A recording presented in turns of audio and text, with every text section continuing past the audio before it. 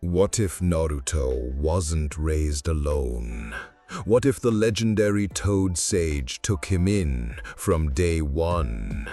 Forget the prankster orphan. This Naruto was trained by a Sannin, and the world isn't ready for him.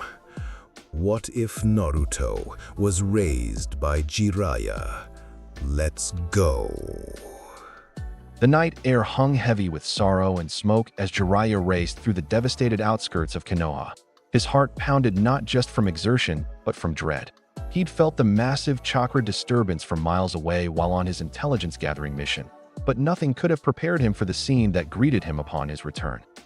The Ninetales attack had left a scar across the landscape, buildings reduced to rubble, bodies of shinobi scattered like fallen leaves. But it wasn't the physical devastation that made Jiraiya's breath catch in his throat. It was the knowledge that somewhere in this chaos, his student, no, his son in all but blood, lay dead alongside his wife. "Minato," Jiraiya whispered, his voice breaking as he leapt over a collapsed wall. "Please, not you." When he finally reached the clearing where the Ninetales had been sealed, the truth he'd been denying crashed down upon him.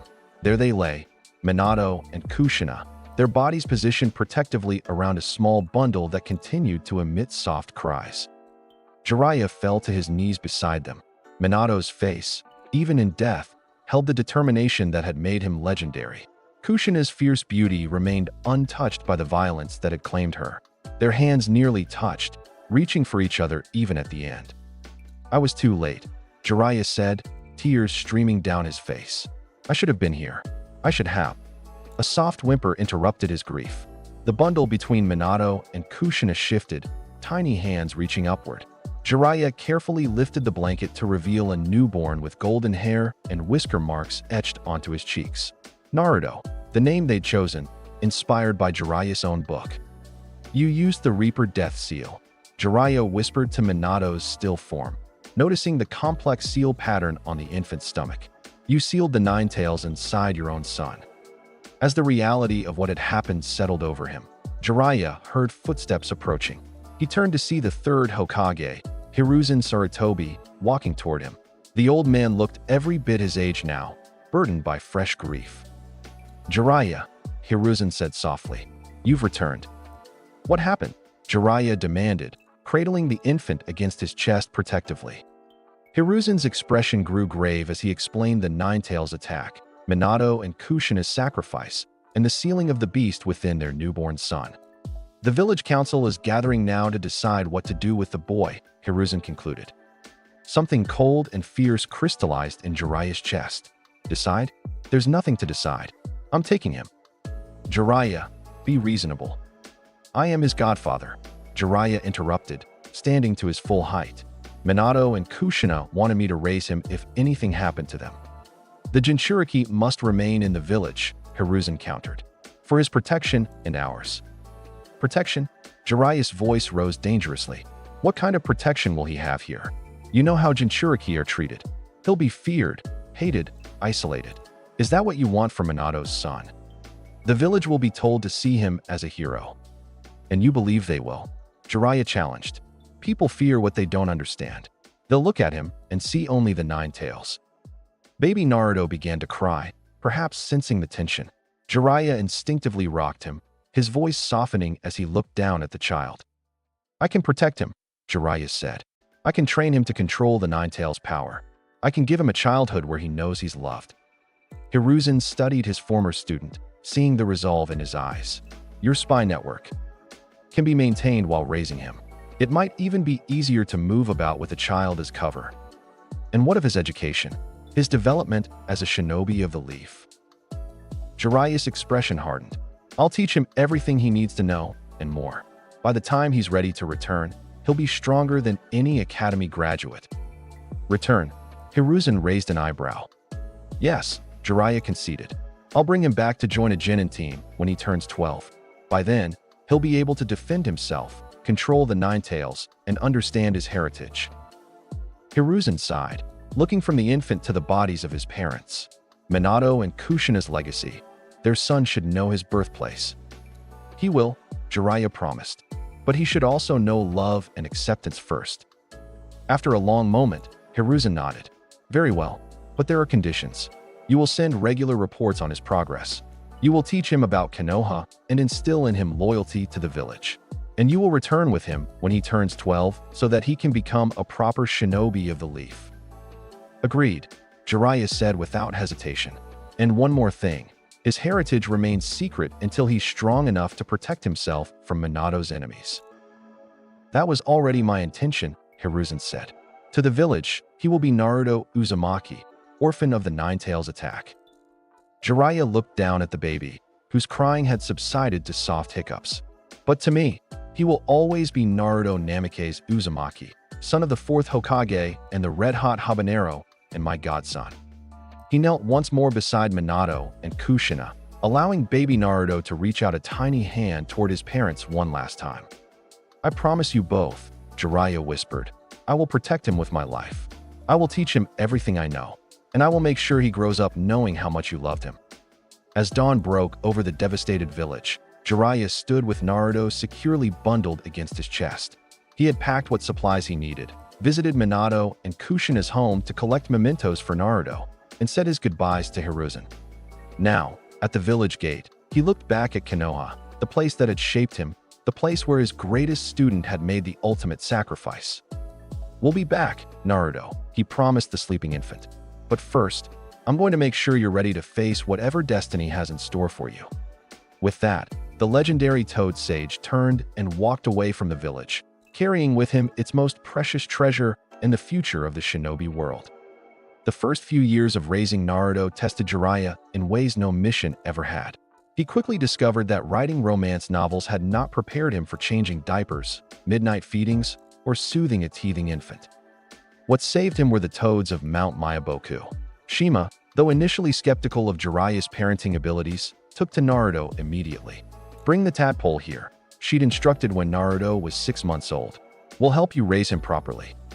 Mount Myaboku became their first real home. The peaceful mountain, with its giant lily pads and exotic vegetation, provided a safe haven for Naruto's earliest years. The toads adored the energetic blonde child who showed no fear of them regardless of their size. He has natural sage potential, Fukasaku observed as 3-year-old Naruto sat perfectly still, watching dragonflies with unusual focus. Greater than yours, Jiraiya boy, and perhaps even greater than Minato's.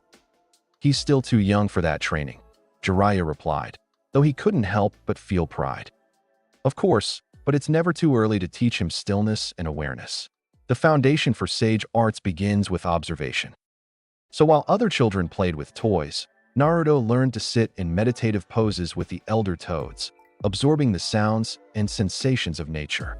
But he was still very much a child, running, laughing, playing, and getting into mischief that often left Jiraiya scrambling to keep up. By age 4, Naruto's personality had firmly established itself. He had Kushina's boundless energy and Minato's thoughtful curiosity.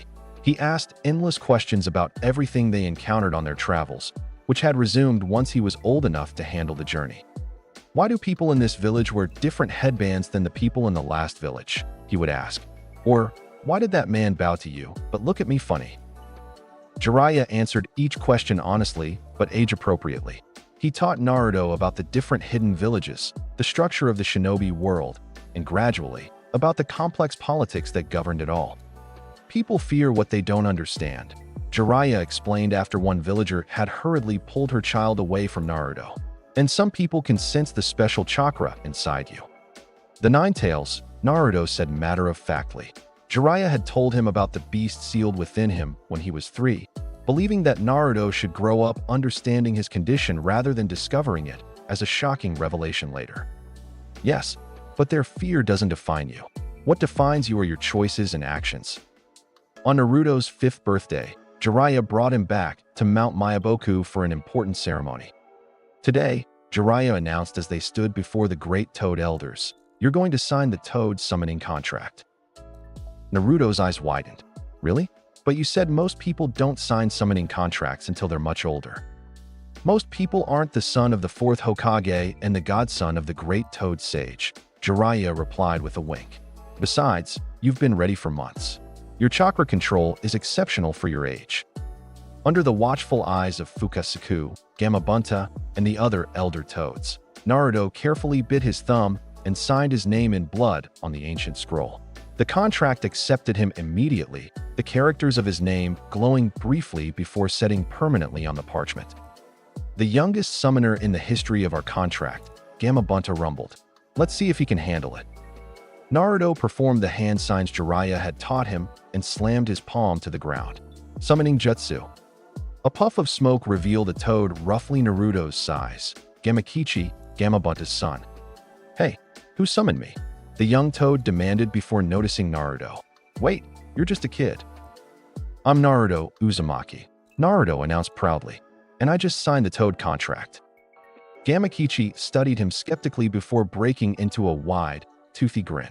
Well, if Dad approved it, you must be special. I'm Gamakichi. Want to play tag? The two youngsters quickly bonded, racing around the mountain while the adult toads and Jiraiya watched with amusement.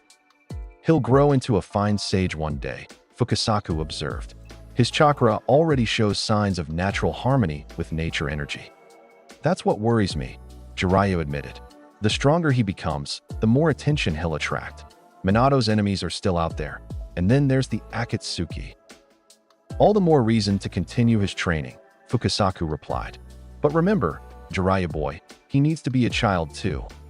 Jiraiya took that advice to heart. As they resumed their travels, he balanced Naruto's training with play and exploration. They visited remote villages, bustling cities, and everything in between. Naruto learned about different cultures, tasted exotic foods, and made temporary friends wherever they went. By age 7, Naruto could already perform several advanced jutsu, including creating shadow clones, a technique Jiraiya taught him to help manage the Ninetales' massive chakra reserves. His taijutsu was impressive for his age, having absorbed various fighting styles from the different regions they visited. But perhaps most important was the emotional foundation Jiraiya had built. Naruto grew up knowing he was loved unconditionally. He understood his unique situation, but it didn't define him. He knew about his parents and their sacrifice, carrying their memory not as a burden, but as inspiration. One evening, as they camped under the stars after a day of training, 7-year-old Naruto asked the question Jiraiya had been expecting for years. Pervy Sage, Naruto began, using the nickname he'd coined after catching Jiraiya, researching at a hot spring. Do you think my parents would be proud of me? Jiraiya looked at the boy, Minato's golden hair, Kushina's round face, those distinctive whisker marks, and eyes full of determination that belonged uniquely to Naruto. Proud doesn't begin to cover it, kid, Jiraiya said, ruffling his hair. Your father would be amazed by your chakra control. Your mother would love your spirit and determination. They'd both be incredibly proud of the person you're becoming. Naruto grinned, but then his expression grew serious. Do you think I'll be able to live up to the prophecy you told me about? About bringing peace to the shinobi world. Jiraiya had shared the Toad Sage's prophecy with Naruto, believing that understanding his potential destiny would help shape his character in the right direction. I have no doubt, Jiraiya replied honestly. But remember, prophecies are tricky things. They tell you where you might end up, not how to get there. The journey is yours to determine. Naruto nodded thoughtfully. Then I'll find my own way. I'll become strong enough to protect everyone precious to me, and I'll find a way to end the cycle of hatred. That's my promise. Looking at the determination in those blue eyes, Jiraiya felt a swell of pride and a twinge of something else. The recognition that Naruto was already beginning to surpass expectations, just as Minato had. The prophecy child was emerging, not through divine intervention, but through love, guidance, and his own indomitable spirit.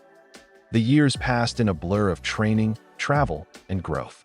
By his 12th birthday, Naruto had transformed from an energetic child into a formidable young shinobi. His physical skills were impressive. He could create hundreds of shadow clones, summon toads of significant size, and had mastered several elemental jutsu with a particular affinity for wind techniques. More importantly, he had developed the foundations of Sage Jutsu.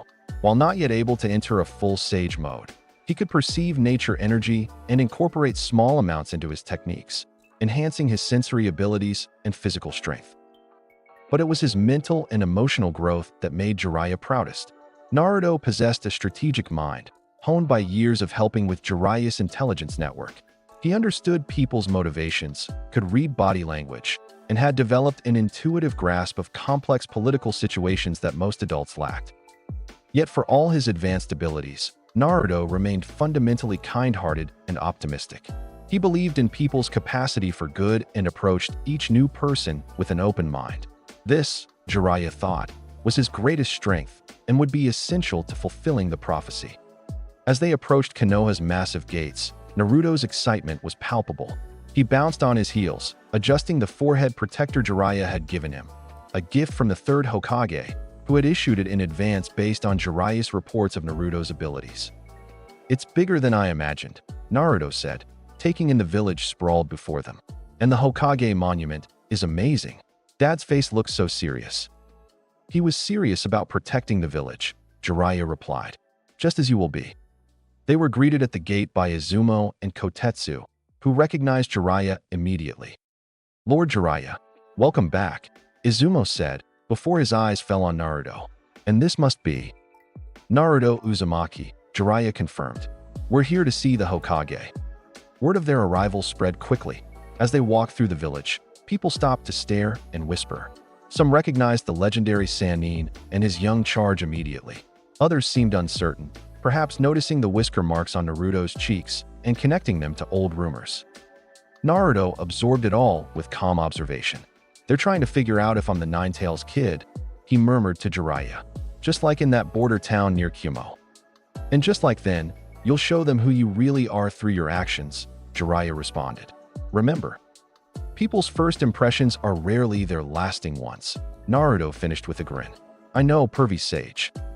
At the Hokage Tower, they were immediately ushered into Hiruzen's office. The Third Hokage had aged visibly in the 12 years since they'd left, but his eyes were as sharp as ever as they assessed Naruto. "So, the prodigal godson returns," Hiruzen said with a warm smile. "Welcome to Konoha, Naruto." Naruto bowed respectfully. "Thank you, Lord Third. It's an honor to finally meet you in person." "Your reports didn't do him justice, Jiraiya," Hiruzen observed. "He carries himself like a seasoned shinobi already." "Wait until you see what he can do," Jiraiya said proudly. "He's beyond Genin level in most skills." "So I've heard," which presents an interesting challenge for placement. Hiruzen explained that while Naruto would officially be classified as a Genin and placed on a team, his actual abilities needed to be assessed. "I've arranged for you to meet with Kakashi Hatake tomorrow morning at Training Ground 7. He'll be your Jonin instructor and will evaluate your skills." "Kakashi," Naruto's eyes lit up. "Dad's student?" "The very same," Hiruzen confirmed. "He's been informed of your unique upbringing. He'll be leading Team 7, which will include you and 2 other recent academy graduates." "Who are they?" Naruto asked. "Sasuke Uchiha and Sakura Haruno." Naruto nodded thoughtfully. "The last Uchiha and Sakura Haruno. I don't know that name." "Civilian family, but she scored top marks in academics at the academy," Hiruzen explained. "A balanced team requires various strengths." After discussing living arrangements, Naruto would have his own apartment. Though Jiraiya promised to stay in the village for a few months to help with the transition, they were dismissed. As they left the Hokage Tower, Naruto's thoughtful expression caught Jiraiya's attention. "What's on your mind, kid?" "I'm thinking about Sasuke Uchiha," Naruto replied. "His entire clan was massacred by his brother, right? That kind of trauma, it creates a specific kind of pain." Jiraiya nodded. "You've always been perceptive about people suffering. Just remember, not everyone wants their pain acknowledged right away." "I know," Naruto said. "Sometimes you have to earn the right to understand someone's heart." They spent the rest of the day settling into their temporary lodgings and exploring the village. Naruto was fascinated by everything. The academy where his parents had studied, the training grounds where they had honed their skills, and especially Ichiraku Ramen, which Jiraiya had described as Kushina's favorite restaurant. "Your mother used to bring your father here all the time," Tucci told Naruto as he served them. She claimed the ramen gave her the energy to perfect her sealing techniques. Naruto savored every bite, feeling connected to his parents through this simple meal. "It's amazing," he declared. "Best ramen I've ever had." That evening, as Naruto prepared for bed, Jiraiya leaned against the doorframe of his new bedroom. "Nervous about tomorrow?" Naruto shrugged. "A little. It's one thing to train with you, But now I have to work with people my own age who might not understand me. You'll do fine, Jiraiya assured him. Just remember everything we've talked about. Be yourself, but don't show all your cards at once. And try not to outshine your teammates too much right away. Naruto rolled his eyes. I know. True strength isn't about dominance. It's about elevating those around you. Exactly, Jiraiya said with a chuckle. Now get some sleep. Something tells me Kakashi will test more than just your combat skills tomorrow. The next morning, Naruto arrived at Training Ground 7 early. He sat cross-legged under a tree, eyes closed in light meditation as he absorbed the natural energy of his surroundings. This had become his morning ritual, not gathering enough nature energy to enter sage mode, but just enough to sharpen his senses and center himself. He sensed the other genin before he saw them, a girl with carefully controlled chakra and a boy whose chakra felt like banked embers, hot and potentially explosive. Opening his eyes, Naruto watched as they approached separately. The girl, Sakura, he presumed, had pink hair and intelligent green eyes. She walked with purpose, but seemed surprised to see someone already at the training ground. The boy could only be Sasuke Uchiha, dark-haired and serious-eyed. He moved with the practiced grace of someone who had spent countless hours training. There was a wariness to him that Naruto recognized immediately, the vigilance of someone who had lost everything once and was determined never to be vulnerable again. Naruto stood as they approached, offering a friendly smile. Good morning. I'm Naruto Uzumaki. You must be Sakura and Sasuke. Sakura's eyes widened slightly. You're our new teammate? I heard rumors about a new genin arriving, but nobody knew much about you. I've been training outside the village with my godfather, Naruto explained. This is my first time living in Konoha. Sasuke's dark eyes assessed him coolly. Uzumaki, that's not a Konoha clan name. My mother was from Yuzushiogakure originally, Naruto said, which was true enough. The land of whirlpools. Before the conversation could continue, Sakura interjected. We should introduce ourselves properly. I'm Sakura Haruno. I graduated at the top of my class in academics at the academy. Naruto nodded respectfully. That's impressive. Book knowledge is just as important as physical skills in our line of work. Sakura seemed surprised by his response, perhaps expecting dismissal from someone who had been trained outside the conventional system. Sasuke merely offered his name without elaboration, clearly waiting to judge Naruto's abilities rather than his words. They waited for nearly 2 hours before Kakashi appeared in a swirl of leaves, offering a casual, "Sorry I'm late. A black cat crossed my path, so I had to take the long way." Naruto bit back a smile. Jiraiya had warned him about Kakashi's habitual tardiness and flimsy excuses. Now then, Kakashi said, his visible eye curving in what might have been a smile beneath his mask. Let's see what you three are capable of. He held up 2 small bells. Your task is simple. Take these bells from me before noon. Whoever doesn't get a bell fails and goes back to the academy. But there are only 2 bells, Sakura pointed out. Very observant, Kakashi replied dryly. That means at least one of you will definitely fail. Maybe all of you will. Naruto immediately understood the real test. Teamwork despite artificial scarcity, but kept his face neutral. This was a chance to observe his new teammates' approaches. Begin, Kakashi announced, and the 3 genin scattered, or rather, Sasuke and Sakura did. Naruto remained standing directly in front of Kakashi.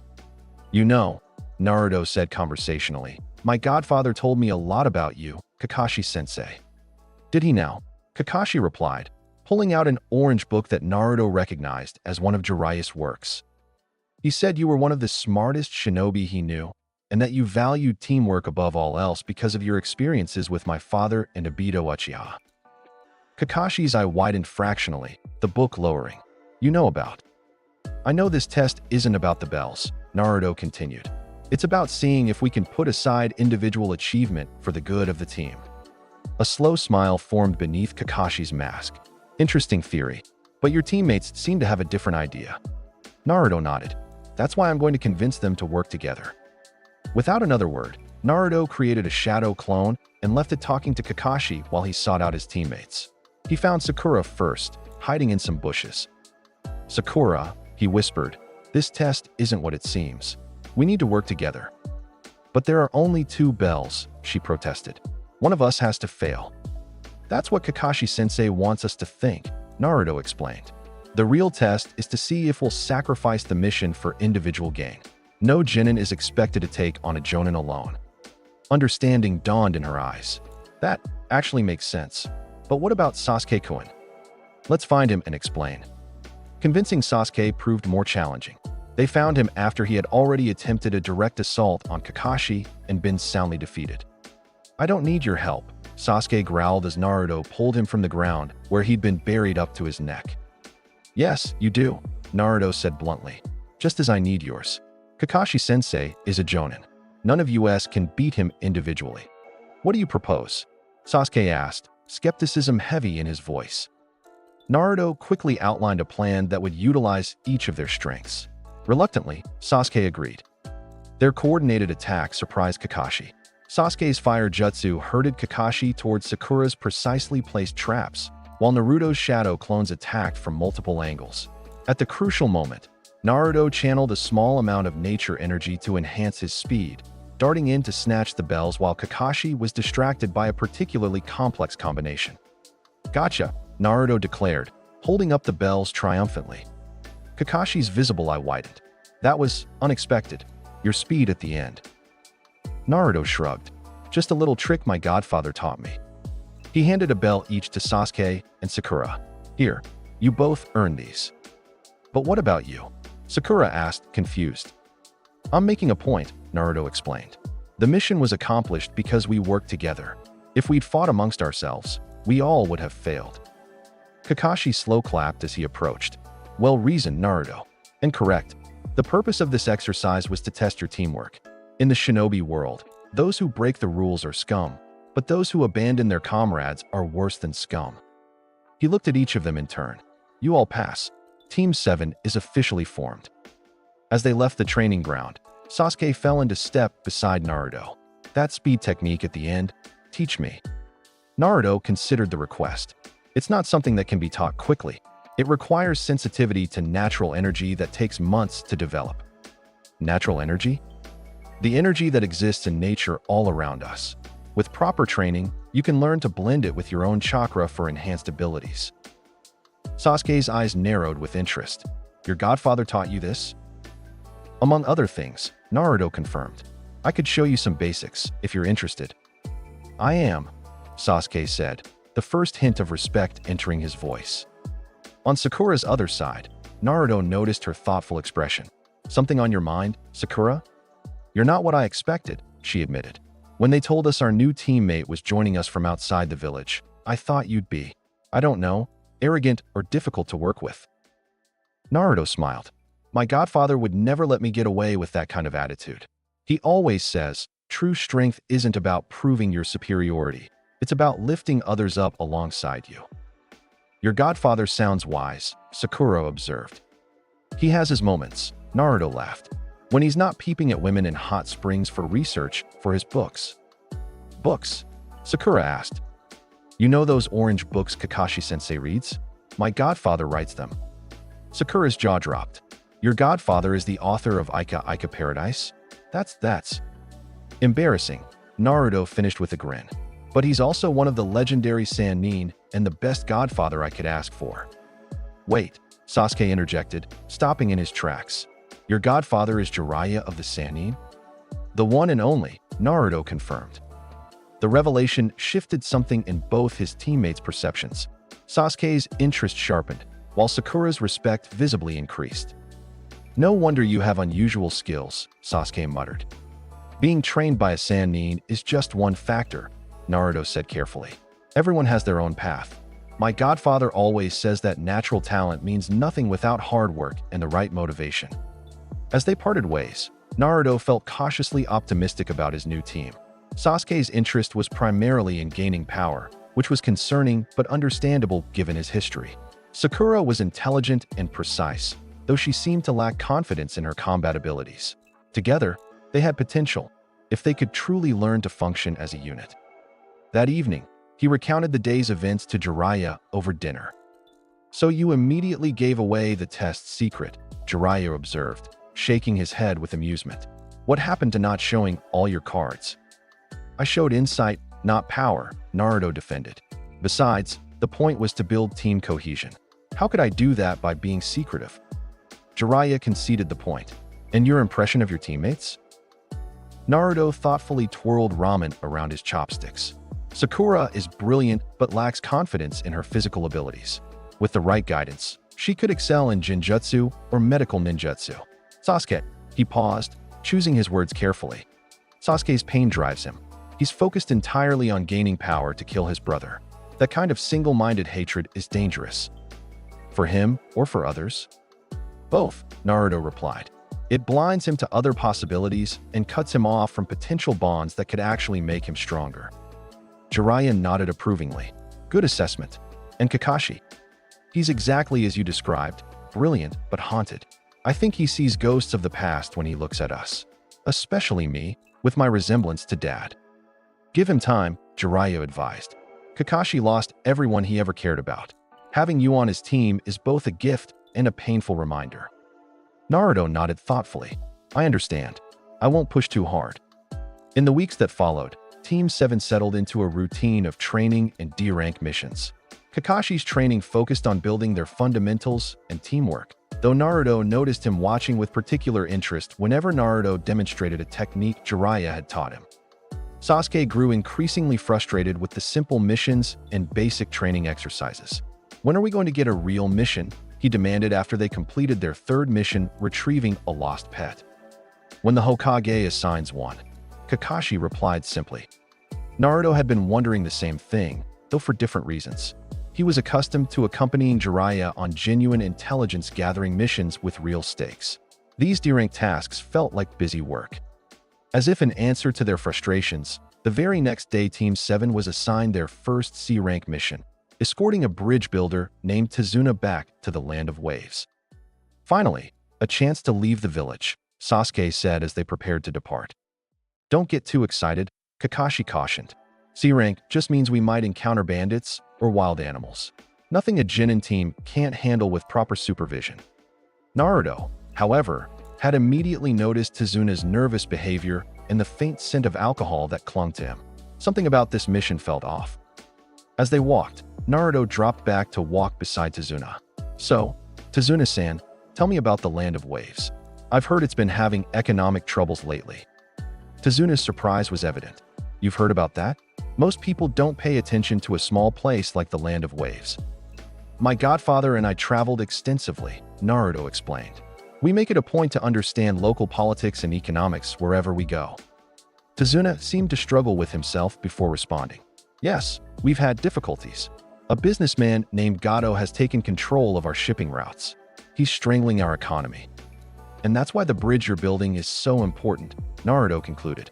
It would provide a land route that Gato couldn't control. Exactly, Tazuna confirmed, looking increasingly uncomfortable. Which means, Naruto continued quietly, that Gato has every reason to want you dead, and this mission is probably more dangerous than you've led the Hokage to believe. Tazuna paled. How did you? It's a logical conclusion, Naruto said.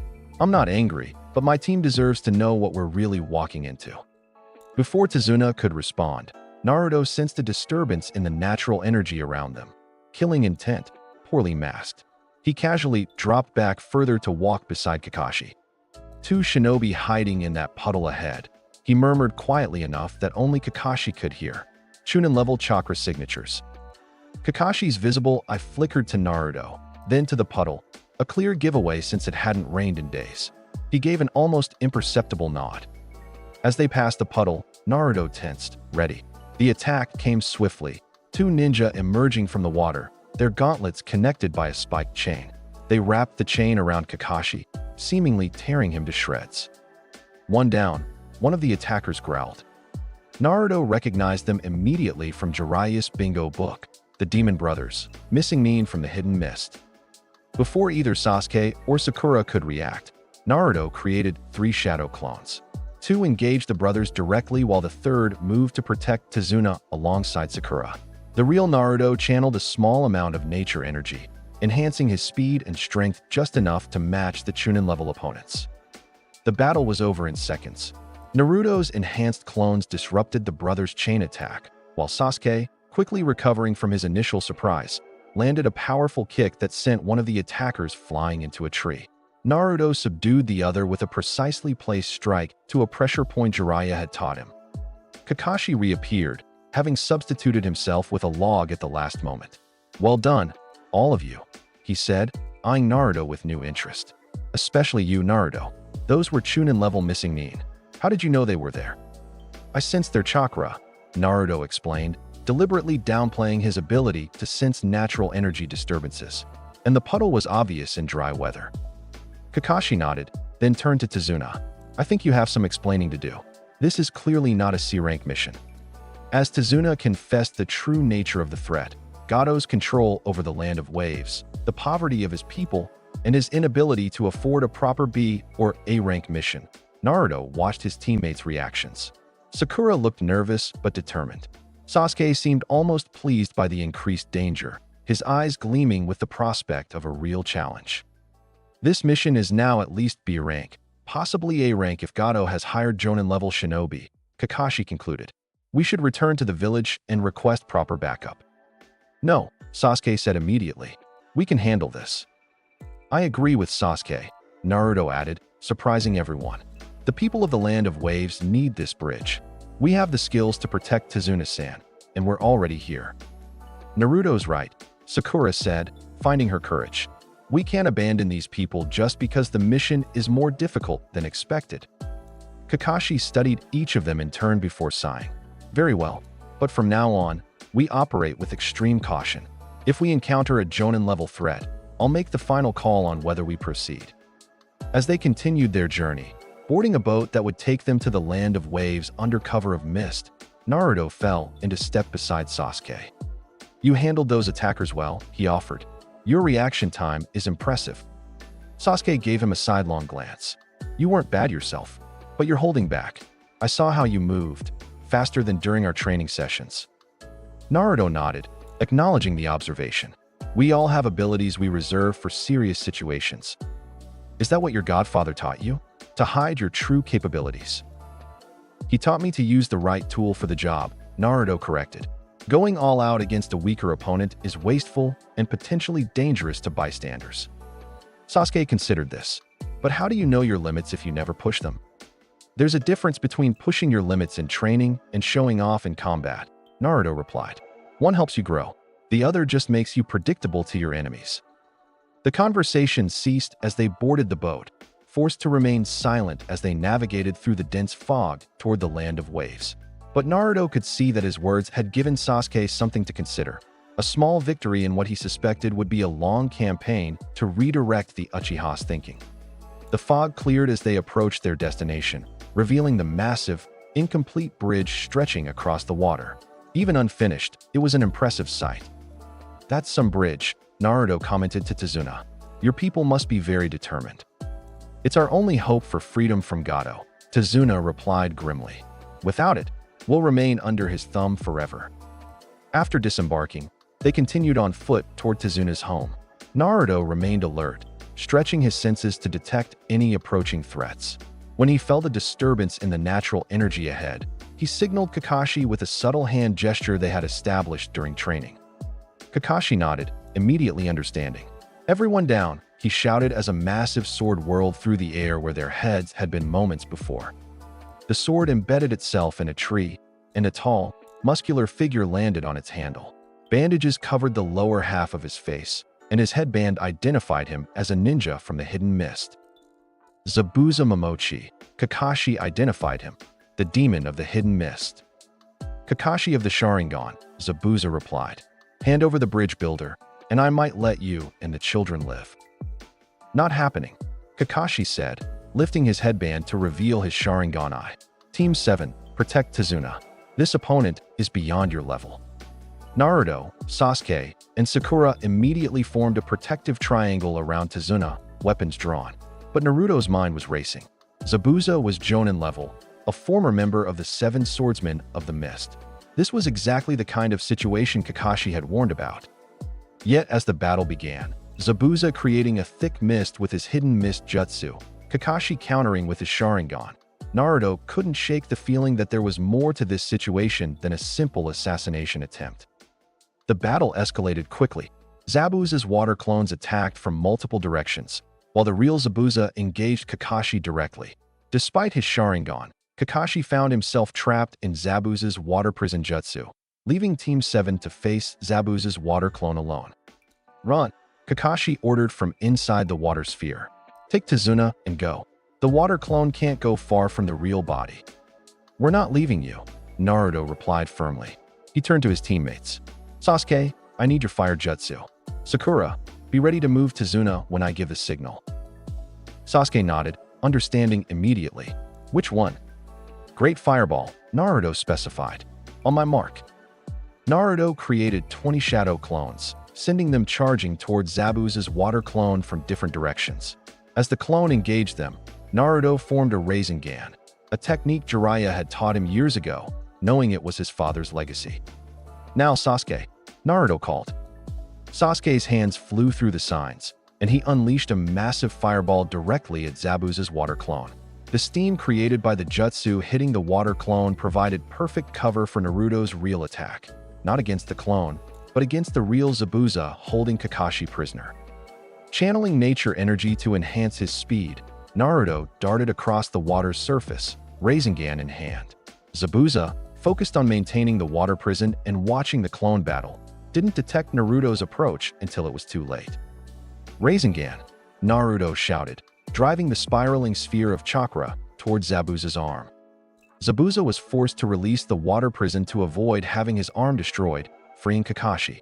The two Jonin immediately re-engaged in battle, water jutsu clashing violently. Kakashi-sensei, Naruto called. There's another chakra signature nearby, in the trees. Kakashi's eyes widened briefly before he nodded, renewing his attack on Zabuza with even greater intensity. The battle reached its climax as Kakashi began mimicking and anticipating Zabuza's jutsu, psychologically breaking down the demon of the mist. Just as Kakashi prepared a final, lethal strike, Senbon needles flew from the trees, striking Zabuza in the neck. He collapsed, apparently dead. A masked figure appeared beside Zabuza's body. Thank you for your assistance. I've been tracking Zabuza for weeks. A mist hunter Nin, Kakashi identified, studying the mask. Here to collect the bounty? To eliminate a rogue ninja and preserve the secrets of the hidden mist, the hunter Nin corrected, lifting Zabuza's body. I'll dispose of the remains now. Before anyone could respond, the hunter Nin disappeared with Zabuza's body in a swirl of leaves. That was convenient, Naruto said skeptically. Too convenient, Kakashi agreed, covering his Sharingan eye again. Hunter Nin typically dispose of the body on sight. You think Zabuza's still alive? Sasuke asked. I'm certain of it, Kakashi replied. Those Senbon struck pressure points that can induce a death-like state. That wasn't a hunter Nin, it was an accomplice. So we should expect another encounter, Naruto concluded. How long before Zabuza recovers from those pressure points? About a week, Kakashi estimated, which gives us time to prepare. They continued to Tazuna's house, where they were welcomed by his daughter, Tsunami, and grandson, Inari. The small boy seemed withdrawn and bitter, eyeing the ninja with obvious distrust. That evening, after dinner, Kakashi gathered Team 7 for a strategy session. We have approximately 1 week before Zabuza returns, likely with his accomplice, he began. We'll use that time for intensive training. What kind of training? Sakura asked. Chakra control, Kakashi replied, at an advanced level. Tomorrow, I'll teach you how to walk up trees using only your feet. Naruto exchanged a glance with Sasuke. Tree walking was a basic skill Jiraiya had taught him years ago. Even Sasuke, from his expression, seemed to find the proposed training elementary. Kakashi-sensei, Naruto ventured. I already know tree walking and water walking. Jiraiya-sensei taught me those skills when I was 8. Kakashi raised an eyebrow. Is that so? And you, Sasuke? I've practiced tree walking, Sasuke admitted, though I haven't mastered water walking yet. Kakashi considered this. Sakura, do you know these techniques? She shook her head. We didn't learn them at the academy. Very well, Kakashi decided. Sakura, I'll work with you on tree walking.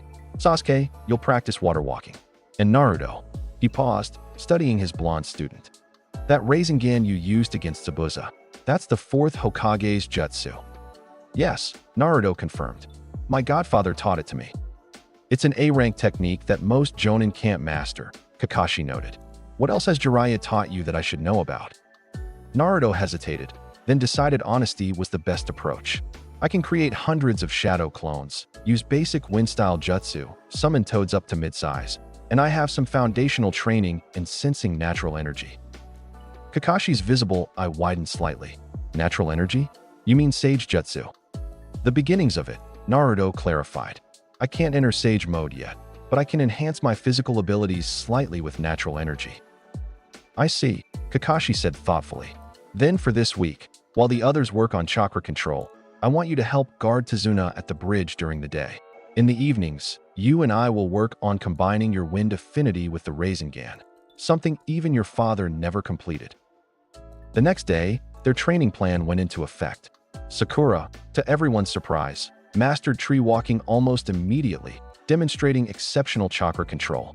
Sasuke progressed quickly with water walking, driven by his competitive nature and determination. And Naruto, while guarding Tazuna at the bridge during the day, observed the poverty and desperation of the land of waves firsthand. Gato has destroyed this place, Tazuna explained as they watched the small crew of workers laboring on the bridge. Many have quit out of fear. These few are the only ones brave enough to continue. Or desperate enough, Naruto observed, noting their thin frames and determined expressions. Yes, Tazuna agreed grimly. For us, this bridge isn't just about commerce, it's about survival. That evening, Naruto joined Kakashi for specialized training away from the house. Adding a nature transformation to the Rasengan is theoretically possible, Kakashi explained, but incredibly difficult. The Rasengan already requires extreme concentration to maintain its shape. Adding an elemental nature would require dividing your attention even further. I understand the principle, Naruto said, but I think there might be a shortcut. Oh. Shadow clones, Naruto elaborated. One clone to maintain the Rasengan's shape, one to add the wind nature. My real body coordinates them. Kakashi's eye widened. That's ingenious. Your father might have eventually reached the same solution if he'd had more time. They spent hours experimenting with the technique.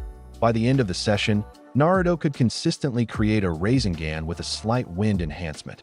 Not yet the finished technique, but a promising start. As they walked back to Tazuna's house, Kakashi grew serious. Naruto, there's something I've been wanting to ask you. About my parents? Naruto guessed. You know, then, about your father being the fourth Hokage. Yes, Jiraiya-sensei told me when I was old enough to understand. He thought I deserved to know my heritage, even if it had to remain secret from others for my protection. And about the Nine Tails? I've known about that since I was 3, Naruto replied calmly. Better to grow up understanding your situation than to have it sprung on you later. Kakashi nodded slowly. You're remarkably well-adjusted for someone carrying such burdens. Naruto smiled. That's because they never felt like burdens. Jiraiya-sensei made sure of that. The Nine Tails is a power I'll eventually master completely.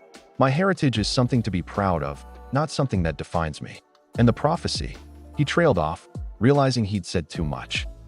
Prophecy? Kakashi asked sharply. Naruto sighed. The great toad sage of Mount Myaboku made a prophecy that Jiraiya-sensei would train the child who would either save the world or destroy it. Jiraiya-sensei believes I'm that child. That's a heavy expectation to place on a young person. It would be, if that's how Jiraiya-sensei had presented it, Naruto agreed. But he always emphasized that prophecies only show possibilities, not certainties. The choices are still mine to make. They reached Tazuna's house and found dinner waiting. Inari, Tazuna's grandson, remained sullen throughout the meal, finally exploding when Naruto mentioned their progress in preparing for Zabuza's return. You're all going to die, the boy shouted. No one can stand up to Gato. He kills anyone who tries. Inari, Tsunami admonished. It's true, Inari insisted, tears streaming down his face. You come here acting like heroes, but heroes don't exist in this world. Naruto studied the boy thoughtfully. Someone important to you tried to be a hero, didn't they? And Gato killed them. Inari froze, then ran from the room. Tazuna sighed heavily and explained about Kaiza, Inari's stepfather, who had stood up to Gato and been publicly executed as an example. That's why Inari doesn't believe in heroes anymore, Tazuna concluded. Gato broke his spirit along with the rest of the village. That night, Naruto found Inari sitting on the dock outside the house, staring at the moon reflected in the water. "My parents died the day I was born," Naruto said without preamble, sitting beside the boy. "They sacrificed themselves to protect our village from a terrible threat." Inari glanced at him, but said nothing. "I could have grown up bitter, focusing on what I lost," Naruto continued. "But instead, I choose to honor their sacrifice by living a life they would be proud of." "What's your point?" Inari muttered. "My point is that real courage isn't about not being afraid. It's about acting despite your fear. Your stepfather knew he might die, but he stood up for what was right anyway. That makes him a true hero." "But he died," Inari protested. "What good did his courage do? He showed everyone, including you, that Gato isn't invincible, that it's possible to stand against him. The seeds of courage he planted just need time to grow." Naruto stood, placing a hand on Inari's shoulder. "Heroes do exist in this world, Inari. Sometimes they win, sometimes they fall. But what matters is that they try to make a difference.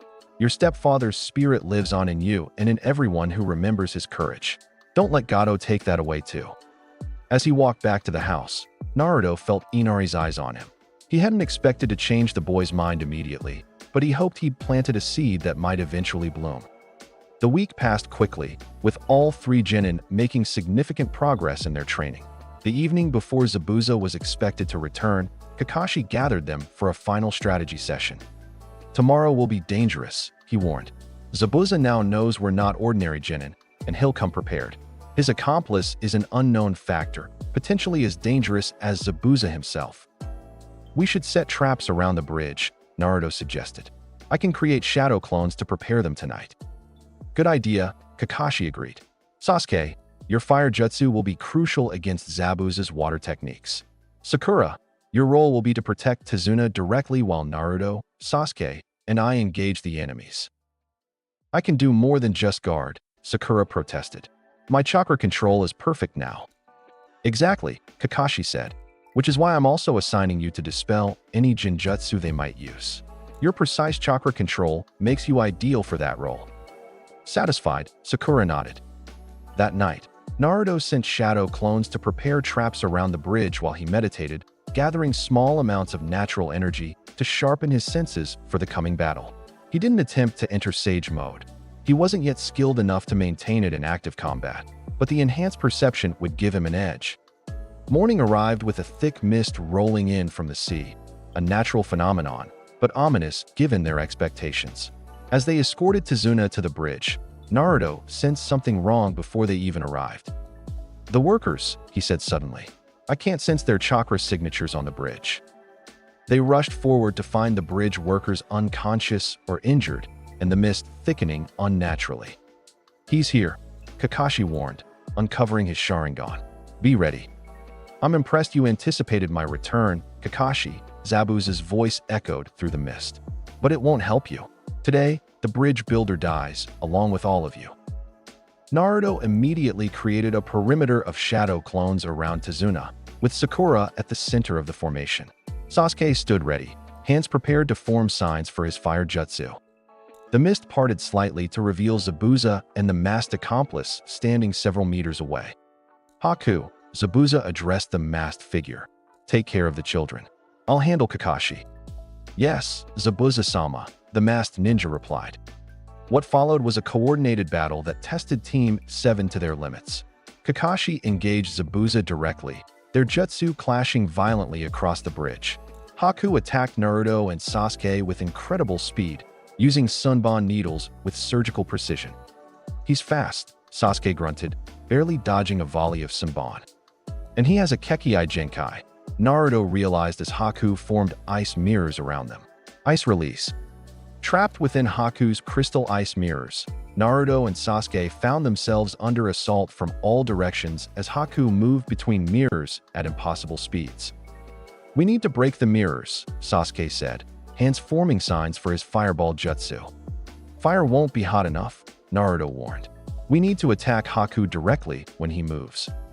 As the battle intensified, Sasuke's Sharingan began to awaken, allowing him to track Haku's movements. Together, they coordinated their attacks, Sasuke predicting Haku's path, Naruto laying traps with his shadow clones. Meanwhile, Kakashi and Zabuza fought their own deadly battle, water dragons clashing, swords and kunai striking in a deadly dance through the mist. The turning point came when Haku, driven to protect Zabuza, prepared to launch a potentially lethal attack against Sasuke. Naruto, sensing the danger through his enhanced perception, moved instinctively to protect his teammate.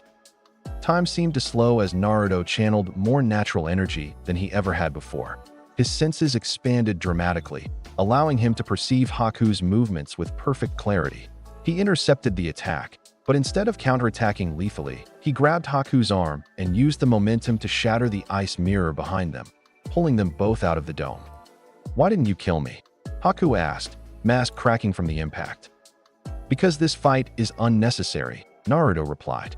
"You don't want to kill us any more than we want to kill you. You're fighting for Zabuza because he saved you, gave you purpose. I understand that loyalty." The mask fell away completely, revealing a face of androgynous beauty. "If you understand, then you know I cannot betray Zabuza-sama." "There's another way," Naruto insisted. "Gato is the real enemy here. He's destroying this land and its people. Once the bridge is complete, his control will end. That's why he wants Tazuna dead." Haku hesitated, clearly conflicted. Before he could respond, a slow clapping sound echoed across the bridge. The mist thinned to reveal a short man in an expensive suit, flanked by dozens of mercenaries. "Gato," Zabuza growled, breaking off his fight with Kakashi. Zabuza," Gato said condescendingly. "You failed to kill one simple bridge builder. I'm disappointed, but it doesn't matter now. I never intended to pay you anyway." "What?" Zabuza's killing intent spiked. "Missing mean are so convenient," Gato continued. "Desperate for work. No village to avenge them when they're killed. Once you've weakened these leaf ninja, my men will finish all of you off." Naruto turned to Haku. "You see? He was using you both from the start." Haku's eyes hardened as he looked at Gato. "Zabuza-sama is not a tool to be discarded." "It seems our fight is over, Kakashi," Zabuza said, lowering his massive sword. "My contract with Gato has been terminated." Kakashi nodded warily. "So it would seem." Gato sneered. "It doesn't matter. I have enough men to kill all of you. And when you're dead, I'll take care of the village too. Make an example of them for defying me." Something snapped in Naruto at those words. The natural energy he'd been channeling surged, responding to his emotions. His senses expanded exponentially, and he felt a new power flowing through him. Not the Nine Tails chakra, but something different, something in harmony with nature itself. "No," Naruto said, his voice unnaturally calm. "You won't hurt anyone else." To everyone's shock, Naruto's eyes transformed, the blue irises turning golden yellow, with rectangular, toad-like pupils. Orange pigmentation appeared around his eyes. "Sage mode," Kakashi whispered in disbelief. "Impossible. He's too young." Jiraiya, who had arrived at the bridge unnoticed during the confrontation, stepped forward from the shadows. "He's always been exceptional," the Toad Sage said proudly. "But even I didn't expect this so soon." Naruto moved with incredible speed, creating dozens of shadow clones as he charged Gato's mercenaries. Each clone demonstrated the same enhanced abilities, overwhelming the hired thugs with precision strikes that incapacitated rather than killed. Zabuza, seeing an opportunity for vengeance, joined the attack, his massive sword cutting a path directly to Gato. Haku followed, Senbon flying with deadly accuracy. The battle was short and decisive. Gato's mercenaries, faced with enhanced ninja and the demon of the mist, broke ranks and fled. Gato himself found nowhere to run, cornered at the edge of the bridge by Zabuza. "Wait," Naruto called, his sage mode fading as he approached them. "Killing him won't solve anything." "He deserves death for what he's done," Zabuza growled. "Maybe," Naruto conceded, "but the people of this land deserve justice more. Let them decide his fate." As if summoned by his words, the villagers appeared at the end of the bridge, led by Inari. They carried farm tools, fishing spears, and whatever else could serve as weapons. "We came to fight too," Inari announced proudly. "We're not afraid anymore." Naruto smiled at the transformation in the boy. The village should decide what happens to Gato. It's their home he tried to destroy. Zabuza considered this, then lowered his sword. "Fine, the village can have him. My quarrel was never with them." In the aftermath, With Gato taken into custody by the villagers and his mercenaries scattered, an unexpected alliance formed. Zabuza and Haku, no longer bound by their contract with Gato, agreed to help protect the bridge until its completion. "We owe you that much," Zabuza told Naruto. "You spared us when you could have killed us." "What will you do afterward?" Naruto asked. Zabuza and Haku exchanged glances. "We haven't decided," Haku replied. "We've been running for so long." "The Mist Village is changing," Jiraiya interjected. "The Bloody Mist era is ending. There might be a place for you there again, eventually." "Perhaps," Zabuza said non-committally. "Or perhaps there are other missing Nin like us who need direction." The bridge was completed 2 weeks later, amid celebration from the villagers. The economy of the Land of Waves was already beginning to recover with Gato's stranglehold broken. As Team 7 prepared to depart, Tazuna approached them at the newly finished bridge. "We've decided to name it the Great Naruto Bridge," he announced, "because it was your courage that inspired us to stand up for ourselves again." Naruto flushed with embarrassment. "I don't need a bridge named after me." "It's not just for you," Tazuna explained. "Naruto means maelstrom, a powerful swirling current, like the one that's changed our land forever." As they walked across the bridge toward home, Jiraiya fell into step beside Naruto. "That partial sage mode was impressive, but dangerous," he said quietly. "You could have been turned to stone if you'd gathered too much natural energy." "I know," Naruto acknowledged. "It was instinctive. I didn't try to enter sage mode consciously." "Which makes it even more remarkable," Jiraiya said. "And concerning. We'll need to accelerate your training when we get back to Konoha." Naruto nodded, understanding the responsibility that came with such power. Ahead of them, Sasuke walked alone, his posture rigid. The mission had changed something in him. Seeing Naruto access a power he hadn't known existed, watching Haku's devotion to Zabuza, Naruto could sense the conflict in his teammate and made a mental note to address it when they returned to the village. Their return to Konoha was met with surprise from the mission desk Chunin, who hadn't expected a C-rank escort mission to evolve into an A-rank confrontation with missing Nin and a business tycoon's private army. "Well done, Team 7, Hiruzen said after hearing their report. "Though I'm concerned about the risks you took, I can't argue with the results. The Land of Waves will be an important ally for Konoha." "Thank you, Lord Hokage," Kakashi replied. "Though I should note that without Naruto's unique abilities and Jiraiya-sama's timely arrival, the outcome might have been very different." Hiruzen's gaze lingered on Naruto. "Yes, I'd like to hear more about this. Sage mode you accessed." "It was partial and unstable," Naruto explained. "I'm not ready for the full transformation yet." "Nonetheless, it's an extraordinary achievement for one so young," Hiruzen said. "The Sannin continued to produce exceptional students." In the days that followed, Team 7 returned to their training routine, though now with adjustments that acknowledged their proven capabilities. Kakashi focused on developing their individual strengths while continuing to build their teamwork. Naruto split his time between team training, specialized work with Jiraiya on controlling Sage Mode, and attempting to connect more deeply with his teammates. Sakura was receptive, impressed by his skills and eager to learn from his experience. Sasuke, however, had grown more distant since the Land of Waves mission. "He's jealous," Sakura observed after one particularly tense training session where Sasuke had stormed off. "He saw your power during the bridge battle." "It's more complicated than that," Naruto replied. "He measures his growth against Itachi, not against me. Every new power he sees reminds him of how far he still has to go." "You understand him well," Sakura noted with surprise. Naruto shrugged. Understanding people's pain is something Jiraiya-sensei emphasized. Everyone has their burdens. Sasuke's is particularly heavy. "And yours?" Sakura asked hesitantly. "You never talk about your burden." Naruto considered how much to reveal. "Being a Jinchuriki comes with its challenges," he admitted. "But I've had support and training from the beginning. Sasuke lost everything and has been alone with his pain." "You're trying to help him, aren't you? That's why you offer to train with him." "I'm trying," Naruto confirmed. "But some paths people have to choose for themselves." Their conversation was interrupted by Kakashi's arrival with news that would change everything. Konoha would be hosting the Chunin exams in 1 month, and Team 7 was being nominated to participate. "Already?" Sakura asked, surprised.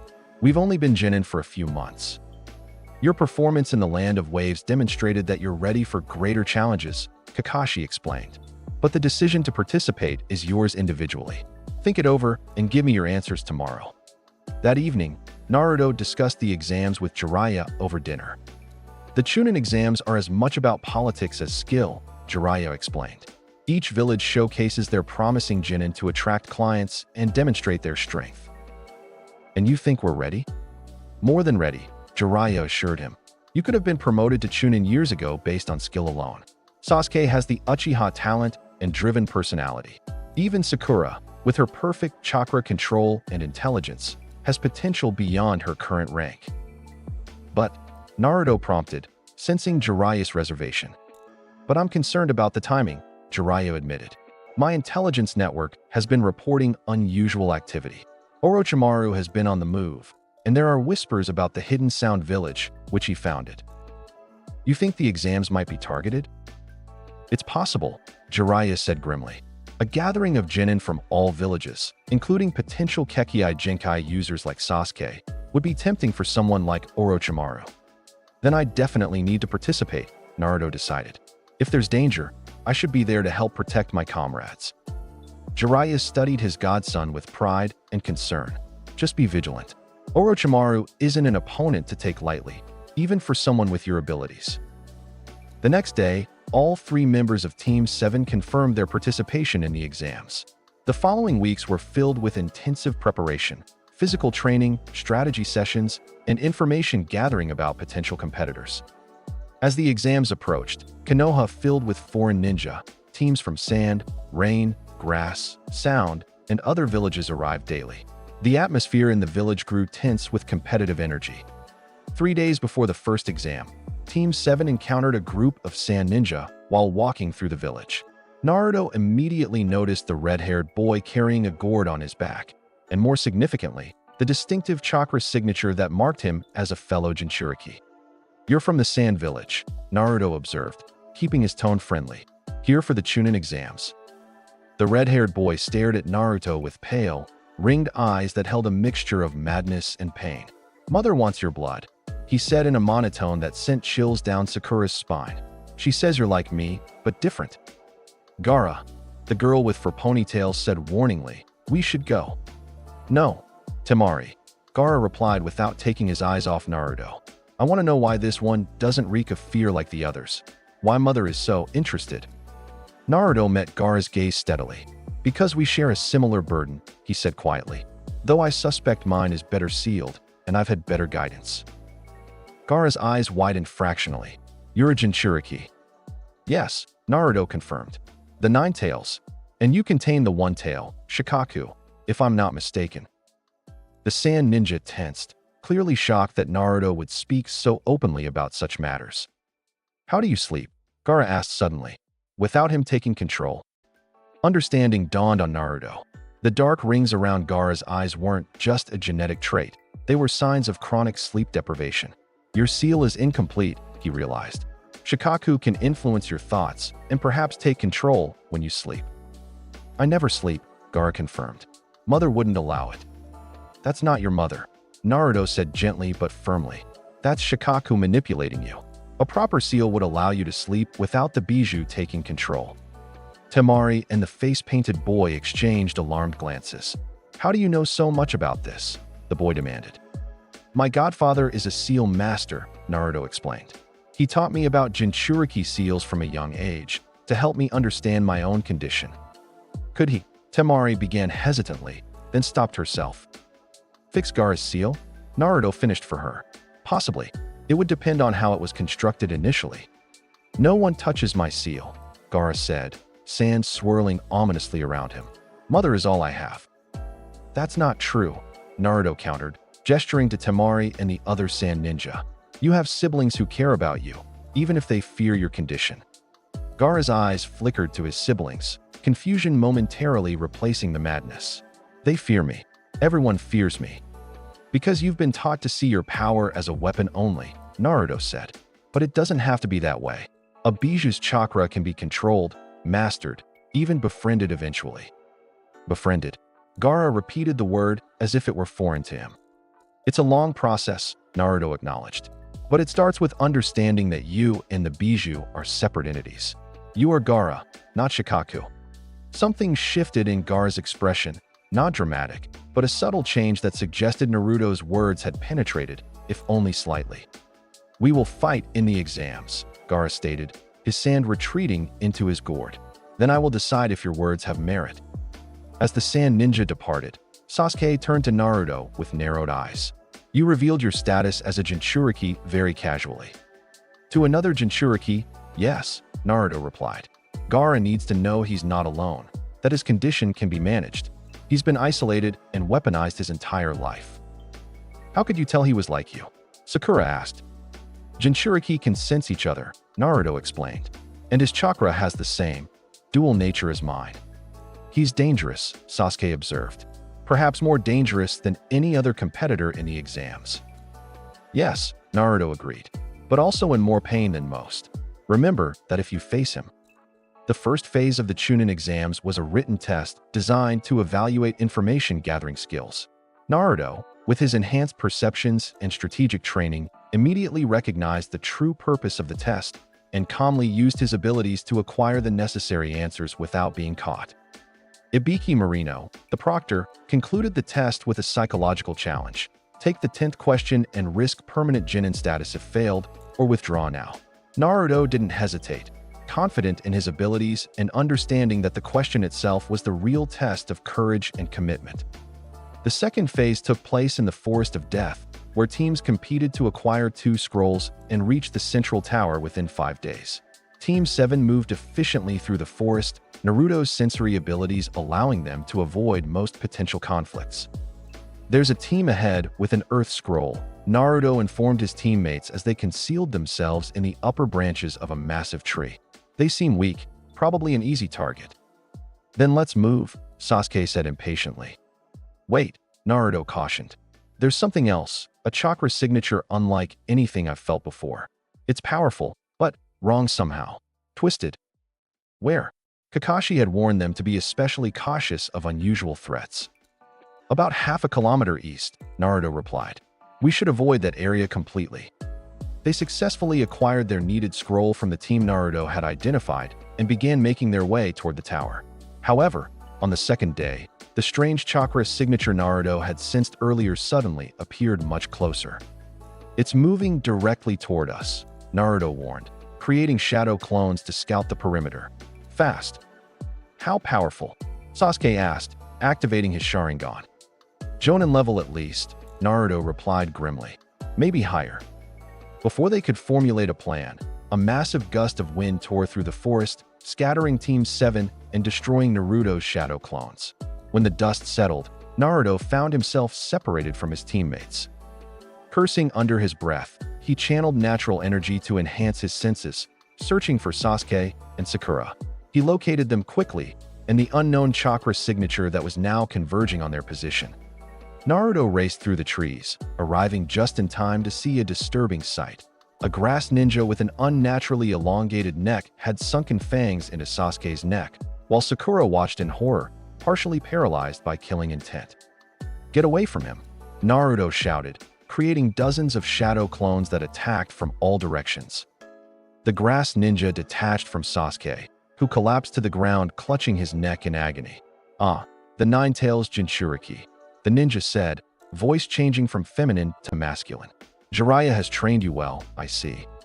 Orochimaru, Naruto identified, recognizing the voice from Jiraiya's descriptions. You're not supposed to be here. Plans change, Orochimaru replied, casually disposing of Naruto's clones. I came for the Sharingan, but finding you here is a delightful bonus. How much control do you have over the Nine-Tails power, I wonder? Naruto didn't answer, instead using the conversation to gather more natural energy. He knew he couldn't fully enter Sage mode yet. The transformation was still unstable and required too much stillness, but even a partial enhancement might give him the edge needed to escape with his teammates. You're gathering natural energy, Orochimaru observed with surprise. Sage jutsu at your age? Jiraiya has been busy. You have no idea, Naruto replied, feeling the familiar sensation of nature energy flowing through his system. His perceptions sharpened dramatically, time seeming to slow around him. Orochimaru's expression shifted from amusement to calculation. Perhaps I should take both of you. The last Uchiha and a developing sage would make excellent additions to my collection. Not happening, Naruto declared, the orange pigmentation beginning to appear around his eyes. Sasuke belongs to himself, and I belong to Konoha. With enhanced speed, Naruto created more shadow clones, each displaying the same partial sage transformation. They attacked Orochimaru from all angles while the Real Naruto moved to protect Sasuke and Sakura. We need to retreat, he told Sakura. This opponent is beyond even my abilities. But Sasuke-kun is. I know. Naruto cut her off, noting the strange mark forming on Sasuke's neck where Orochimaru had bitten him. That's some kind of curse mark. All the more reason to get him to safety immediately. Orochimaru, despite being occupied with the shadow clones, laughed. Run if you wish, little sage. The seed has been planted. Sasuke-kun will seek me out when he realizes the power I've offered him. Naruto made a split-second decision, creating another wave of shadow clones to cover their escape. He lifted the unconscious Sasuke onto his back and signaled Sakura to follow. Enhanced by natural energy, he moved swiftly through the forest toward the central tower. What did he do to Sasuke-kun? Sakura asked as they fled. Some kind of curse seal, Naruto replied grimly. Similar to the technique he used on Anko Mitarashi years ago, according to Jiraiya Sensei's information. Is it fatal? Not immediately, Naruto said, but it's dangerous in other ways. It offers power but corrupts the user. They reached the tower by nightfall, with Sasuke still unconscious but stable. Medical Ninja immediately took charge of him, while Naruto reported the encounter with Orochimaru to the ANBU guards at the tower. The next morning, the Hokage himself visited them, accompanied by Jiraiya. You confronted Orochimaru and lived, Hiruzen said, his expression grave. Few genin could make that claim. I didn't confront him so much as delay him while we escaped, Naruto clarified. I wouldn't have stood a chance in a prolonged battle. Still, your judgment was sound, Jiraiya said proudly. You recognized the threat, prioritized your teammate's safety, and reported the encounter promptly. What about Sasuke? Naruto asked. The curse mark. I've examined it, Jiraiya replied. It's Orochimaru's cursed seal of heaven, a powerful but corrupting gift. I've placed a containment seal around it, but the ultimate control lies with Sasuke himself. If he desires the power it offers, no external seal can fully suppress it. He'll be tempted, Naruto said with certainty. Sasuke measures himself against Itachi constantly. Any power that might help him close that gap will be difficult to resist. Hiruzen nodded gravely, which is why we'll need to monitor him closely. But for now, the exams will continue. We can't alert the other villages to Orochimaru's infiltration without creating a diplomatic incident. That seems risky, Naruto observed. Sometimes the best trap is one the enemy thinks hasn't been discovered, Jiraiya explained. We're increasing security discreetly and preparing for whatever Orochimaru might be planning. With Sasuke recovered enough to continue, Team 7 completed the second phase of the exams. Too many teams had passed, however, requiring a preliminary round of one-on-one matches to reduce the numbers for the final tournament. Naruto faced Kiba Inuzuka, demonstrating tactical thinking and restraint by defeating the Inuzuka heir without revealing his more advanced abilities. Sasuke, despite the curse mark, managed to defeat his opponent through sheer determination and skill. Sakura fought Ino Yamanaka to a draw, both exhausting their chakra in a battle that showcased their growth. Following the preliminaries, the remaining contestants were given 1 month to prepare for the final tournament. The matchups were determined by random draw, with Naruto set to face Neji Hyuga in the first round, while Sasuke would face Gaara if he progressed. Neji Hyuga, Jiraiya mused as he and Naruto discussed the upcoming matches. The Hyuga prodigy with a perfect gentle fist technique. His Byakugan will be challenging to counter. But not impossible, Naruto replied thoughtfully. The Byakugan sees chakra pathways, but does it see natural energy? That could be my advantage. Potentially, Jiraiya agreed. But you still can't maintain stable sage mode in combat. We need to focus on that during this month. And Sasuke? He'll need specialized training for his match against Gaara.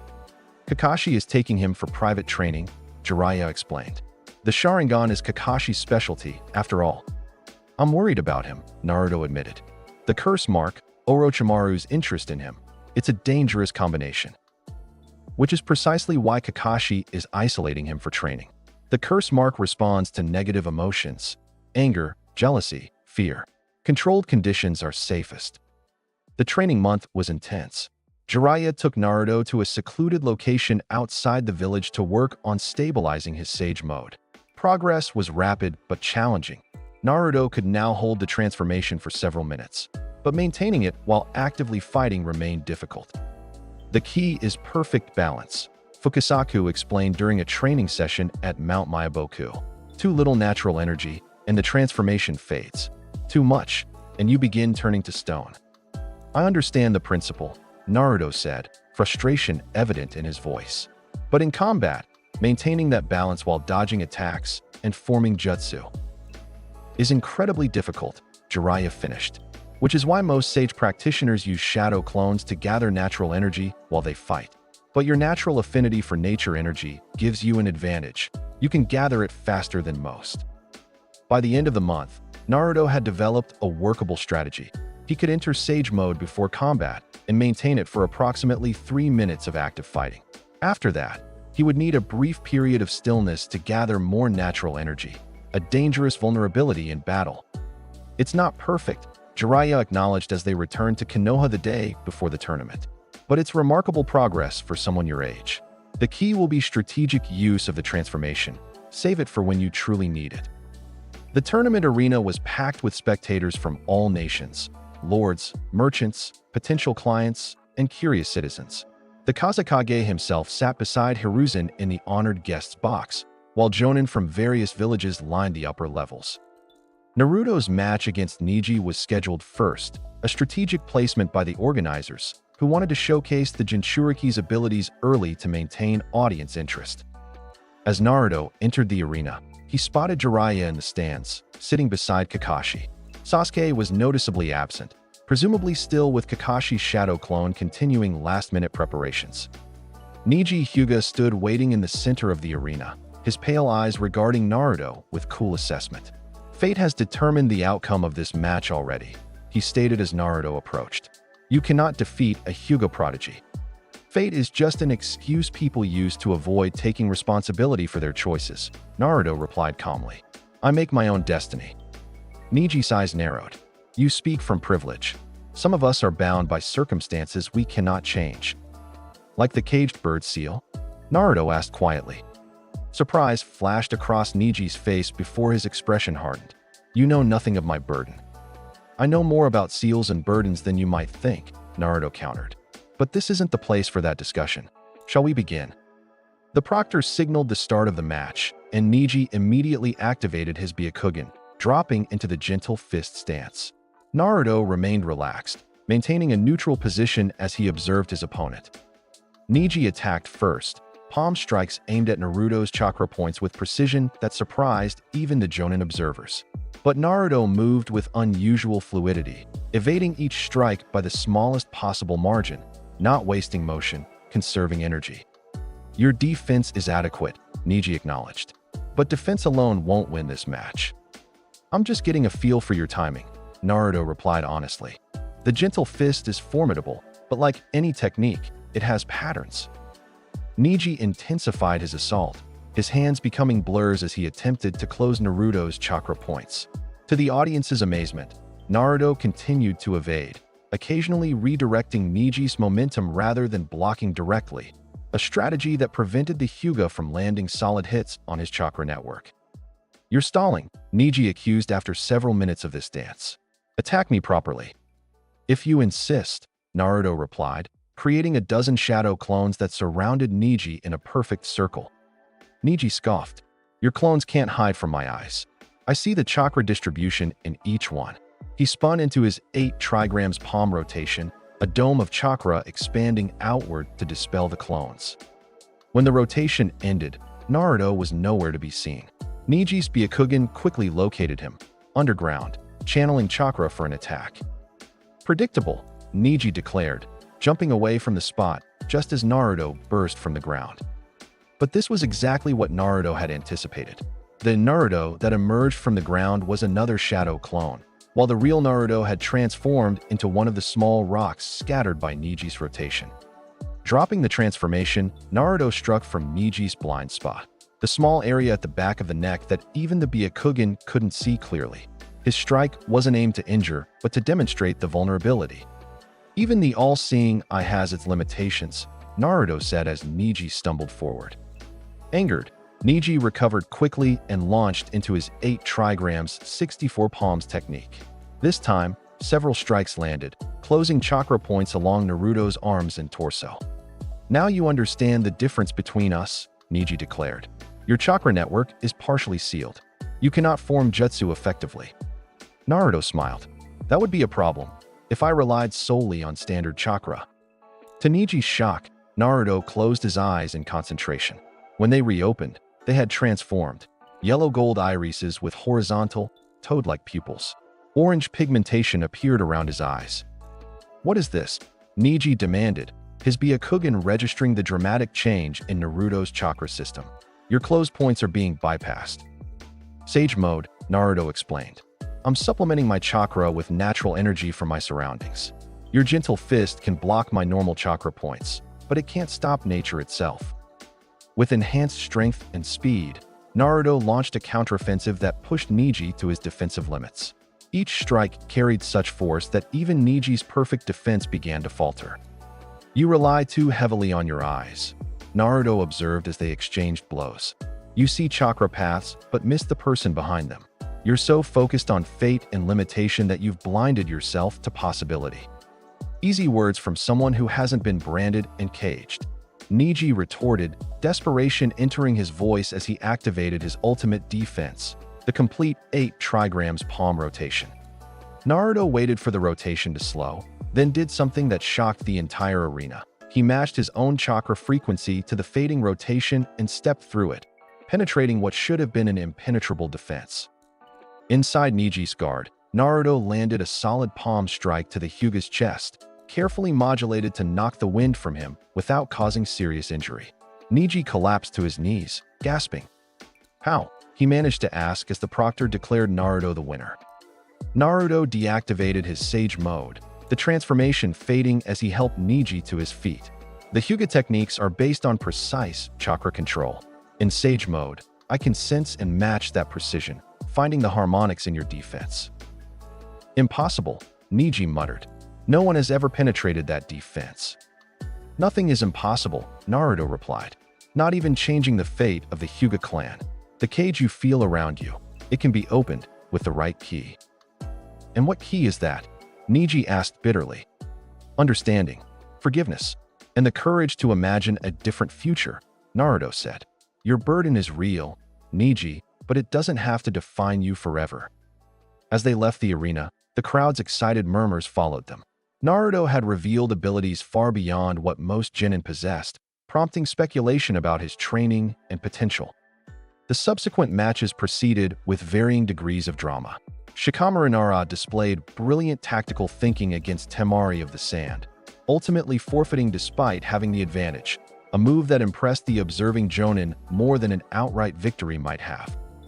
When Sasuke's match against Gaara was called, the Uchiha was still absent. The proctor delayed the match, unwilling to disqualify such a highly anticipated contestant without direct orders from the Hokage. Finally, in a swirl of leaves, Kakashi and Sasuke appeared in the center of the arena. Sasuke's appearance had changed slightly, his hair longer, his expression more intense, and most notably, his left arm wrapped in bandages that concealed the contained curse mark. "Sorry we're late," Kakashi said casually to the annoyed proctor. "We got lost on the path of life." With Sasuke's arrival, the match against Gaara began immediately.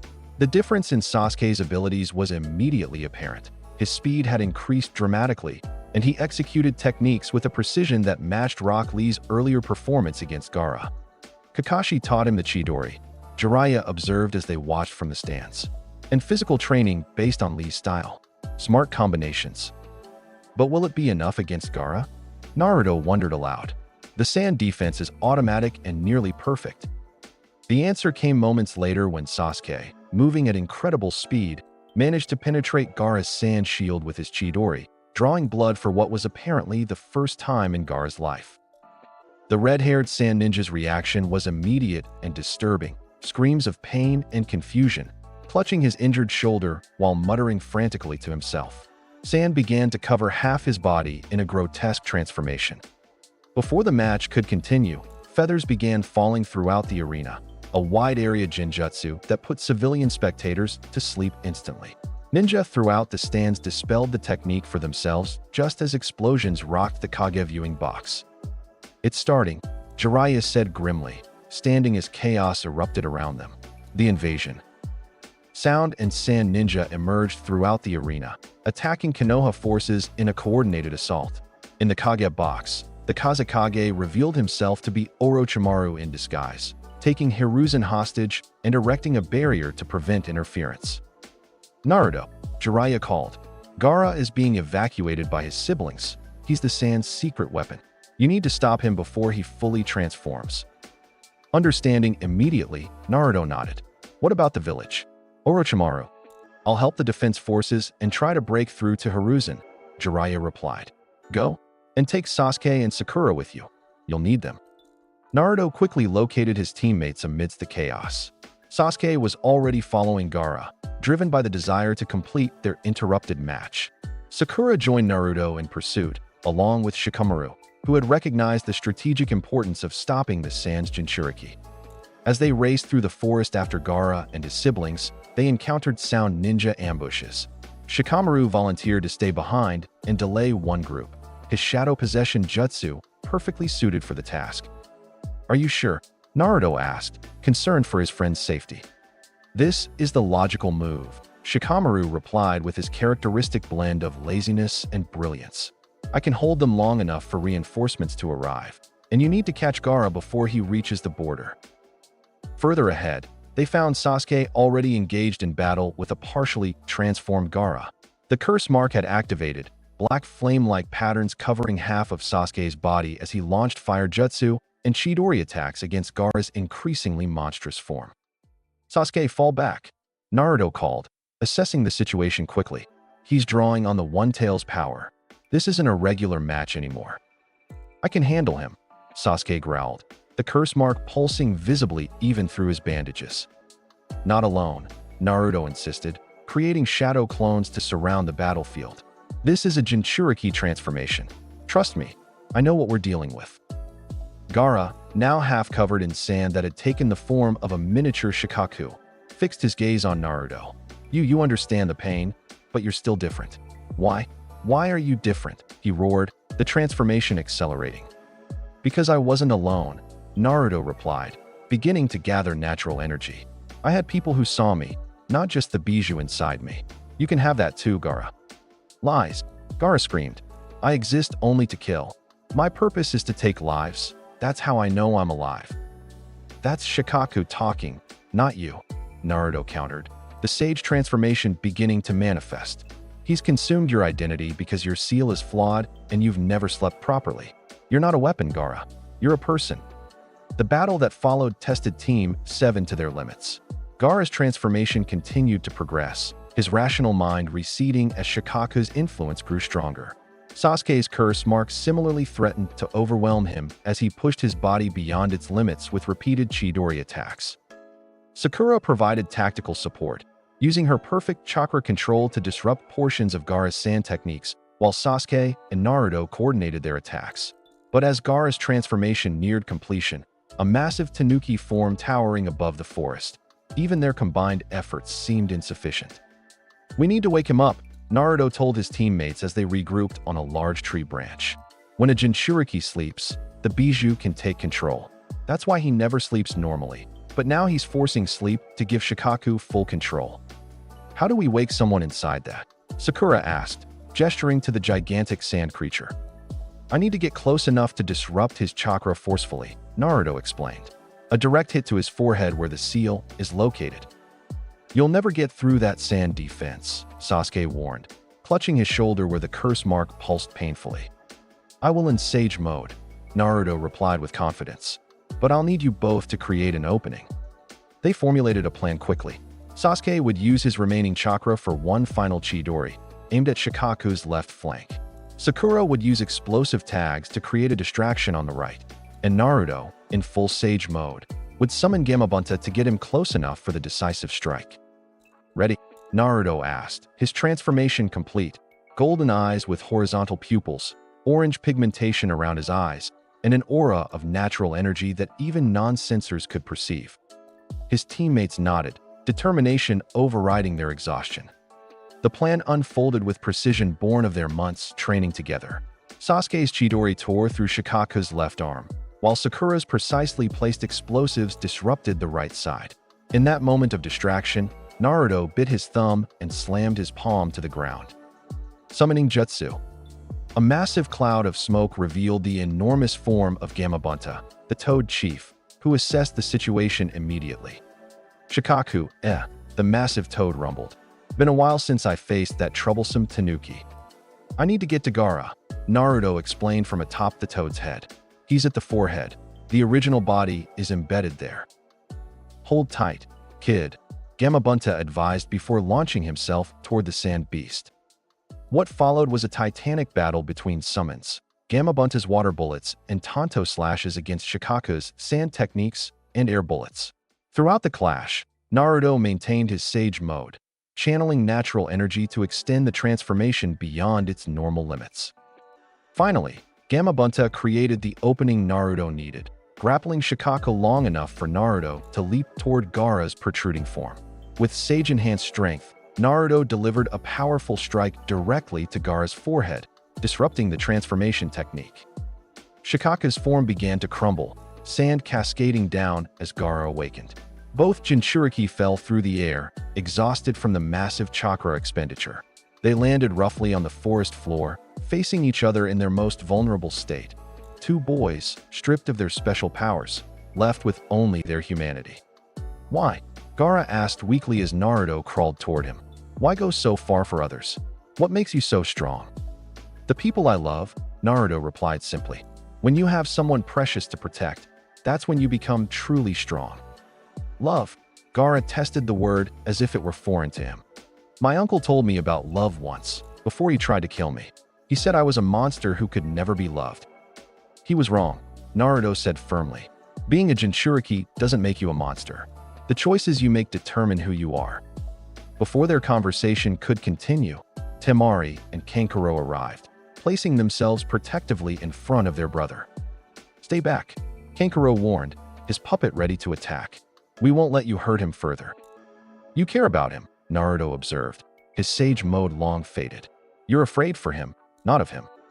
The siblings exchanged uncertain glances. He's your brother, Naruto continued. That bond is precious. Nurture it. Show him there's more to existence than pain and killing. Enough, Gaara said weakly. Temari, Kankuro, help me up. We're leaving. But the invasion, Kankuro began. Is over, Gaara interrupted. I can no longer fight, and without me, the sand has lost its weapon. We retreat. As his siblings helped him to his feet, Gaara looked back at Naruto. Next time we meet, I hope it will be different. It will be, Naruto promised. For both of us. After the Sand siblings departed, Sasuke and Sakura rejoined Naruto, all three exhausted but alive. You let him go, Sasuke observed, the curse mark having receded but leaving him drained. The battle was over, Naruto replied, and he needs time to process what happened today, to reconsider his path. You think he can change? Sakura asked skeptically. After everything he's done? I know he can, Naruto said with certainty. Because beneath the bloodlust and rage is a boy who just wants connection, who needs to be seen as more than a weapon. They made their way back to the village slowly, supporting each other through their exhaustion. As they approached Konoha, the signs of battle were evident. Damaged buildings, medical ninja treating the wounded, Yanbiyu securing captured enemy combatants. What about the Hokage? Naruto asked a passing Jonin. And Orochimaru? The Jonin's expression grew grim. Lord Third engaged Orochimaru directly. They're still within the barrier on the roof. Jiraiya-sama and the other elite Jonin are trying to break through. Naruto's heart sank. Despite his exhaustion, he hurried toward the arena, his teammates following despite their own fatigue. They arrived to find a purple barrier still encasing the rooftop, where Hiruzen had been taken. There's nothing we can do from here, Kakashi told them, appearing beside them with his typical sudden arrival. The barrier is impenetrable from outside. What about from inside? Naruto asked, studying the barrier's structure with his trained eye. If Lord Third could disrupt it internally. He's focused on Orochimaru, Jiraiya explained, joining them, and the reanimated first and second Hokages. Reanimated, Naruto repeated in shock. Orochimaru can bring back the dead. A forbidden jutsu called Edo Tensei, Jiraiya confirmed grimly. It binds souls to sacrificial bodies. Hiruzen is fighting not just Orochimaru but two of the most powerful shinobi who ever lived. As they watched helplessly, the barrier suddenly fluctuated, then collapsed entirely. AU immediately converged on the rooftop, but Orochimaru and his sound had already begun their retreat. "Lord Hokage," someone shouted. Naruto followed Jiraiya as they rushed to the rooftop. There, amid signs of an incredible battle, lay Hiruzen Sarutobi, the third Hokage, mortally wounded but still clinging to life. "Jiraiya," Hiruzen rasped as his former student knelt beside him. "I couldn't take Orochimaru with me, but I've sealed his arms. He won't form jutsu again." "Save your strength," Jiraiya urged. "The medical team is coming." Hiruzen shook his head slightly. "Too late for that. Listen, the village will need leadership. Find Tsunade. Bring her back." His gaze shifted to Naruto, who had knelt on his other side. "Naruto, you've grown so much. Your parents would be proud.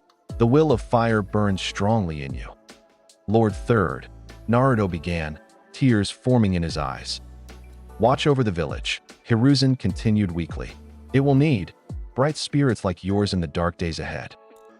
With those words, the third Hokage closed his eyes for the final time, a peaceful expression settling over his features as his life slipped away. The invasion of Konoha had been repelled, but at a terrible cost. The funeral for the third Hokage and the other fallen ninja was held 3 days later, the entire village gathering to honor their sacrifices. Rain fell steadily throughout the ceremony, as if the heavens themselves mourned. In the aftermath, the village council convened to address the leadership vacuum. Jiraiya, as one of the legendary Sannin, was the obvious choice for fifth Hokage, but he declined firmly. "I'm not suited for the role," he told the council. "But Tsunade is. I'll find her and bring her back, with Naruto's help." Thus, a new mission was born. Locate Tsunade, the last of the Sannin, and convince her to return to Konoha as the fifth Hokage. Jiraiya selected Naruto to accompany him, both for the training opportunity and because he believed Naruto's unique perspective might help persuade the reluctant medical ninja. "What about Sasuke?" Naruto asked as they prepared to depart. "The curse mark. Kakashi will monitor him," Jiraiya assured him, "and I've reinforced the containment seal. But ultimately, Sasuke must choose to resist its influence." Their journey took them through several towns, following rumors of a legendary sucker with enormous debts, Tsunade's well-known gambling habit, making her relatively easy to track despite her status as a powerful ninja. Along the way, Jiraiya continued Naruto's training, focusing now on controlling the Nine-Tails chakra rather than Sage mode. "The two energy systems are completely different," Jiraiya explained. "Sage chakra is harmonious with nature. The Nine-Tails chakra is corrosive and chaotic. Learning to handle both gives you versatility, but they can never be used simultaneously." Naruto absorbed these lessons eagerly, recognizing that against the most powerful opponents, he would need every advantage. They finally located Tsunade in a gambling town, drowning her sorrows in sake alongside her assistant, Shizune, and pet pig, Taunton. "Jiraiya," she acknowledged coldly when they approached her table. "What do you want?" "Hello to you too, Tsunade," Jiraiya replied with forced cheerfulness. "Can't an old friend say hello?" "Cut the act," she snapped. "You only seek me out when you need something." Jiraiya's expression grew serious. "Konoha needs you. The council has nominated you for Hokage." Tsunade's laughter was bitter. "Hokage? That's a fool's job. A fast track to an early grave," as Sarutobi-sensei discovered. Naruto, who had remained silent until now, felt anger rising within him. "How can you speak that way about the Hokage position? About the third sacrifice?" Tsunade's amber eyes fixed on him with sudden interest. "And who might you be, brat?" "Naruto Uzumaki," he replied firmly. "Genin of Konoha and future Hokage." "Future Hokage?" Tsunade repeated mockingly. "Another idealistic fool, just like my brother and Dan. You dishonor their memories by running away. Naruto said bluntly, ignoring Jiraiya's warning glance. They died protecting what they loved. What are you living for? Tsunade's expression darkened dangerously. Watch your mouth, boy. You know nothing about me or my losses. I know you're one of the legendary Sannin, the greatest medical ninja in history, and you're wasting your talents drowning in alcohol and gambling debts, Naruto countered. The village needs your leadership, and you're hiding from responsibility. Tsunade stood abruptly, her chair scraping against the floor. Outside. Now, I'll teach you some respect. In the street outside the bar, Tsunade faced Naruto with cold anger. One finger, she declared, holding up her index finger. That's all I'll need to put you in your place. We'll see, Naruto replied, dropping into a ready stance. What followed was not the one-sided demonstration Tsunade had expected. Though she initially dominated with her superhuman strength and decades of experience, Naruto showed remarkable adaptability. He created shadow clones to analyze her movement patterns, used nature energy to enhance his perception, and demonstrated tactics that impressed even Jiraiya. When Tsunade destroyed his shadow clones with precise, chakra-enhanced flicks, Naruto created more. When she shattered the ground beneath him, he adapted with toad-like agility. And when she closed in for what should have been a decisive strike, he surprised her by beginning to form a Rasengan. That technique, she gasped, recognizing the Fourth Hokage's jutsu. Jiraiya, you taught him. The Rasengan, yes, Jiraiya confirmed from the sidelines. He mastered it at age 10, one of many skills he's developed under my guidance. Though Naruto's Rasengan ultimately didn't connect, Tsunade used her precise chakra control to disrupt the formation. The fact that he could perform it at all clearly shocked her. Who is this kid? Really? She demanded of Jiraiya as they called the match a draw. Naruto Uzumaki, Jiraiya replied simply, son of Minato Namikaze and Kushina Uzumaki, Jinchuriki of the Nine Tails, my godson and student for the past 12 years. Tsunade's eyes widened. Minato and Kushina's son? But I thought that he grew up in the village? No, Jiraiya explained. I took him the night of the attack, raised him myself, trained him, prepared him for the challenges ahead. Later that evening, over dinner, Jiraiya explained the full situation in Konoha, Orochimaru's invasion, the Third's death, and the council's decision to name Tsunade as the Fifth Hokage. I'm not coming back, Tsunade stated flatly after hearing everything. The village is cursed. The Hokage position is cursed. Everyone who seeks it dies young. That's not true, Naruto argued. The first and second shaped the shinobi world. The third lived to old age and died protecting what he loved. My father died young, yes, but he saved the entire village. Pretty words, Tsunade scoffed. But dreams and reality are different things. Only if you make them so, Naruto countered. The first Hokage dreamed of a village where children wouldn't be sent to die on battlefields. He made that reality. The fourth dreamed of peace between nations. He worked toward that reality until his last breath. And look where those dreams got them, Tsunade said bitterly. They changed the world, Naruto said simply. What have you done with your life, hiding from your pain? What legacy are you building, Lady Tsunade? Before she could respond, their conversation was interrupted by the arrival of an unexpected visitor, Orochimaru, his arms hanging uselessly at his sides, accompanied by his right-hand man, Kabuto Yakushi. Tsunade, Orochimaru greeted with his serpentine smile. Just the medical expert I've been seeking. Jiraiya immediately moved to protect Naruto, while Shizen stepped in front of Tsunade. What do you want, Orochimaru? Tsunade demanded. A simple trade, the snake Sannin replied. Heal my arms, damaged by that fool Sarutobi's final jutsu, and I'll resurrect your beloved brother and lover with my Edo Tensei. You can see them again, speak with them, touch them. The offer hung in the air like poison, its temptation obvious in Tsunade's conflicted expression. Don't listen to him, Naruto urged. Even if he could bring them back, they wouldn't be truly alive, and they would never want you to heal the man who attacked Konoha. Silence, Jinchuriki, Orochimaru hissed. This is between the Sannin. Tsunade stared at her former teammate for a long moment. How long do I have to decide? 1 week, Orochimaru replied. Meet us at the castle ruins outside town with your answer. Come alone. After Orochimaru and Kabuto departed, tension hung heavy in the air. You're not actually considering his offer? Jiraiya asked incredulously. Of course not, Tsunade snapped. But it gives us time to prepare. He's vulnerable without his arms. Over the next week, an unexpected development occurred. Tsunade began training with Naruto. Though she claimed it was merely to pass the time, Jiraiya recognized it as her way of evaluating Minato and Kushina's son more thoroughly. Your chakra control is impressive for a Jinchuriki, she observed during one session. Most who carry Bijou struggle with precise manipulation. Jiraiya-sensei emphasized control from the beginning, Naruto explained. He said power without control is just destructive potential, not true strength. Humph, he's grown wiser than I remembered, Tsunade remarked with reluctant respect.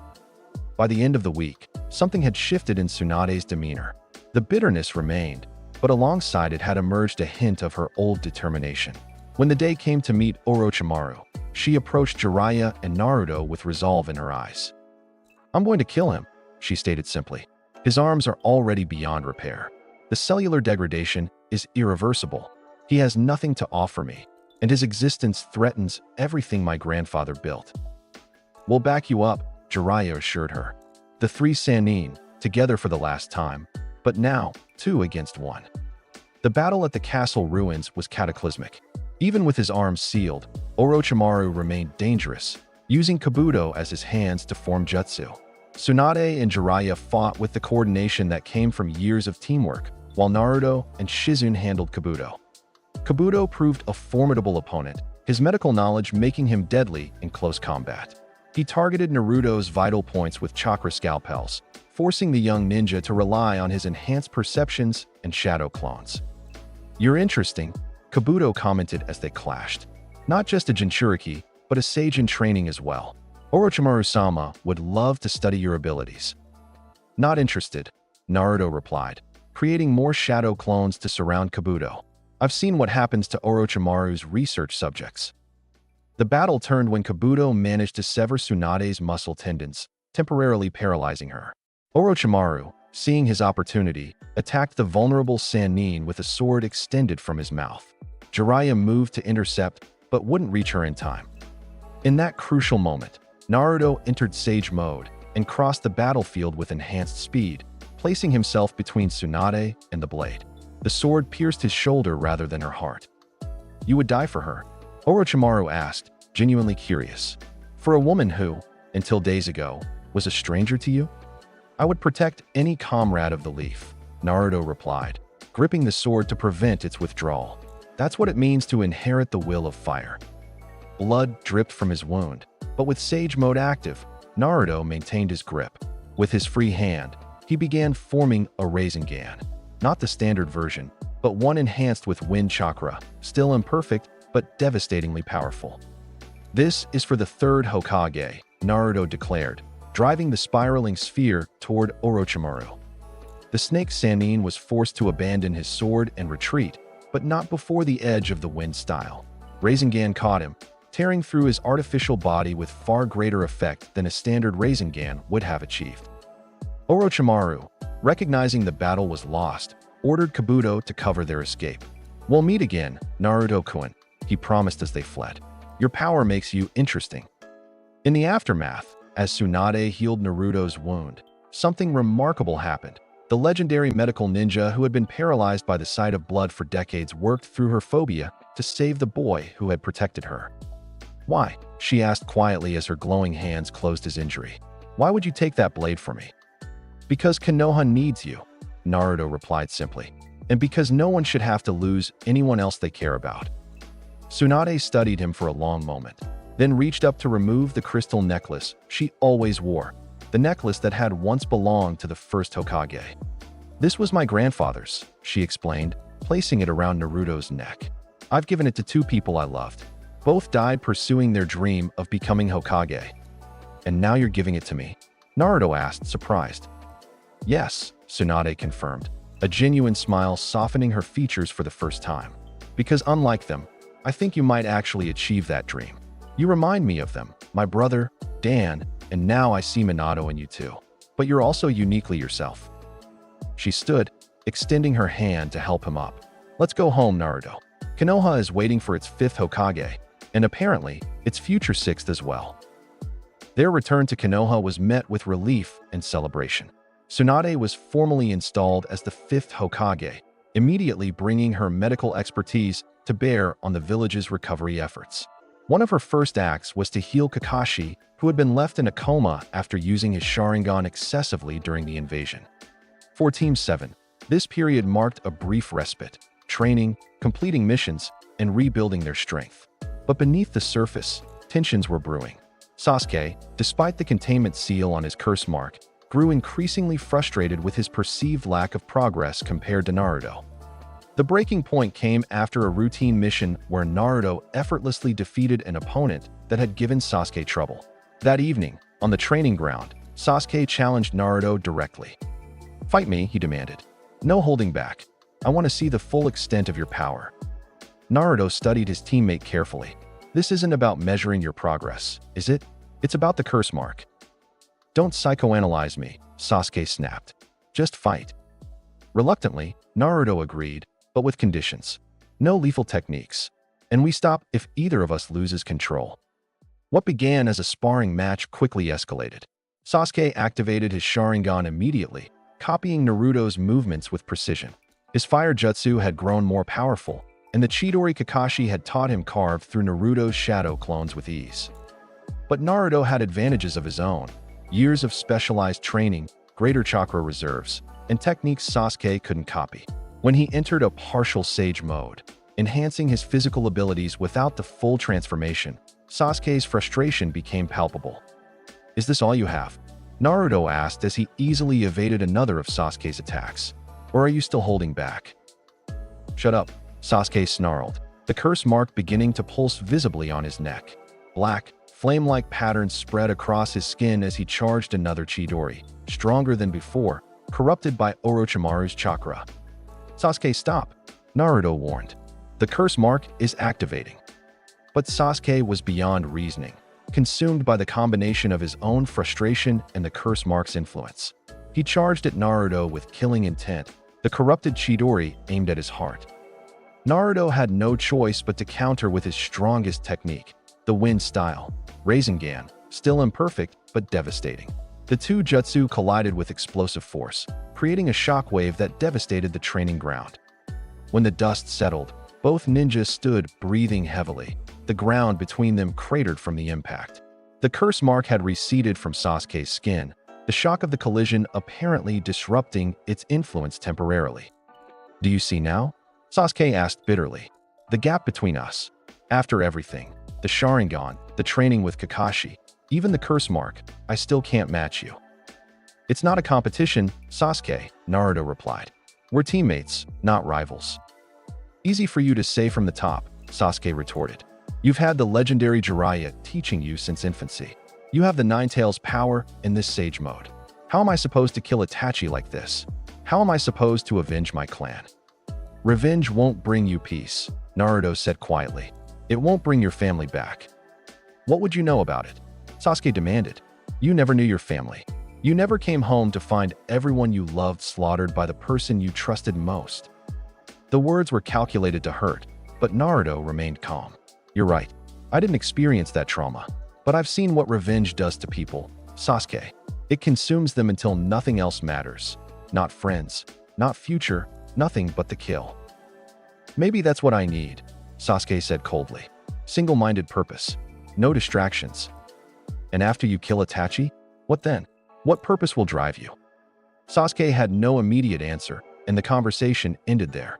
But that night marked a turning point in their relationship and in Sasuke's path. 2 days later, Sasuke disappeared from the village. The initial assumption was kidnapping, but evidence quickly revealed the truth. He had left voluntarily, accompanied by 4 sound ninja who served as Orochimaru's elite guards. "He's seeking Orochimaru's power," Kakashi reported grimly to Tsunade. The curse mark was only partially contained.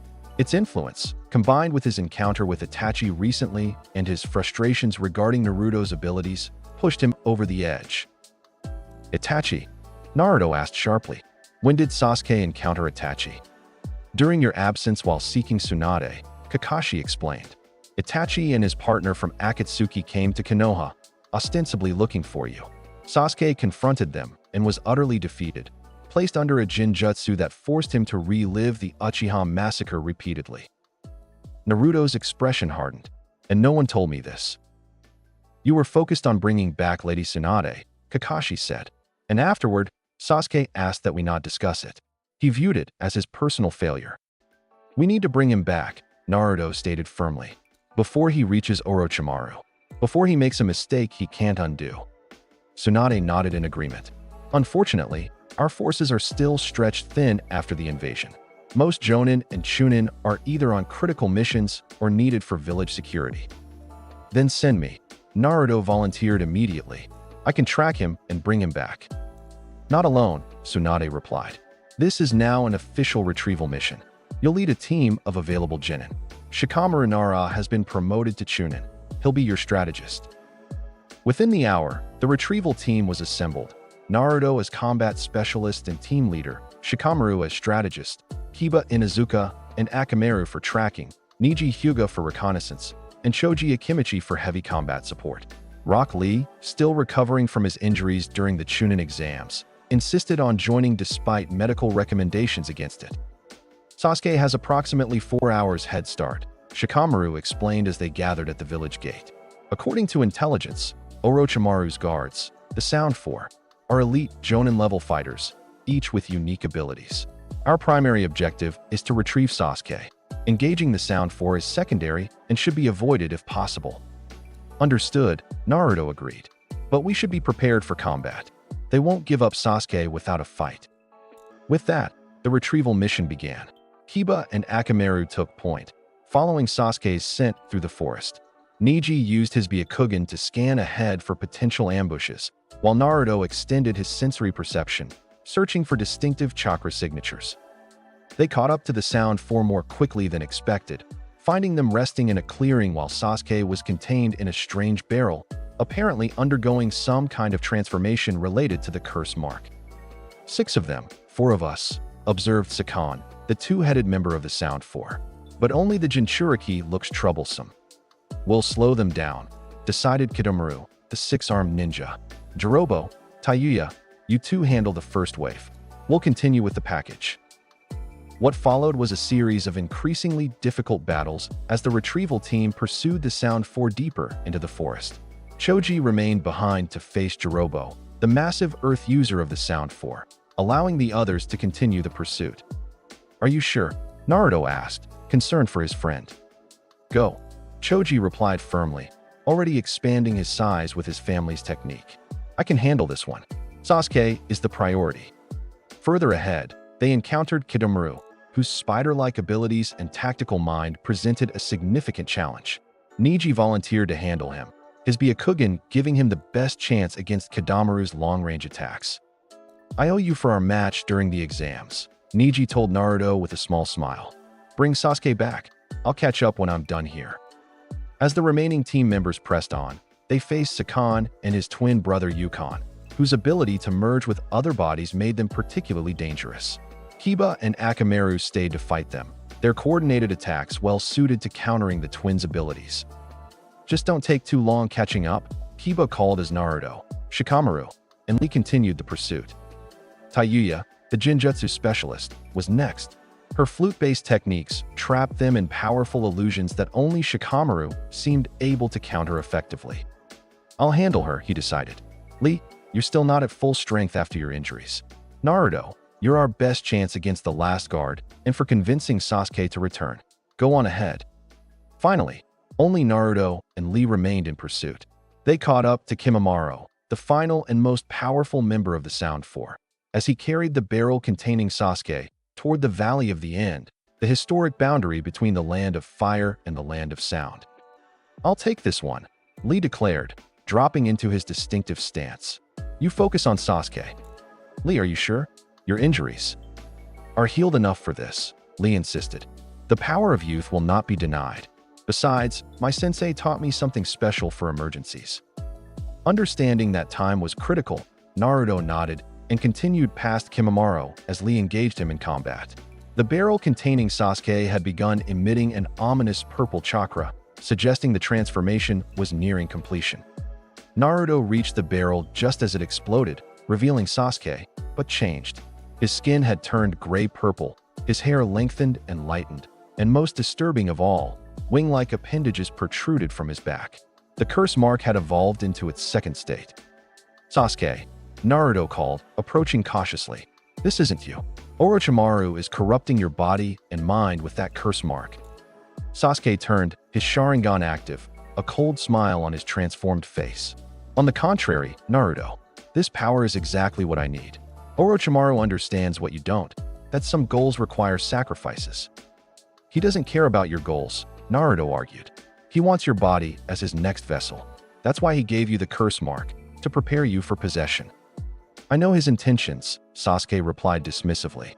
"But before that happens, I'll use his power and knowledge to kill Itachi. After that, it doesn't matter what happens to me." "It matters to the people who care about you," Naruto countered. "To Sakura, to Kakashi-sensei, to me. We're your friends, your team." "Friends are a luxury I can't afford," Sasuke said, the wing-like appendages flexing. "Power is all that matters now." "Then why not stay in Konoha?" Naruto challenged. "Train with me, with Kakashi, with the best ninja in the village. Become stronger the right way."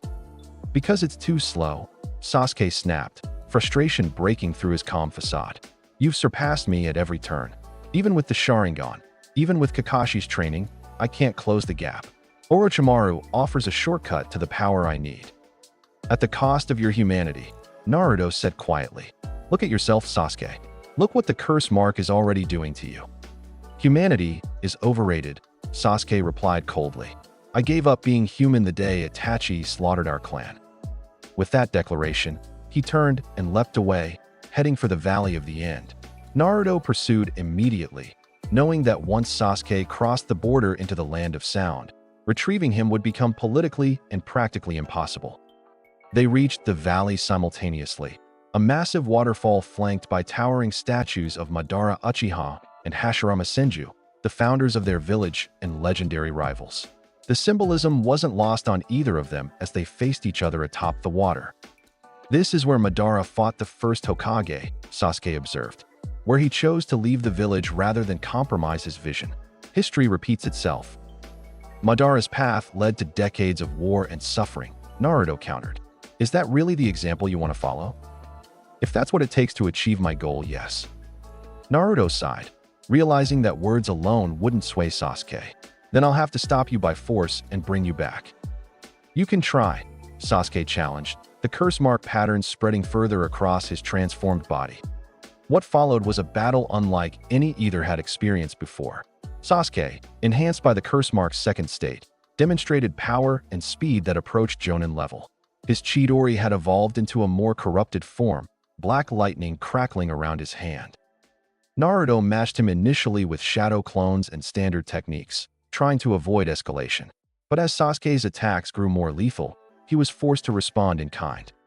"You're still holding back," Sasuke accused after they had exchanged several devastating techniques. "Show me your full power. Use the Nine Tails chakra." "That's not the only power I have," Naruto replied, gathering natural energy while his shadow clones kept Sasuke occupied. When he completed the transformation, the change was dramatic. Unlike the partial sage mode he had used previously, this was the complete transformation. Golden eyes with perfect horizontal pupils, pronounced orange pigmentation around his eyes, and an aura of natural energy that made the water beneath his feet ripple in response. "Perfect sage mode," Naruto announced, his voice carrying a new depth and resonance. "Not the Nine Tails power, my own, in harmony with nature itself." Sasuke's eyes widened briefly before narrowing in determination. "More secrets, more special powers. This is exactly why I need Orochimaru's strength." The battle escalated to a new level. Sasuke's curse mark-enhanced Chidori clashed with Naruto's sage art, Rasengan, creating shockwaves that carved new channels in the valley walls. Their taijutsu exchanges happened at speeds difficult for normal eyes to track, each strike containing enough force to shatter stone. Despite the curse mark's power, Naruto's sage mode proved superior. His enhanced strength, speed, and perception allowed him to predict and counter Sasuke's movements with increasing ease. Even the Sharingan's advantages were negated by the overwhelming physical enhancements Sage Mode provided. As the battle progressed, Sasuke grew more desperate, pushing the curse mark to its limits. His skin darkened further, the wing-like appendages growing larger, his chakra becoming increasingly corrupted. "Why?" he demanded as another of his attacks was countered effortlessly. "Why are you always ahead of me? What makes you so special?" "It's not about being special," Naruto replied, dodging a Chidori that obliterated part of the cliff face behind him. "It's about purpose. You fight for revenge, a backwards-looking goal that consumes but never satisfies. I fight to protect, a forward-looking purpose that grows stronger with each precious person I connect with." Pretty words from someone who's never lost everything. Sasuke snarled, preparing his strongest attack yet, a Chidori that drew on the full power of the curse mark, turning the lightning black and purple with corrupted chakra. In response, Naruto formed his most powerful technique, a Rasengan enhanced with wind nature and sage chakra, swirling with visible blades of wind that extended the sphere's reach. "This ends now," Naruto declared as they charged toward each other, their ultimate techniques poised to collide. The impact was cataclysmic. A sphere of pure energy expanded from the point of collision, temporarily blinding both combatants. The statues of Madara and Hashirama were partially destroyed by the shockwave, chunks of stone raining down into the churning waters below. When visibility returned, the outcome was clear. Sasuke lay unconscious at the base of Madara's damaged statue, his curse-mark transformation having receded. Naruto stood over him, Sage Mode still active but fading, his expression one of relief rather than triumph. "I won't let you throw your life away," he said quietly to his unconscious teammate. "Not for revenge, not for power, not even for your clan. There's another path, Sasuke, and I'll help you find it." As he lifted Sasuke to carry him back to Konoha, Naruto sensed a familiar chakra signature approaching rapidly. Jiraiya landed beside him moments later, taking in the devastated battlefield with a low whistle. "Quite the fight," the Toad Sage observed. "But you won." "Not in the way that matters," Naruto replied, adjusting Sasuke's weight on his shoulder. "I stopped him physically, but I didn't change his mind. This isn't over." The journey back to Konoha was solemn and tense. Naruto carried Sasuke's unconscious form through the forest, his senses alert for any pursuit from Orochimaru's forces. Jiraiya walked beside him, occasionally glancing at his godson with a mixture of pride and concern. "You know this isn't over," Jiraiya said after they had traveled several miles in silence. "Orochimaru won't give up on the Sharingan so easily." "I know," Naruto replied, adjusting Sasuke's weight on his shoulder. "But we've bought time. Time to help Sasuke see another path." When they reached the village gates, medical ninja were waiting with a stretcher. Tsunade herself stood at the forefront, her expression grave as she assessed Sasuke's condition. "The curse mark has progressed further than I expected," she observed as Sasuke was transferred to the stretcher. "We'll need to strengthen the containment seal immediately." Naruto followed the medical team to the hospital, where he found Sakura waiting anxiously. Her eyes widened at the sight of Sasuke's unconscious form, then filled with tears of relief when Tsunade confirmed he would recover. "You brought him back," Sakura whispered, embracing Naruto tightly. "Thank you." The days that followed were challenging. Sasuke remained in a specialized medical unit, his curse mark sealed within a complex array designed by Jiraiya with input from Tsunade. The other members of the retrieval team gradually returned to the village, all alive, though some with serious injuries that required Tsunade's personal attention. When Sasuke finally regained consciousness, his initial reaction was anger and resentment toward Naruto for interfering with his plans. He refused visitors, speaking only to the medical staff and, eventually, to Kakashi. "He needs time," Kakashi advised Naruto after one such visit. "The curse mark's influence may be contained, but the emotional wounds that drove him to seek Orochimaru's power remain." "I understand," Naruto replied, though the distance between himself and his teammate pained him. "But I won't give up on him." Training intensified during this period. Jiraiya, recognizing the ongoing threat from Akatsuki and Orochimaru, pushed Naruto to new limits, focusing on mastering the interplay between Sage Mode and the Nine-Tails Chakra. "The two energy systems are fundamentally different," Jiraiya explained during one particularly grueling session. "Sage Chakra is harmonious with nature, while the Nine-Tails Chakra is inherently chaotic. Learning to transition between them seamlessly will give you unprecedented versatility." Naruto dedicated himself to this challenge, spending hours in meditation at Mount Myaboku, the Toad Realm, where the natural energy was particularly potent. During these deep meditative states, something unexpected happened. He began to perceive a presence within his consciousness that felt distinctly different from both the Nine Tails and his own awareness. "There's something else inside the seal," he told Jiraiya after one such session. "Not Kurama, but something familiar." Jiraiya's expression grew thoughtful. "Your father designed that seal with extraordinary care. It wouldn't surprise me if he left something of himself within it, a failsafe or guidance mechanism that would activate under certain conditions." This revelation added new purpose to Naruto's training.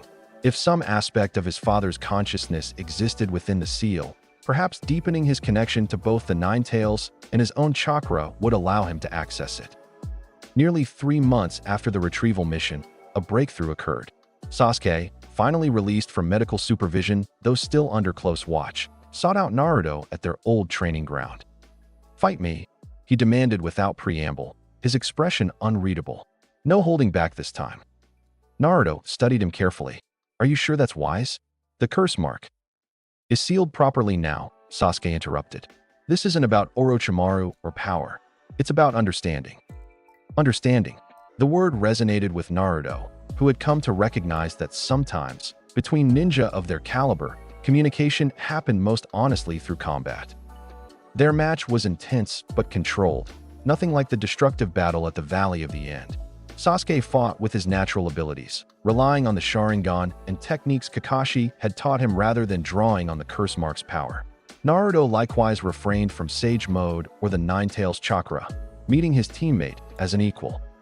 When they finally collapsed side by side, exhausted but uninjured, Sasuke broke the silence. "You could have killed me at the valley," he stated matter-of-factly, "with that wind-enhanced Rasengan. Why didn't you?"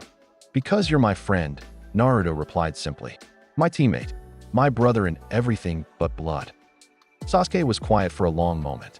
"Itachi was my brother by blood, and look how that turned out." "Blood doesn't define brotherhood," Naruto said. "Choice does. I choose to see you as my brother, to fight alongside you rather than against you. The question is, what do you choose?" Sasuke didn't answer immediately, but something had shifted between them. It wasn't forgiveness or reconciliation, not yet, but it was a beginning. The next day, Sasuke joined Naruto for training with Kakashi, and the day after that, Team 7 officially reformed for missions. The road ahead remained uncertain, but the foundation had been laid for something stronger than what had existed before. 6 months passed in relative peace.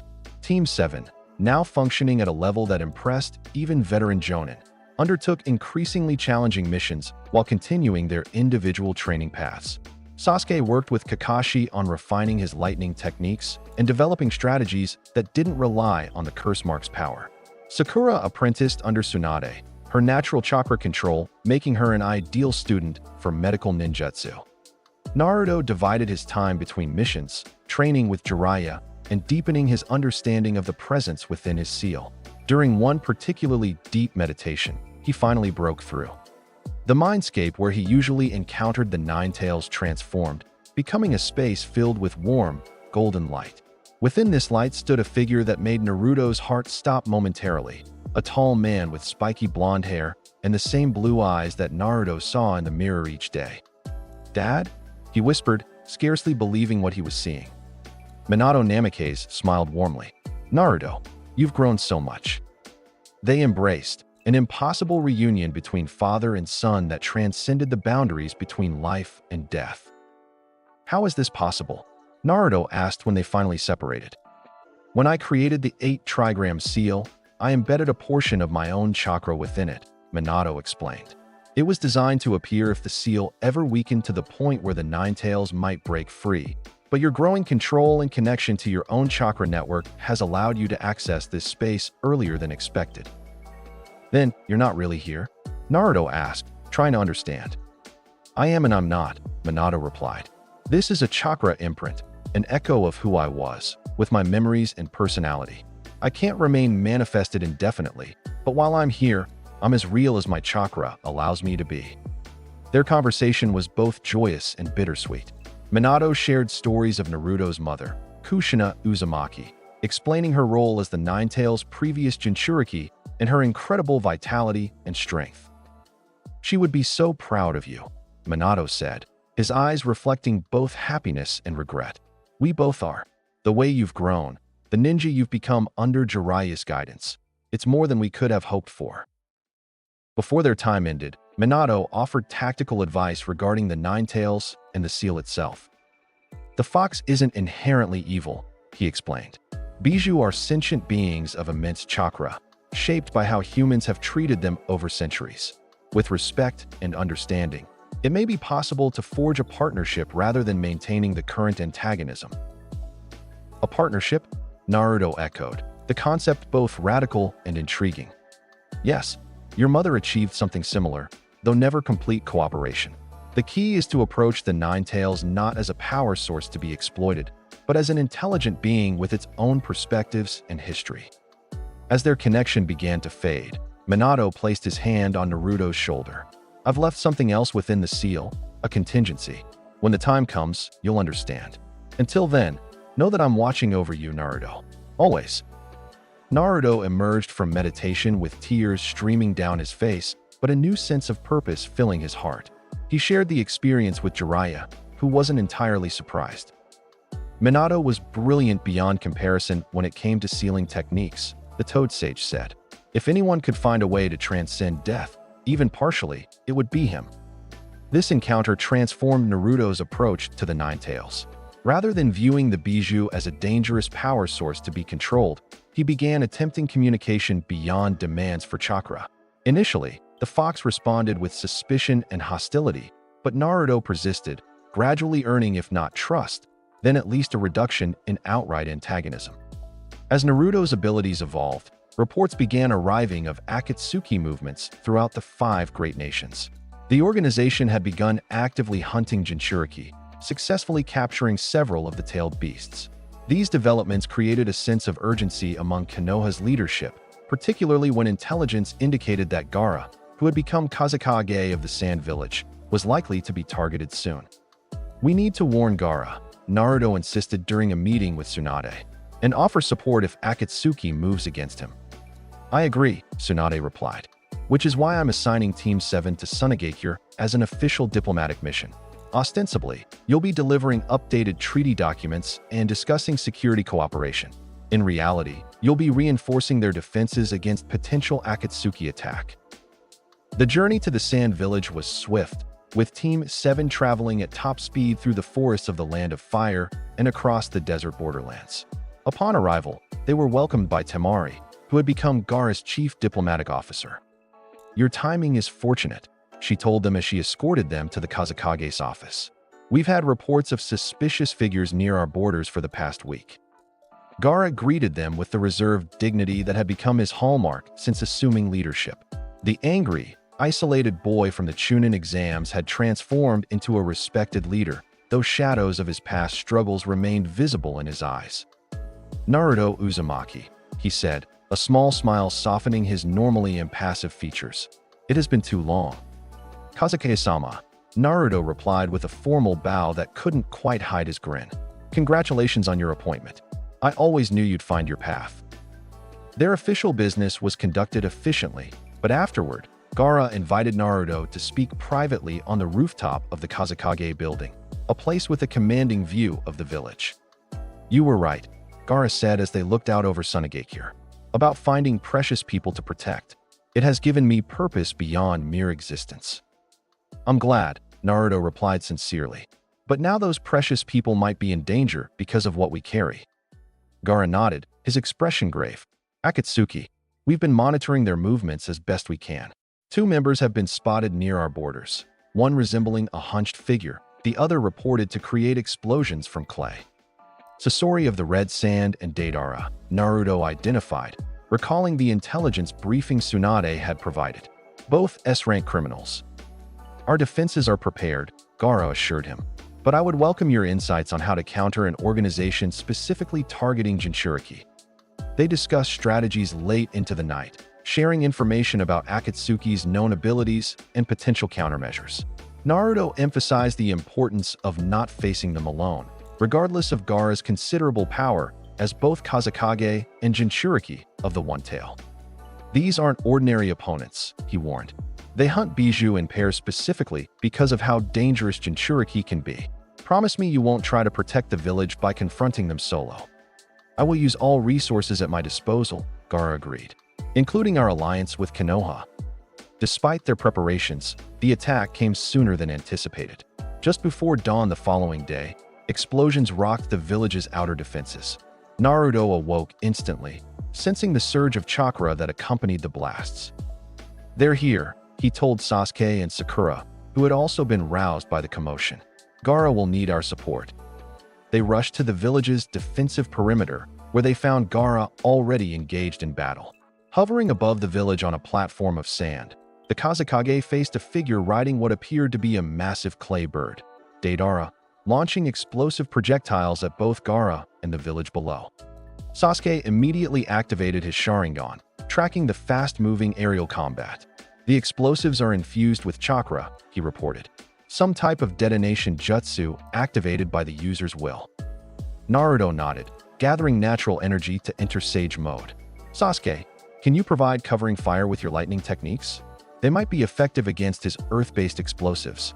"Sakura, coordinate with the Sand medical teams. They'll need support for the injured." As his teammates moved to execute these directives, Naruto completed his transformation. The familiar sensation of perfect balance with nature flowed through him as orange pigmentation appeared around his eyes and his irises shifted to a golden yellow with horizontal, toad-like pupils. With enhanced perception and physical abilities, Naruto leapt to an elevated position where he could better assess the battle. Gaara was holding his own, his absolute defense intercepting most of Deidara's explosives before they could reach the village. But the Akatsuki member was cunning, gradually maneuvering the fight away from Tsunagakure, likely separating Gaara from reinforcements. More concerning was the absence of the second Akatsuki member. If intelligence was correct, Sasori should be nearby, potentially positioning for a surprise attack once Gaara was isolated. "Gaara," Naruto called out, his voice carrying with the enhanced projection Sage mode provided. "They're trying to separate you from the village. Fall back to the defensive perimeter."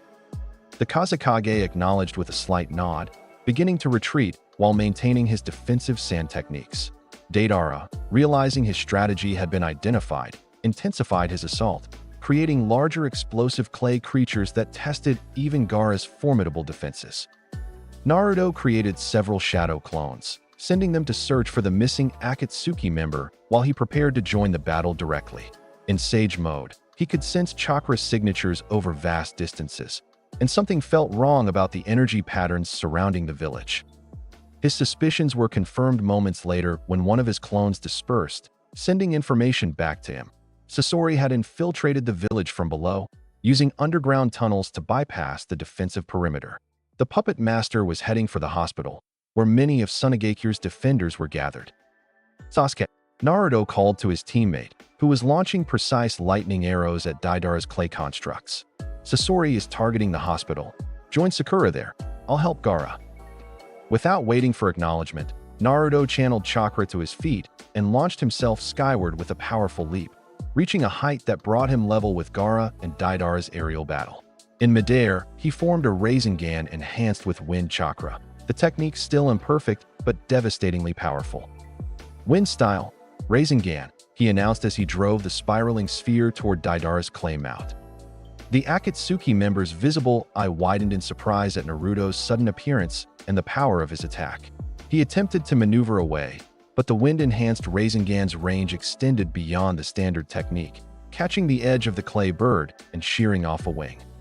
"Impossible," Deidara exclaimed as his mount began spiraling downward.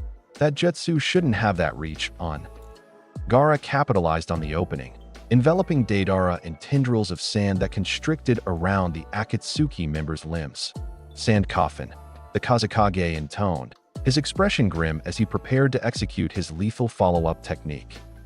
"Wait," Naruto cautioned, landing on Gaara's sand platform. "We need information about Akatsuki's plans and the other Bijou they've captured." Gaara hesitated, then nodded in acknowledgement, maintaining his restraining technique without crushing its target. Deidara, however, had no intention of being captured. With a manic grin, He bit down on something in his mouth, causing his body to swell unnaturally. "Art is an explosion," he declared, "and this will be my ultimate masterpiece."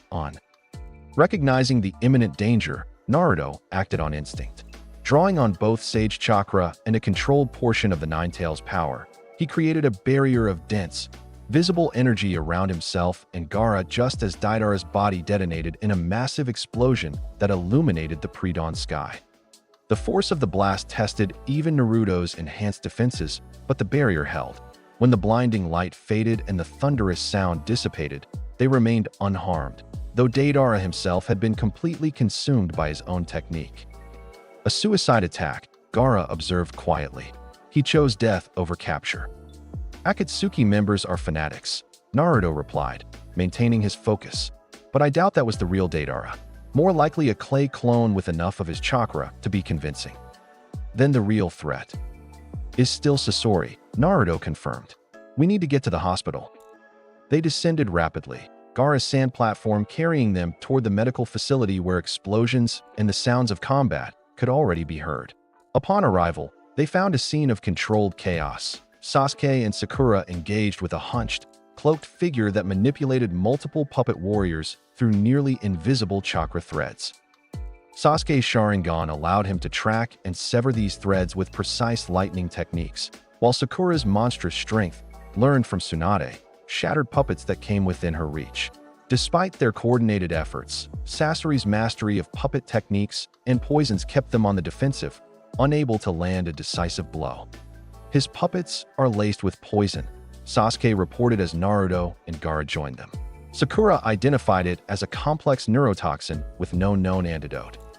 "And the puppeteer himself is actually inside that hunched form," Sakura added, her medical training allowing her to detect the anomalies in Sasori's apparent body. "It's another puppet, serving as armor." Naruto assessed the situation quickly.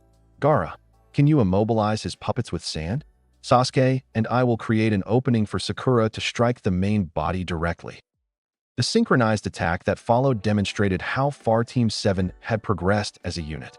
Gaara's sand ensnared several puppets simultaneously, restricting their movements without fully immobilizing them, a deliberate tactic to occupy Sasori's attention and chakra. Sasuke circled to the right, unleashing a barrage of Phoenix Flower Jutsu that forced Sasori to deploy defensive puppets to intercept the fireballs. In that moment of divided attention, Naruto entered the enhanced state where he drew on a controlled portion of the Nine Tails chakra without fully releasing it, a technique he had refined through careful practice. A golden aura surrounded him as he moved with blinding speed, creating multiple shadow clones that attacked from different angles. Sasori responded by revealing hidden weapons from his puppets, but the coordinated pressure from all sides prevented him from focusing his full arsenal in any single direction. The opening came when one of Naruto's clones managed to strike a puppet housing a canister of poisonous gas, rupturing it in a way that directed the cloud towards Sasori himself. Though the puppet master was immune to his own toxins, the momentary visual obstruction was all Sakura needed. With a chakra-enhanced leap, she burst through the poison cloud, her fist glowing with concentrated energy. "Shinaro," she cried as she delivered a devastating punch to Sasori's hunched form, shattering the outer puppet shell and revealing the true body within, a youthful-looking red-haired man who appeared barely older than they were. "Impossible," Sasori murmured, genuine surprise registering on his features as he assessed the damage to his puppet armor. "To think mere genin could penetrate my defenses." "We're not mere anything," Naruto replied, the golden aura of the Nine Tails controlled chakra still surrounding him. "And you're not taking any more Jinchuriki." What followed was a revelation that shocked even the experienced ninja of Sunagakure. Sasori's true form was itself a human puppet, his living essence contained within a cylindrical container embedded in his chest cavity. This core, the only remaining human part of him, was protected by his most powerful puppet, the third Kazekage, stolen years ago and converted into a human puppet that could still utilize the iron sand techniques that had made the third legendary. The battle intensified as Sasori deployed this ultimate weapon, its iron sand forming shapes that sliced through stone and threatened to overwhelm even Gaara's defensive capabilities. Sasuke's lightning provided some counter to the metallic sand, temporarily disrupting its magnetic properties, but the sheer volume and versatility of the technique pushed Team 7 to their limits.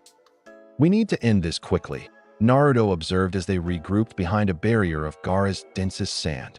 "The longer this continues, the more risk to the hospital patients." "The core in his chest is the target," Sakura confirmed. "But reaching it through the third Kazekage puppet will be nearly impossible with conventional attacks." Naruto exchanged a glance with Sasuke, a wordless communication born of months fighting side by side. "Unconventional it is, then," he decided, closing his eyes briefly to center himself. When they reopened, they had transformed. The golden-yellow irises with horizontal pupils of Sage Mode now visible, even as the Ninetales chakra continued to flow around him in a controlled aura. It wasn't a perfect fusion of the two energy systems that remained impossible due to their fundamental differences, but rather a rapid alternation between them, creating the appearance of simultaneous usage. "Sasuke, lightning dragon on my mark," Naruto instructed. "Sakura, be ready to strike when I create the opening. Gaara, we'll need absolute defense for the hospital once the iron sand is uncontrolled." With that brief strategic alignment, Naruto created a massive number of shadow clones, far more than would normally be possible even with his reserves, the enhanced chakra making the jutsu exponentially more powerful. Each clone entered the same state as the original, creating a golden army that surrounded Sasori from all directions. The puppet master responded by creating a dense cloud of iron sand that formed into countless needles, preparing to launch them in an omnidirectional attack that would be nearly impossible to evade completely. "Now Sasuke," Naruto called as Sasori initiated his assault. Sasuke completed a rapid sequence of hand signs, channeling lightning chakra that coalesced into the form of a dragon. Lightning style, Dragon Fang. The electric construct roared forward, its energy disrupting the magnetic properties of the iron sand just as the needles launched. In that crucial moment of disruption, Naruto and his clones moved with coordinated precision. Each formed a Rasengan, but not identical ones, some standard, some enlarged, some wind-enhanced, creating a versatile assault that approached from every conceivable angle. Sasori attempted to retreat, recognizing the danger, but found himself ensnared by nearly invisible threads, chakra strings of his own technique, captured and repurposed by Sasuke's Sharingan to entangle their creator in ironic justice. "Impossible," Sasori gasped again as the first Rasengan struck the third Kazekage puppet, followed by dozens more that systematically dismantled his ultimate weapon. As the puppet collapsed, Sakura launched forward with perfect timing, her fist glowing with concentrated chakra as she drove it directly toward the cylindrical core in Sasori's chest. What happened next occurred too quickly for most observers to fully comprehend. Sasori, in a final desperate maneuver, ejected his core from the puppet body, attempting to escape. But Gaara, anticipating this, had positioned sand directly in the core's path, capturing it mid-flight. "Sand coffin," the Kazekage intoned for the second time that day, but now with the weight of justice for his predecessor behind the words. "Sand burial." The core imploded under the pressure, ending Sasori's unnatural existence. As his consciousness faded, the puppet master wore an expression almost of peace, a fitting end for an artist who had sought immortality through his craft, defeated by the next generation of ninja who had surpassed him. In the aftermath, as medical teams treated the injured and Sunagakure assessed the damage, Gaara convened a council meeting with Team 7 to discuss the implications of the attack. "Akatsuki will send others," the Kazekage stated with certainty. This was merely their first attempt. "They're collecting the bijou for some purpose beyond simply possessing their power," Naruto added, sharing information gathered from Jiraiya's intelligence network. "The extraction process kills the Jinchuriki, but that seems incidental to their goals rather than the primary objective." "Then all Jinchuriki are at risk," Gaara concluded. "Including yourself, Naruto." "Yes, but we have an advantage they don't expect. We're working together, sharing intelligence and strategies across village boundaries." The old isolationism that historically divided Jinchuriki plays into Akatsuki's hands. Temari, who had joined the meeting as Gaara's advisor, nodded in agreement. The alliance between Sand and Leaf proved crucial today. Perhaps it's time to expand these security arrangements to include other villages with Jinchuriki. A Jinchuriki alliance, Sasuke mused, speaking up for the first time. Unprecedented, but potentially effective as a countermeasure. The concept took root, with Gaara authorizing diplomatic communications to villages known to host Jinchuriki, while Naruto promised to advocate for the same approach with Tsunade upon their return to Konoha. Before departing Sunagakure, Naruto had one final private conversation with Gaara on the same rooftop where they had strategized before the attack. "How do you manage it?" Gaara asked quietly. "The harmony with your bijou. During the battle, I sensed something different about your chakra, a cooperation rather than domination." "It's a work in progress," Naruto admitted, "but it begins with recognizing that the tailed beasts aren't just weapons or chakra sources. They're sentient beings with their own perspectives and histories." "Shikaku has never been amenable to conversation," Gaara noted dryly. "Neither was Kurama initially," Naruto replied, using the Nine-Tails' true name, a gesture of respect he had adopted since learning it during his deeper explorations of the seal. But persistent respect opened possibilities. He placed a hand on Gaara's shoulder. "Your seal is different from mine, less sophisticated in some ways, more restrictive in others. If you're interested, Jiraiya might be able to modify it to allow better communication without risking containment." The offer hung between them, representing a potential turning point in how Jinchuriki related to their bijou, a shift from prisoners and jailers to potential partners. Gaara didn't immediately accept, but the consideration in his eyes suggested openness to the possibility. "I would be interested in discussing this further," he finally said, "perhaps during my next diplomatic visit to Konoha." They parted as friends and allies, the bond between them strengthened by shared experience and mutual respect. As Team 7 journeyed back to Konoha, Naruto reflected on how far they had come since the contentious Chunin exams. Gaara from isolated weapon to respected leader, himself from untested genin to someone capable of facing S-rank criminals, and their villages from historical enemies to crucial allies. The path ahead remained uncertain, with Akatsuki's threat looming larger than ever, but the foundations had been laid for a united response that transcended traditional village boundaries. Upon returning to Konoha, Team 7 delivered a comprehensive report to Tsunade, emphasizing the evolving Akatsuki threat and the potential for a coordinated response among Jinchuriki hosting villages. Jiraiya's intelligence network has identified a pattern in their movements, Tsunade informed them after reviewing their report. They appear to be capturing the bijou in a specific sequence, though we haven't yet determined the significance of the order. "Which means we can predict their likely next targets," Sasuke observed. "Precisely, and that brings me to your next assignment." Tsunade handed them a mission scroll. "We've received intelligence that Orochimaru's network has been in contact with an Akatsuki operative known as Kabuto. They're scheduled to meet at Tenchi Bridge in 4 days to exchange information." "Kabuto?" Naruto questioned, recalling their encounter with the medical ninja during the Tsunade retrieval mission. "He's working with Akatsuki now?" "Apparently serving as an intermediary between Orochimaru and the organization," Tsunade confirmed. "Your mission is to intercept this meeting and gather intelligence on both Akatsuki's plans and Orochimaru's involvement." The mission was classified as S-rank, reflecting both its importance and danger.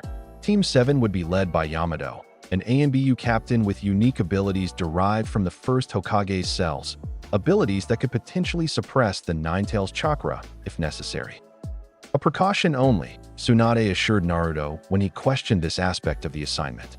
"Your control has improved dramatically, but in situations of extreme stress or against opponents specifically targeting Jinchuriki, having Yamato's suppression capability provides an important safety net." The team departed the following day, traveling toward the rendezvous point at a measured pace that allowed for thorough reconnaissance of the surrounding territory. Yamato proved to be a capable leader, his experience in ANBU having honed both his tactical thinking and his ability to adapt to changing circumstances. As they established a base camp near Tenchi Bridge, concealed within one of Yamato's wood-style structures, the captain outlined their approach. "This is strictly an intelligence-gathering mission," he emphasized. "We observe the meeting, document what's discussed, and retreat without engagement unless absolutely necessary."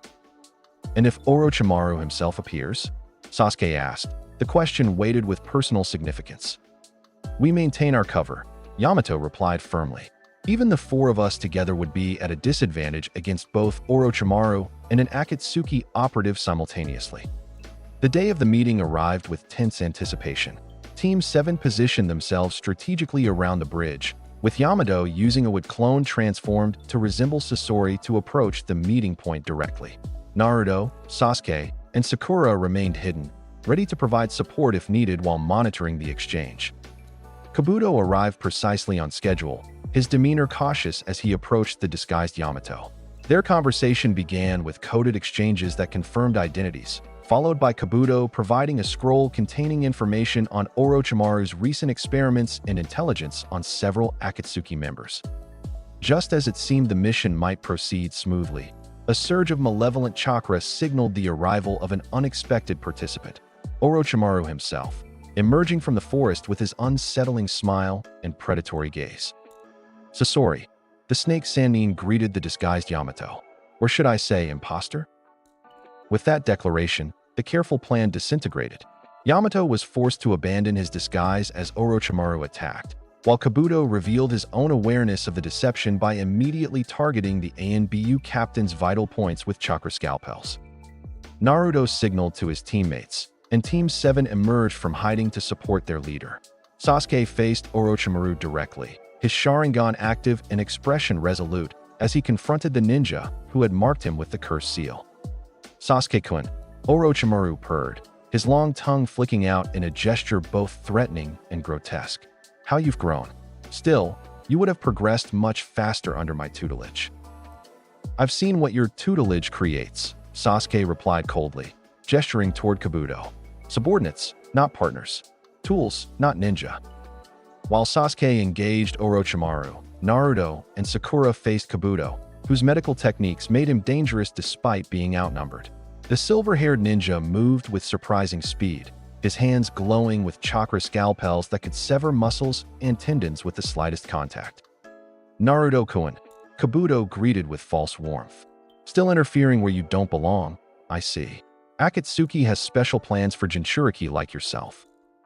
I've heard, Naruto replied, gathering natural energy to enter Sage mode, not particularly interested in participating.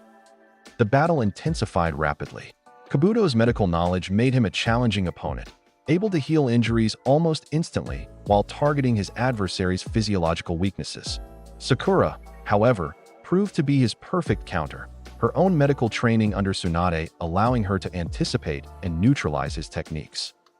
You're not the only one who understands human anatomy, she declared as she disrupted one of his chakra scalpels with a precisely timed counter. While Sakura kept Kabuto engaged, Naruto completed his transformation into Sage mode. The enhanced perception immediately provided new insights into the battlefield, including the concerning realization that what they had assumed was Orochimaru's full strength was merely a fraction of the Sannin's capabilities. Sasuke, he called out in warning. He's toying with you. Indeed, Orochimaru seemed more interested in testing Sasuke's growth than in eliminating him, his attacks probing and analytical rather than lethal. This changed, however, when Sasuke unveiled a new technique, a lightning blade that extended from his sword, its reach and cutting power exponentially increased. Chidori Sharp Spear, Sasuke named it, as the lightning extension pierced Orochimaru's shoulder, momentarily pinning the Sannin to a tree behind him. Orochimaru's expression shifted from amusement to something darker.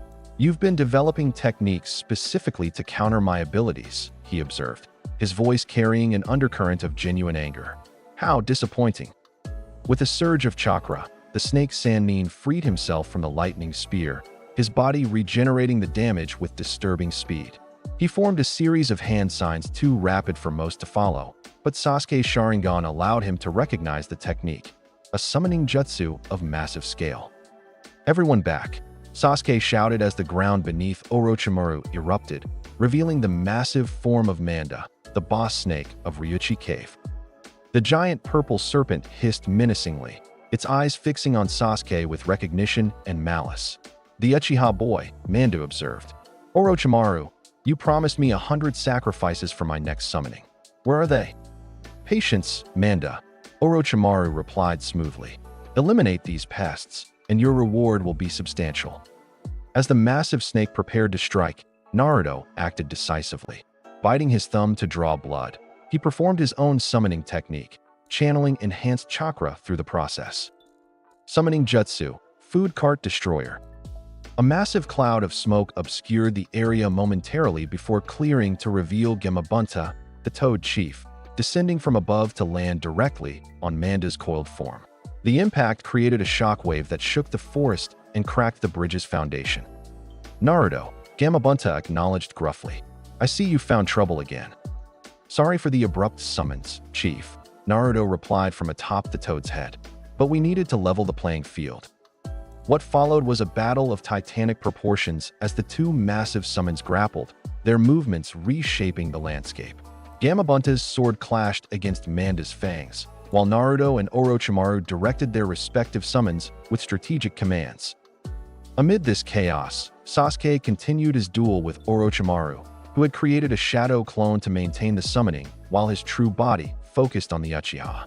The snake Sannin's techniques grew increasingly desperate as Sasuke countered each with precision, the Sharingan's predictive abilities allowing him to stay one step ahead. Meanwhile, Sakura and Yamato had cornered Kabuto, their coordinated attacks leaving the medical ninja with diminishing options. When Kabuto attempted to flee, Yamato's wood style created a prison that temporarily immobilized him, an opportunity Sakura exploited with a chakra-enhanced strike that rendered the spy unconscious. The tide of battle had clearly turned against Orochimaru, a reality the Sannin recognized with calculating pragmatism. With a complex hand sign, he canceled his summoning contract, causing Manda to disappear in a cloud of smoke and leaving Gamabunta momentarily unbalanced. This encounter has been informative, Orochimaru declared, his body seeming to melt into the ground. We'll continue our discussion another time, Sasuke-kun. Despite their efforts to prevent his escape, Orochimaru vanished, leaving only Kabuto's unconscious form as evidence of the confrontation. The team secured their prisoner and salvaged what intelligence they could from the aborted meeting, including the scroll Kabuto had brought containing information on Akatsuki. Not exactly how I planned this mission, Yamato admitted as they regrouped. But we've acquired valuable intelligence and a high-value prisoner. Overall, a success despite the complications. The return journey to Konoha was uneventful, with Kabuto securely restrained and his chakra pathways blocked to prevent escape attempts. Upon arrival, he was transferred to a specialized ANBU holding facility for interrogation, while Team 7 delivered their report directly to Tsunade. The information in Kabuto's scroll confirms our worst fears, the Hokage informed them after reviewing the contents. Akatsuki has already captured 2 Bijou and extracted them from their hosts. They appear to be creating some kind of weapon or technique that requires the chakra of all 9-tailed beasts. And Orochimaru? Sasuke inquired, his interest particularly personal. Playing both sides, apparently, providing information to Akatsuki while simultaneously planning to undermine them. Tsunade's expression was grim. The situation has become even more complex than we anticipated. In the days that followed, Jiraiya returned to the village with additional intelligence gathered from his network. The Toad Sage confirmed that Akatsuki operated in pairs, with each team assigned specific Bijou targets. More concerning was the revelation that one of their most dangerous duos, Haiden and Kakuzu, collectively known as the Immortal Combo, had been dispatched to capture the Two Tails Jinchuriki. We need to intercept them, Naruto insisted during the strategy meeting that followed. If we can prevent another Bijou capture, it disrupts their entire plan. Agreed, Tsunade replied. But this mission requires specialized skills to counter these particular Akatsuki members. She turned to the assembled Jonin. Asuma, your team will join Kakashi and Team 7 for this assignment. Haiden and Kakuzu have been sighted near the Fire Temple, apparently tracking the monk Chiriku for his bounty before moving on to their primary target.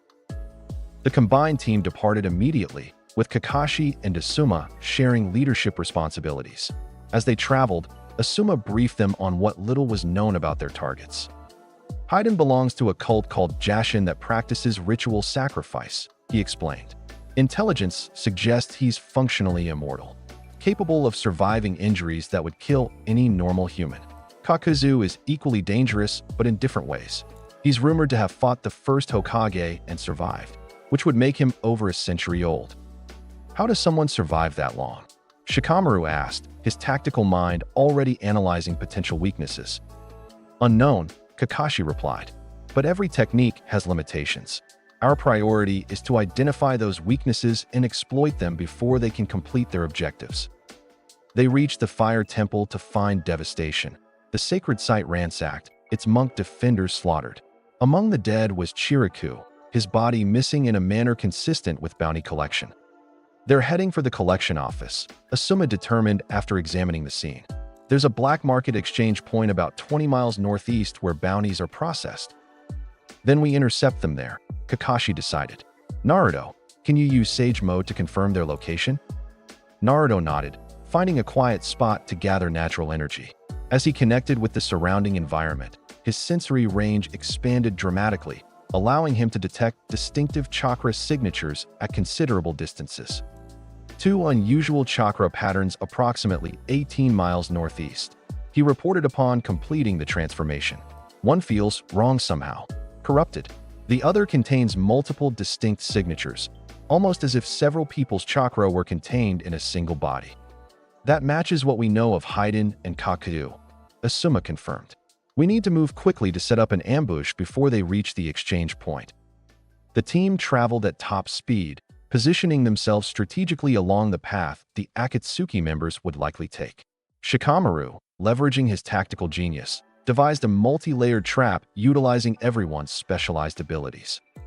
When Haiden and Kakuzu appeared, they walked directly into the prepared ambush. Shikamaru's shadow possession jutsu captured Haiden momentarily, while Kakashi and Sasuke launched a coordinated lightning attack against Kakuzu. Naruto, still in Sage Mode, created shadow clones that attacked from multiple angles, preventing either Akatsuki member from retreating. Despite their preparation, the battle quickly demonstrated why these opponents were considered among Akatsuki's most dangerous. Haiden, though restrained by Shikamaru's shadow, laughed maniacally as he endured attacks that should have been fatal. "Is that all you've got, heathens?" he taunted, his body pierced by kunai yet showing no signs of slowing. Lord Jashin demands better sacrifices. Kakuzu proved equally resilient, his body revealing a horrifying secret: multiple hearts harvested from powerful ninja, each granting him access to a different chakra nature and extending his lifespan. When Kakashi's lightning blade pierced one such heart, four others remained operational, each capable of forming a masked entity that fought semi-independently. "This is going to be troublesome," Shikamaru muttered as he analyzed the evolving battlefield. "Naruto, can you sense which masks correspond to which elements?" "Yes," Naruto confirmed, his Sage Mode perception allowing him to distinguish the chakra natures. Fire, lightning, wind, and water masks, plus Kakuzu's earth nature in his main body. This information proved crucial as they adapted their strategy, targeting each mask with its elemental weakness. Sasuke's lightning techniques neutralized the water mask, while Asuma's wind chakra blades proved effective against the lightning entity. The battle's turning point came when Haiden, briefly breaking free from Shikamaru's shadow possession, managed to acquire a sample of Asuma's blood during a close-quarters exchange. The Jashin cultist used this blood in a ritual that created a sympathetic link between his body and Asuma's. Any injury inflicted on Haiden would be mirrored in his victim. Recognizing the danger, Naruto intervened with precision born of Sage Mode's enhanced perception.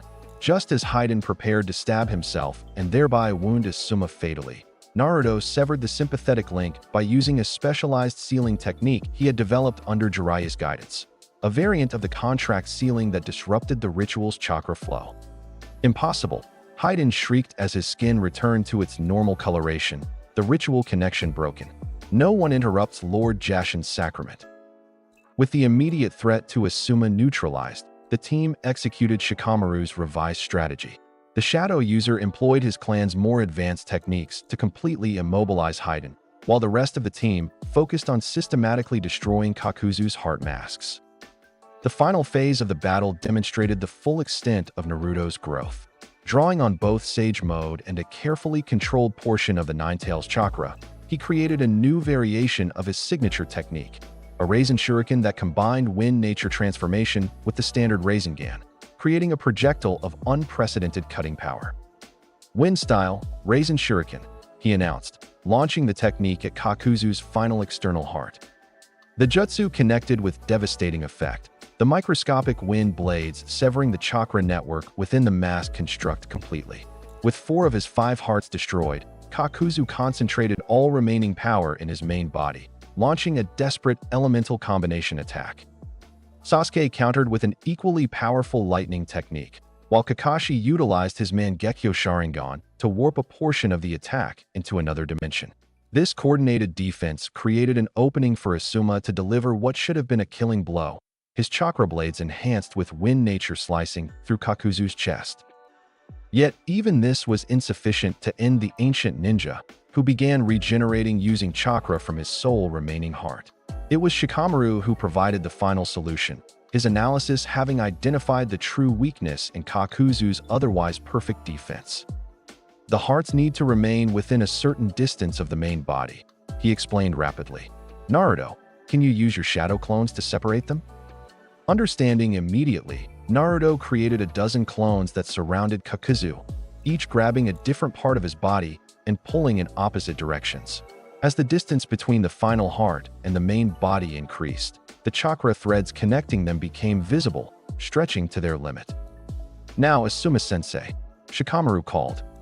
The Jonin's chakra blade severed the connection precisely, and without its sustaining energy, Kakuzu's body collapsed, a century of unnatural existence finally ending. Haiden, though still immortal, was effectively neutralized.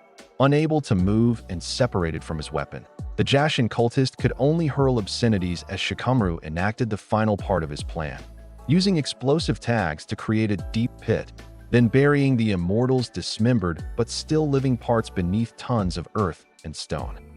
A fitting end, Shikamaru observed as they completed the improvised burial.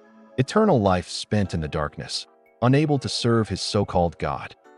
With both Akatsuki members defeated, the team secured the area and recovered what intelligence they could from the bodies. Kakuzu's bizarre physiological structure was documented for later analysis by Konoha's medical division, while a sample of Haiden's cells was preserved for study of his apparent immortality. The return to Konoha was marked by a sense of accomplishment tempered with sobering awareness of Akatsuki's true power. If all their members possessed abilities of this caliber, the threat to the Jinchuriki, and by extension, to the shinobi world as a whole, was even greater than previously estimated. Tsunade received their report with measured satisfaction. Eliminating 2 Akatsuki members represents significant progress, she acknowledged. But intelligence suggests they're accelerating their timetable in response. We need to locate and protect the remaining Jinchuriki before they can be captured. This directive gained new urgency when reports arrived of unusual chakra disturbances in a lake near the border of the Land of Fire. Disturbances consistent with the emergence of a bijou. Investigations revealed the presence of the 3 tails, temporarily free from a human host and vulnerable to capture. Akatsuki will certainly target it, Tsunade declared during the emergency briefing.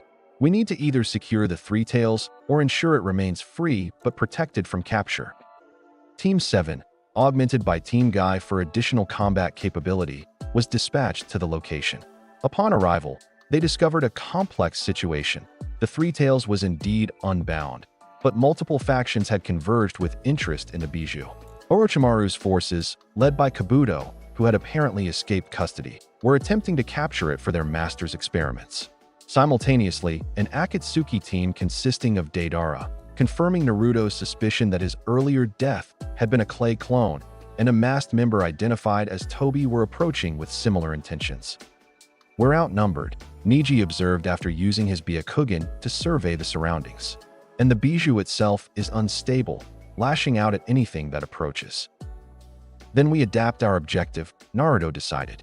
Rather than capturing the 3 tails ourselves, we prevent anyone else from taking it while helping it escape to deeper waters where it can hide. This approach required careful coordination. Team Guy engaged Orochimaru's forces directly, keeping them occupied at the shoreline, while Team 7 focused on the Akatsuki threat. Sasuke and Sakura confronted Deidara, whose explosive techniques were particularly dangerous near the volatile chakra of an uncontained bijou, while Naruto approached the 3 tails itself. Drawing on both his status as a Jinchuriki and the empathic capabilities he had developed through his evolving relationship with Kurama, Naruto attempted to communicate with the 3 tails. The massive turtle-like creature was initially hostile, its single eye fixing on Naruto with primal wariness. "I'm not here to capture you," Naruto projected, using a combination of spoken words and chakra resonance. I'm like you, a container for one of your kin. Kurama, the Nine Tails. The biju's response was not verbal, but a complex emotional impression that conveyed confusion, suspicion, and curiosity. Unlike Kurama, whose millennia of human contact had developed his communication abilities, the Three Tails seemed more bestial, its intelligence present, but less linguistically structured. Naruto persisted, gradually establishing a rudimentary understanding. The Three Tails had been traumatized by its previous Jinchuriki experiences and feared returning to human containment.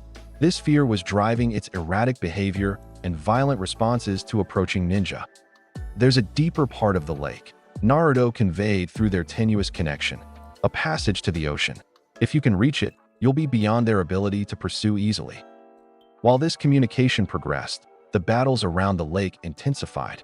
Deidara, recognizing Sasuke as the one who had countered his techniques during their previous encounter, focused his attacks with particular venom. "Your lightning release won't save you this time." The bomber declared, creating a massive clay dragon that circled overhead, dropping explosive projectiles that Sasuke was forced to counter with precisely timed Chidori strikes.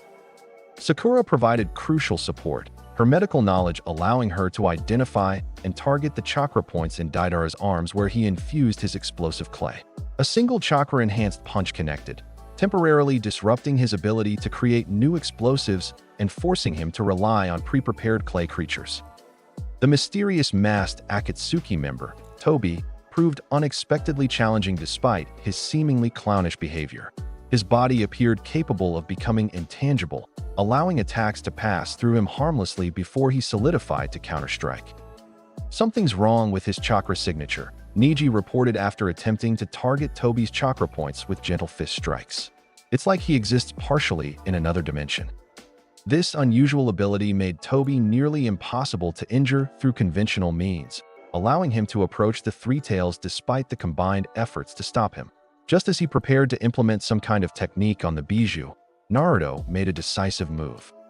Drawing on the full extent of his controlled Nine Tails chakra, he created a golden aura that formed into multiple arms, extending his reach to pull Tobi away from the Three Tails.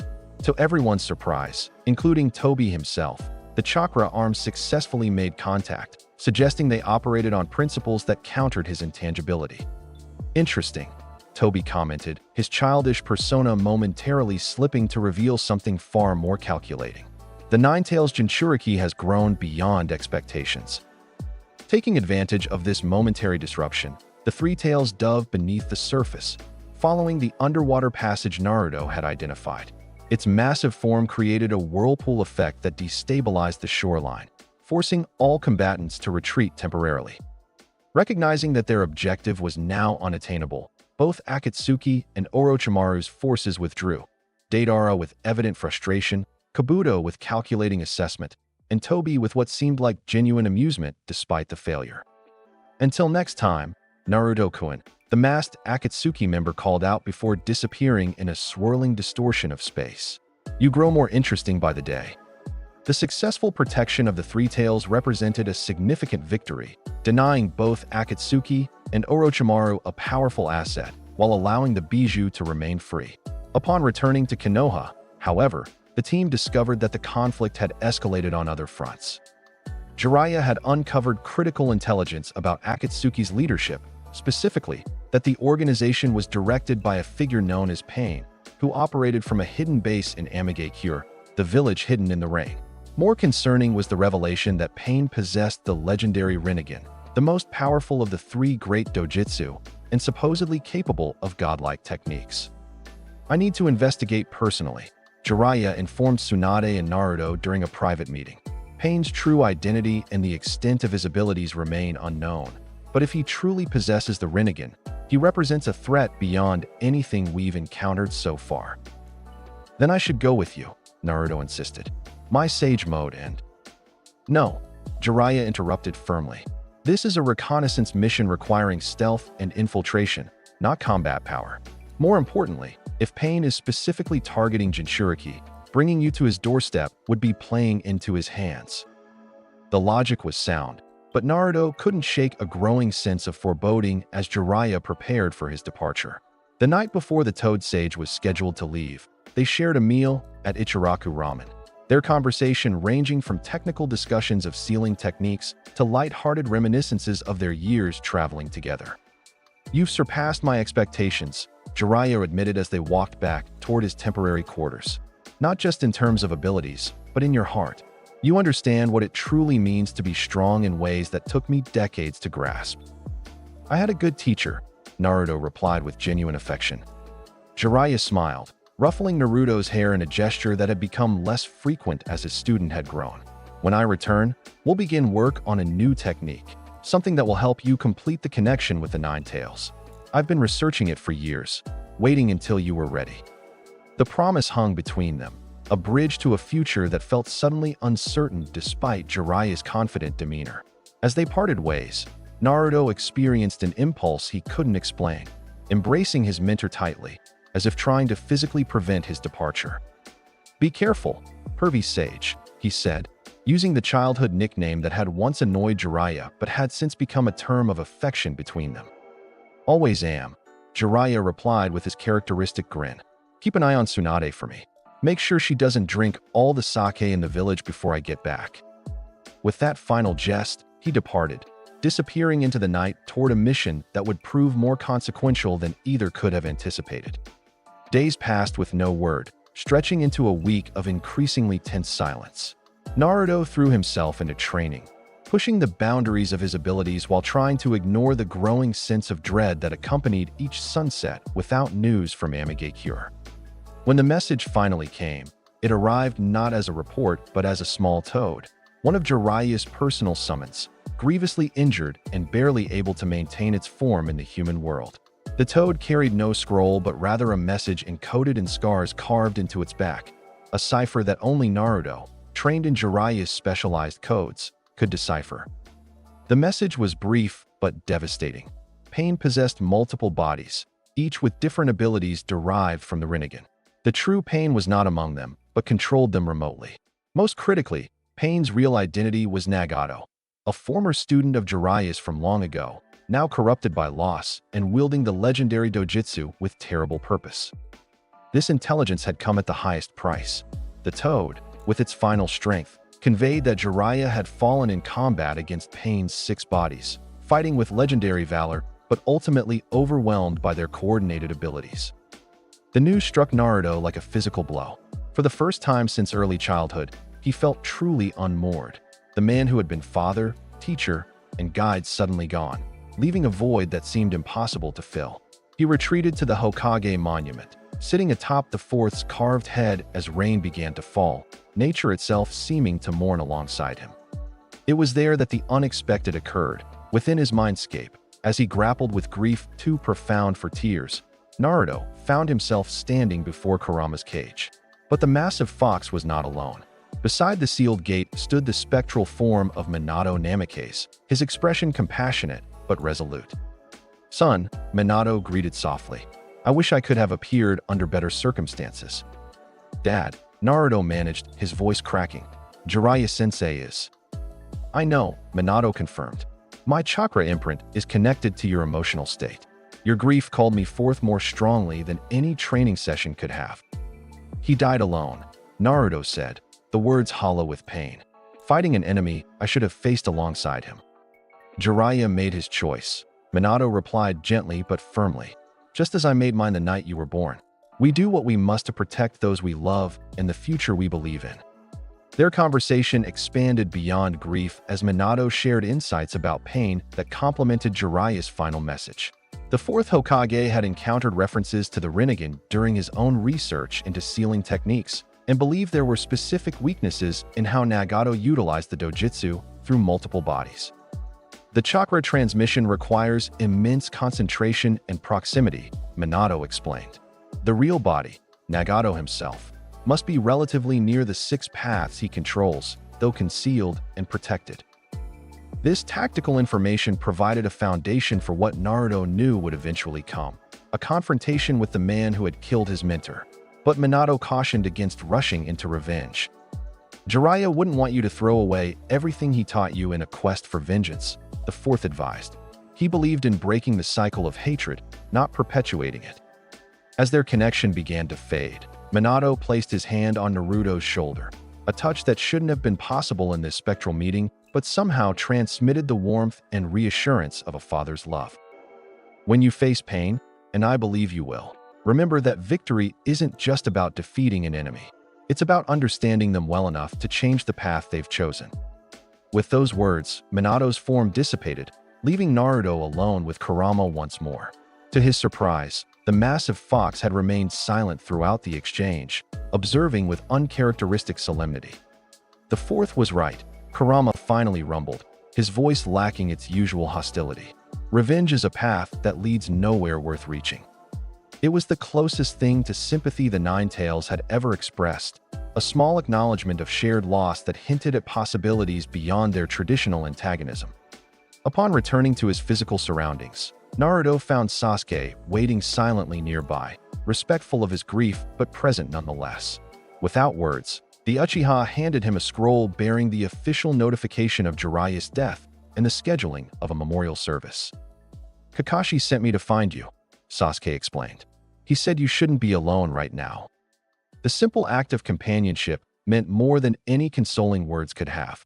As they walked back toward the village together, Naruto felt the first tentative steps toward acceptance, not of Jiraiya's death, which remained a wound too fresh to reconcile, but of the responsibility he now carried to honor his teacher's legacy. The memorial service held the following day was attended by ninja from throughout the village, many of whom had been influenced by Jiraiya in some capacity over his long career. Tsunade spoke with dignity despite her evident grief, recounting their shared history and the Toad Sage's contributions to both Konoha and the wider ninja world. When it came time for Naruto to speak, he surprised many by focusing not on Jiraiya's legendary status or battlefield accomplishments, but on the personal qualities that had shaped his own development. "He taught me that true strength comes from protecting what you love," Naruto said, his voice steady despite the emotion behind his words. "That a ninja's worth isn't measured by how many techniques they master, but by how many hearts they touch. And that even in a world shaped by conflict, there's always hope for peace if we're brave enough to pursue it." In the days that followed, Naruto channeled his grief into purposeful preparation. Working with the intelligence Jiraiya had provided about Pain's abilities, he developed strategies for countering the 6 different bodies and their specialized techniques. Simultaneously, he deepened his training in Sage Mode, working with the Toads of Mount Myaboku to extend its duration and refine its application in combat. This period of focused development was interrupted by unexpected news. Sasuke's brother, Itachi Uchiha, had been spotted near the border of the Land of Fire, apparently traveling alone rather than with his Akatsuki partner. More surprising was intelligence suggesting he had deliberately revealed his presence, as if inviting pursuit. "It's a trap," Kakashi warned during the strategy meeting called to address this development. "Itachi is too skilled to be detected unless he chooses to be. Trap or not, this may be our only opportunity to capture an Akatsuki member who possesses extensive knowledge of their organization," Tsunade countered. "And given his history with Konoha, there's valuable intelligence to be gained beyond just Akatsuki's plans." The mission to locate and potentially engage Itachi was classified as S-rank, with a specialized team assembled for the purpose. Kakashi would lead, with Naruto, Sasuke, Sakura, and several ANBU operatives providing support. The objective was primarily intelligence gathering, with capture as a secondary goal if circumstances allowed. For Sasuke, the mission carried profound personal significance. Despite years of healing and growth since the massacre of his clan, the truth about that night remained clouded in uncertainty. Itachi's motives, the extent of his crimes, and the puzzle of why he had spared Sasuke alone. These questions continued to haunt the younger Uchiha, despite his efforts to focus on the future rather than the past. "Are you sure you can handle this?" Naruto asked privately as they prepared for departure, facing Itachi again after what happened last time. "I need answers," Sasuke replied simply. "Not revenge anymore, but truth. Something doesn't align between the brother I knew growing up and the man who slaughtered our clan. I can't move forward until I understand what changed him." The team departed at dawn, following the trail of sightings toward an abandoned Uchiha stronghold near the coast, a symbolic location that suggested Itachi was deliberately invoking clan history. As they approached, Kakashi deployed the ANBU in a perimeter formation while Team 7 continued toward the central structure. He's alone, Niji confirmed after scanning the compound with his Byakugan. No sign of his partner or other Akatsuki members within my range. That doesn't mean they aren't nearby, Kakashi cautioned. Remain alert for any chakra signatures appearing suddenly. The confrontation occurred in what had once been the stronghold's main hall, a cavernous space now partially collapsed, with sunlight streaming through gaps in the roof to illuminate the solitary figure waiting at its center. Itachi Uchiha stood motionless, his Akatsuki cloak removed and folded neatly beside him, wearing instead the standard attire of a Konoha Jonin. "Little brother," he greeted Sasuke, ignoring the others present. "You've grown stronger." "Strong enough to demand answers," Sasuke replied, his Sharingan activating but his posture remaining controlled rather than aggressive. "Why did you do it?" "The real reason, not the test of abilities you claimed before." Itachi's expression remained impassive, but something shifted in his eyes, a momentary vulnerability quickly concealed. "Perhaps it's time for truth," he acknowledged. "But first, a test to determine if you're ready to hear it." With that declaration, he activated his Mangekyo Sharingan, immediately casting a powerful Jinjutsu that affected everyone present except Naruto, whose partial connection to Kurama's chakra provided immunity to most visual illusions. Recognizing the danger his teammates faced trapped in Itachi's Jinjutsu, Naruto acted swiftly.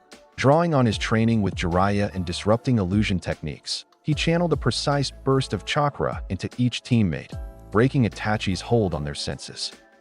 "Impressive," Itachi noted as the others regained their bearings. "Jiraiya taught you well." "Well enough to know when someone's stalling," Naruto countered. "If you wanted to fight seriously, you would have opened with Amaterasu or Tsukuyami. You're conserving chakra and avoiding lethal techniques." A ghost of a smile touched Itachi's lips. "Perceptive as well. Yes, I have no intention of killing any of you. Quite the opposite, in fact." What followed was a revelation that shook the foundations of everything Sasuke had believed about his brother and the Uchiha massacre. Speaking in measured tones, Itachi disclosed the truth. The clan had been planning a coup against Konoha's leadership, a rebellion that would have plunged the village in a civil war and likely triggered a new era of conflict between the great nations. "I was ordered to eliminate the clan by the village elders," Itachi explained, his voice devoid of emotion despite the weight of his words. "As an ANBU captain and double agent reporting on the clan's plans, I was the only one who could approach without suspicion." "You're lying," Sasuke accused, though doubt had begun to creep into his voice. The third Hokage would never authorize the slaughter of an entire clan, including children and non-combatants. Hiruzen opposed the decision, Itachi confirmed, but he was overruled by Danzo Shimura and the council elders. "They gave me a choice. Either I carried out the mission, or they would assign it to someone else who would kill every Uchiha, including you, Sasuke." The account continued, revealing how Itachi had negotiated a single condition for accepting the mission: that Sasuke would be spared and protected.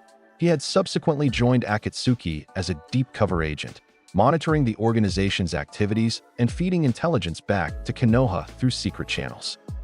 "Everything I've done since that night," Itachi concluded, "has been to protect you and the village in that order."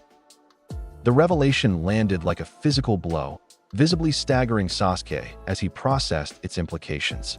His entire life since the massacre had been built around a narrative that now crumbled beneath him. His brother not a monster, but a martyr, sacrificing his own honor and happiness to prevent greater bloodshed. "Why tell me now?" Sasuke finally asked, his voice barely audible. "Because I'm dying," Itachi replied simply. "A progressive illness that even the best medical ninjutsu can only slow, not cure. Before the end, I wanted you to know the truth and to warn Konoha about threats greater than Akatsuki." This declaration shifted the encounter from confrontation to urgent intelligence exchange. Itachi shared critical information about Akatsuki's true leader, not Pain, as many believed, but a masked figure who called himself Madara Uchiha, though Itachi doubted this was his true identity. "He possesses power beyond normal comprehension," Itachi warned, "and his plan extends far beyond collecting the bijou. He seeks something called the Infinite Tsukuyami, a Jinjutsu cast upon the entire world, trapping humanity in an illusory peace while their chakra is harvested. The details Itachi provided painted a picture of existential threat, a plan to revive the Ten Tails by combining all 9 Bijou, then using its power to cast the ultimate Jinjutsu. This revelation contextualized Akatsuki's actions, transforming them from a terrorist organization seeking power to apocalyptic cultists pursuing world domination through supernatural means. As Itachi's strength visibly waned, he approached Sasuke directly. "There's one more thing I must do," he said, raising his hand toward his brother's forehead, a gesture reminiscent of the affectionate pokes he had often given Sasuke in childhood. Instead of a simple touch, however, Itachi transferred something to Sasuke, a portion of his own ocular power, embedding it within his brother's chakra network. "My final gift," Itachi explained as he stepped back, blood trickling from his right eye. "When the time comes, this power will activate to protect you from Madara's influence. Use it wisely." With those words, Itachi's illness overtook him. He collapsed to his knees, coughing blood, his legendary endurance finally failing. Sasuke rushed forward, catching his brother before he could fall completely, a reversal of their positions from the night of the massacre, when a young Sasuke had collapsed before Itachi's feet. "I'm sorry, Sasuke," Itachi whispered, echoing words he had spoken years before, but now with entirely different meaning. "There won't be a next time." He died in his brother's arms, his final expression one of peace rather than the anguish that had characterized much of his life. The legendary missing Nin, feared throughout the ninja world, passed from existence not in glorious battle, but in quiet reconciliation with the one person whose opinion had truly mattered to him. The journey back to Konoha was somber, with Sasuke carrying his brother's body personally, determined that Itachi would receive proper rights and recognition rather than the disgrace of a traitor's disposal. The intelligence they returned with, however, created immediate urgency within Konoha's leadership. "If what Itachi revealed is accurate," Tsunade stated during the emergency council meeting that followed, "then Akatsuki's endgame represents a threat to all nations, not just those hosting Jinchuriki. We need to convene an alliance of the 5 great nations to coordinate our response." This unprecedented proposal faced significant opposition from council elders, particularly Danzo Shimura, whose role in the Uchiha massacre had been exposed by Itachi's confession. The root leader argued that sharing intelligence with rival villages would create vulnerabilities that outweighed potential benefits. "Your caution is noted," Tsunade replied with barely concealed contempt.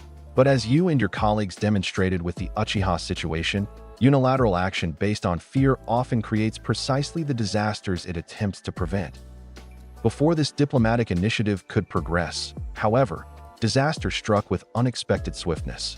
Intelligence reports indicated that Pain had departed Amigakure with all 6 of his bodies, moving with clear purpose toward the Land of Fire.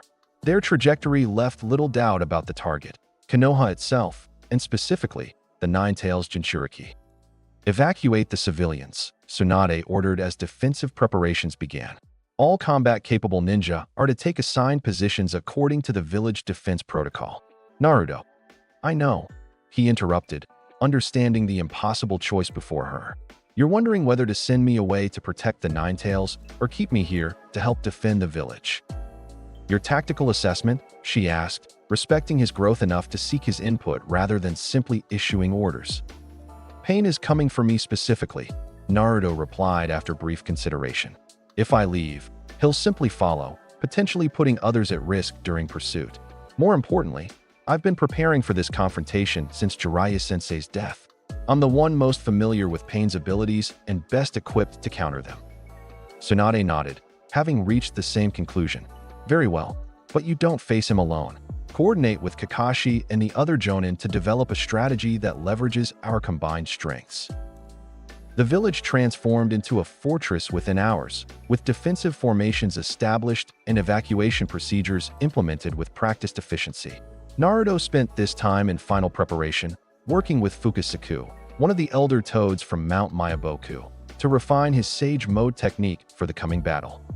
"Remember what Jiraiya Boy learned at the cost of his life," the ancient toad advised. "Each path has distinct abilities, but shares the same visual field. They protect each other's blind spots perfectly unless separated." Naruto nodded, incorporating this insight into his strategy. and Nagato himself remains hidden, controlling them remotely through the Rinnegan's power.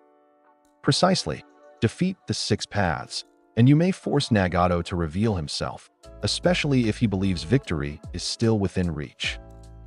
Pain's attack began at dawn with devastating precision. Rather than a gradual approach that would allow Konoha's defenders to engage at the perimeter, all 6 paths appeared simultaneously at different locations throughout the village, each unleashing specialized techniques that targeted critical infrastructure and defensive positions. The Deva Path, apparently Pain's primary body, announced their purpose with chilling clarity. No pain. Feel pain. Accept pain. With those words, he activated the Rinnegan's gravitational power, creating a massive repulsive force that demolished entire sections of the village in an instant. Chaos erupted as defenders scrambled to respond to multiple simultaneous threats. Kakashi engaged the Azura Path, whose mechanized body produced various weapons and explosive capabilities. Might Guy confronted the Animal Path, which summoned massive creatures to rampage through the village. Other Jonin and ANBU units targeted the remaining paths, working to contain the destruction while evacuating civilians from combat zones. Naruto, positioned at a strategic location with Fukasaku, observed the initial phase of the attack through shadow clones dispersed throughout the village. Each clone's experience before being destroyed provided critical information about the path's current abilities and tactics, allowing him to refine his approach before engaging directly. "They're searching for me systematically," he observed as another clone's memories returned to him. "The human path is interrogating captured ninja, extracting information about my whereabouts by ripping out their souls. Then we must engage before more lives are lost," Fukasaku determined. "Are you ready, Naruto boy?" Yes.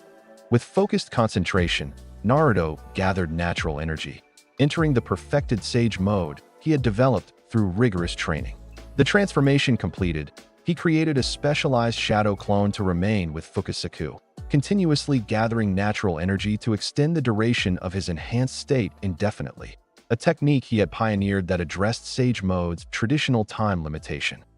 With this preparation complete, Naruto moved to confront the Deva Path directly, Pain's primary body and the one wielding the most powerful gravitational techniques.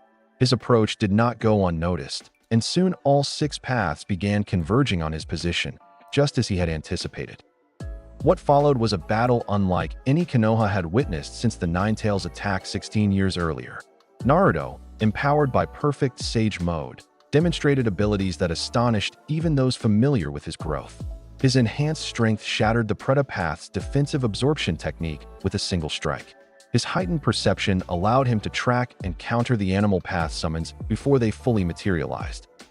Most significantly, his tactical application of natural energy proved devastating against the Human Path and Naruto Path, both of which attempted to use chakra-based techniques to restrain or absorb his power, only to be overwhelmed by the natural energy they unwittingly drew in, transforming into stone statues momentarily before crumbling.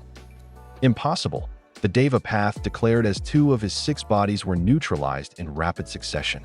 No one has ever countered the Rinnegan so effectively. Jiraiya-sensei laid the groundwork, Naruto replied, his voice carrying both determination and sorrow. "I'm simply completing what he began." The battle escalated as Pain recognized the threat Naruto posed. The Deva Path unleashed increasingly powerful gravitational techniques, attempting to either repel Naruto beyond effective range or pull him into the path of the Azura Path's mechanical weaponry. These tactics might have worked against a conventional opponent, but Sage Mode granted Naruto both the physical resilience to withstand gravitational forces that would cripple normal ninja and the tactical insight to anticipate attack patterns before they fully manifested. Using specialized shadow clone formations, Naruto systematically isolated and neutralized the remaining paths, demonstrating an evolved fighting style that combined Jiraiya's teachings with his own innovations. When the Preta Path attempted to absorb his chakra directly, Naruto allowed it, purposely channeling natural energy that the path couldn't properly control, resulting in its petrification. As the number of operational paths dwindled, the Deva Path escalated to its ultimate technique, planetary devastation, a gravitational jutsu of such magnitude that it began pulling massive sections of Earth upward to form a miniature moon in the sky above Konoha. The threat to the village was existential. If completed, the technique would create a satellite of compressed debris large enough to destroy everything below upon impact. Recognizing the imminent danger, Naruto made a calculated decision to access Kurama's chakra directly, augmenting his Sage Mode capabilities with the Nine Tails' raw power. "I need your help," he communicated inwardly to the Bijou. "Not just your chakra, but your guidance. You've seen the Rinnegan before, haven't you?" "Yes," Kurama acknowledged, his massive form shifting within the mindscape. "Long ago, when the Sage of Six Paths still walked the earth. The gravitational technique has one weakness, its focal point, where the attractive force originates. Disrupt that, and the artificial satellite will destabilize." With this insight, Naruto created hundreds of shadow clones, each empowered by a combination of Sage Chakra and the Nine Tails energy. They launched upward in a coordinated assault, targeting the exact center of the growing debris sphere with synchronized Rasengan variants. The combined impact shattered the gravitational core, causing the collected mass to disintegrate rather than collapse onto the village below. As fragments rained down harmlessly in the surrounding forest, Naruto confronted the Deva Path one-on-one, their battle reaching its climax. "Why do you persist?" Pain demanded as they exchanged devastating techniques that reshaped the landscape around them. "The world will know pain regardless of your efforts. It is the only path to understanding, the only route to true peace." "You're wrong," Naruto countered, landing a Sage-enhanced strike that cracked the Deva Path's reinforced body. "Pain doesn't create understanding. It creates more pain, more hatred, more suffering. The cycle continues endlessly unless someone chooses to break it." Their philosophical disagreement manifested in physical combat of increasingly destructive potential. The Deva Path, now the sole remaining body under Nagato's control, utilized the full power of the Rinnegan without concern for collateral damage. Buildings collapsed and terrain shattered as gravitational forces contended with Naruto's nature-enhanced techniques. The battle's turning point came unexpectedly, as Naruto prepared a specialized sealing technique designed to immobilize the Deva Path permanently. A familiar chakra signature flared within his awareness, his father's energy embedded in the seal, activating in response to some trigger Naruto didn't immediately recognize. Within his mindscape, Minato's form appeared with unprecedented clarity, more substantial than during their previous encounter. "Now, Naruto," his father's voice guided. "The seal is weakening under the strain of simultaneously using Sage Mode and Kurama's chakra. This is the contingency I prepared, a key to unlock the seal partially, allowing controlled access to the Nine Tails' full power without risking complete release." "But the village, if I lose control?" "You won't," Minato assured him with absolute confidence, "because you won't be alone in managing this power." With those words, Minato placed his hand on the massive seal that contained Kurama, twisting it like a key in a lock. The cage door didn't open completely, but rather reconfigured, transforming from a prison into a permeable barrier that allowed chakra to flow more freely while still maintaining containment of the Bijou's physical form. "This is my final gift to you," Minato said as his form began to fade. "The chance to form a true partnership with Kurama, as equals rather than prisoner and jailer." As Minato's presence dissipated, Naruto found himself face to face with the Nine Tails, the massive fox regarding him with an unreadable expression from behind the modified seal. "Well, Kit," Kurama rumbled, "what will it be? Will you take my power by force, as humans have always done? Or will you ask as one sentient being to another?" The question represented a fundamental shift in their relationship, acknowledgement that cooperation, not domination, might be possible. Naruto, understanding the significance of this moment, bowed his head slightly in respect. "I ask for your help," he said simply, "not as a weapon or a power source, but as a partner. Together, we can end this conflict and protect those precious to both of us." "Precious to me?" Kurama echoed with skepticism. What could possibly be precious to a Bijou imprisoned for generations? "Freedom," Naruto answered without hesitation. "Respect. A future where you're recognized as more than just a natural disaster or military asset. I can't promise immediate change, but I can promise to work toward a world where Bijou are understood rather than merely contained." The massive fox was silent for a long moment, ancient eyes assessing the sincerity behind Naruto's words. Finally, he extended a single massive claw through the modified bars. Very well, Naruto Uzumaki. Let us see what a true partnership might accomplish.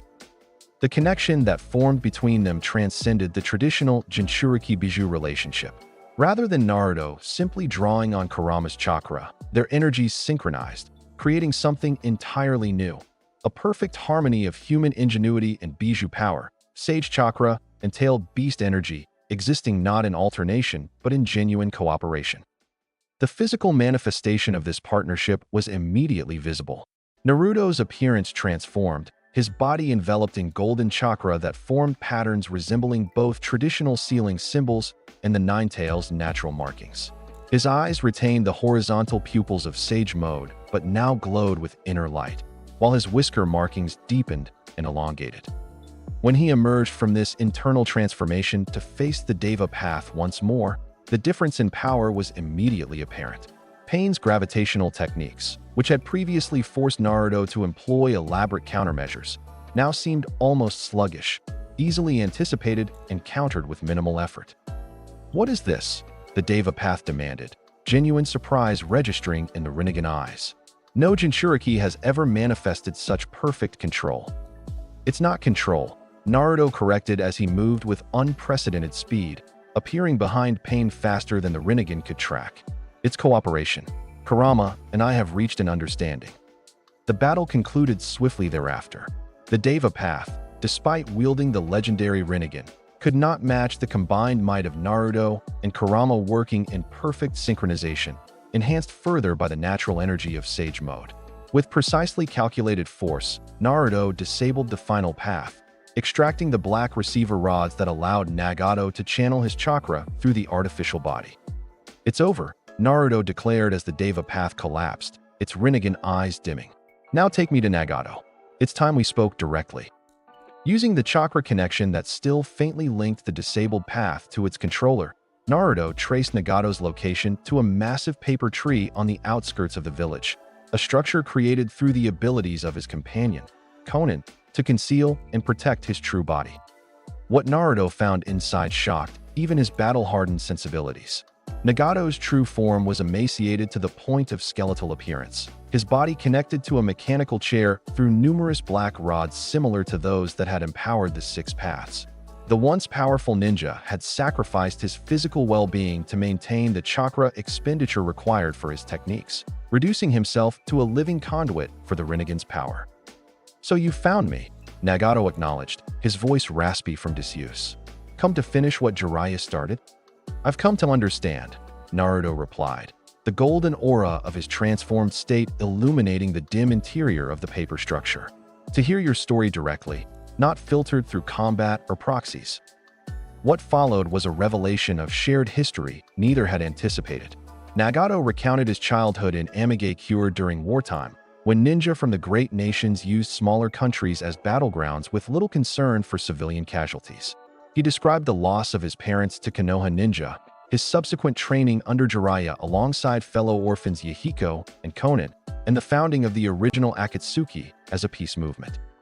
"We sought to end the cycle of hatred through understanding," Nagato explained, bitterness evident in his tone. "But the great nations saw any attempt at independence as a threat. Yahiko was killed by Hanzo of the Salamander, who conspired with Danzo Shimura of Konoha to eliminate our organization before it could challenge the status quo." The parallels to Naruto's own life and aspirations were unmistakable, both orphaned by conflict, both trained by Jiraiya, both seeking a path to peace in a world shaped by violence. Yet their responses to similar traumas had diverged radically, with Nagato embracing pain as the only universal teacher and Naruto maintaining faith in the possibility of understanding without suffering. "Your approach has failed," Naruto observed after listening fully to Nagato's account. "Decades of inflicting pain have only perpetuated the cycle you originally sought to break. More orphans, more hatred, more justification for future violence." "And your approach?" Nagato challenged. "Pretty words about understanding and cooperation, while the system that creates suffering remains unchanged." "Not just words," Naruto countered. "Action. Connections between people who should be enemies. The Sand and Leaf, once bitter rivals, now strongest allies. Jinchuriki across nations forming bonds rather than being isolated weapons. Even Kurama and I have found common ground after generations of antagonism. To demonstrate this last point, Naruto temporarily released his transformed state, allowing Nagato to see him as he normally appeared. Then, with deliberate calmness, he re-established the Golden Chakra mode, silently proving that the cooperation with the Nine Tails was voluntary rather than forced. Jiraiya believed another way was possible. Naruto continued. He entrusted that belief to both of us. I've chosen to honor it by building bridges rather than burning them. What will you choose, now that your current path has reached its end? The question hung between them, weighted with the accumulated consequences of their respective choices. Konan, who had remained silently protective at Nagato's side throughout the conversation, finally spoke. He's like Yahiko, she observed quietly to Nagato. The same conviction, the same unshakable belief.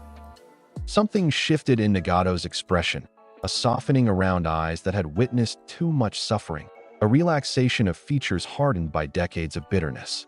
With visible effort, he formed a hand sign unfamiliar to Naruto. Geto, Rinne Rebirth, he announced, his voice strengthening with purpose. The effect was immediate and extraordinary. Throughout Konoha, those who had fallen during Pain's assault began to stir, life returning to bodies that moments before had been empty vessels. Ninja and civilians alike awakened from death itself, confused but unharmed, as if they had merely been unconscious rather than killed. What are you doing? Naruto asked, recognizing the massive chakra expenditure occurring but not understanding its purpose. Choosing a different path, Nagato replied, his already frail body visibly deteriorating as the technique continued. Returning what I took. It will consume my life force completely, but perhaps Jiraiya was right after all. The implication was staggering. Nagato was sacrificing himself to resurrect everyone killed during the attack on Konoha, using the Rinnegan's most forbidden technique to undo the consequences of his actions. You don't have to die, Naruto protested, moving forward as if to physically interrupt the jutsu. There must be another way to make amends. There isn't, Nagato stated with certainty. And this is my choice. My atonement. His gaze shifted to Konan. You're released from our path. Find your own way forward now. As the technique neared completion, Nagato fixed his Rinnegan eyes on Naruto one final time. The prophecy spoke of a revolutionary who would either save or destroy the world. I believed it was me, but now I see. It was always you, Naruto Uzumaki. With those words, the Rinne rebirth concluded, and Nagato's life force was exhausted. He slumped in his mechanical chair, the legendary Rinnegan dimming for the final time, leaving behind a physical shell that had contained one of the most powerful ninja of the era. Konan, after a moment of silent mourning, carefully removed her Akatsuki cloak and used it to cover Nagato's body. I will take him and Yahiko back to Amigate Cure, she informed Naruto. They should rest in the land they sought to protect. And you? Naruto asked. What will you do now? Rebuild, she replied simply. Amigate Cure needs leadership that serves its people rather than using them as pawns. Perhaps that is my path forward. Before departing, she created a bouquet of paper flowers, offering it to Naruto with formal dignity. For Jiraiya, she explained. He would be proud of what you've become. The aftermath of Pain's assault and Nagato's sacrifice transformed Konoha in ways beyond physical reconstruction. The miraculous revival of those killed during the attack was regarded by many as divine intervention, while those aware of the Rinnegan's capabilities recognized it as Nagato's final rejection of the path he had followed for decades. For Naruto, the events represented both validation and challenge. His approach to conflict, seeking understanding rather than mere victory, had ultimately reached Nagato when combat alone could not. Yet the broader threat remained, with Akatsuki still active under the leadership of the masked figure claiming to be Madara Uchiha. In the weeks that followed, as Konoha rebuilt and processed what had occurred, international attention focused increasingly on the Bijou conflict. Reports of Akatsuki's activities accelerated, with intelligence suggesting they had captured 7 of the 9-tailed beasts, leaving only the 8 and 9 tails unclaimed.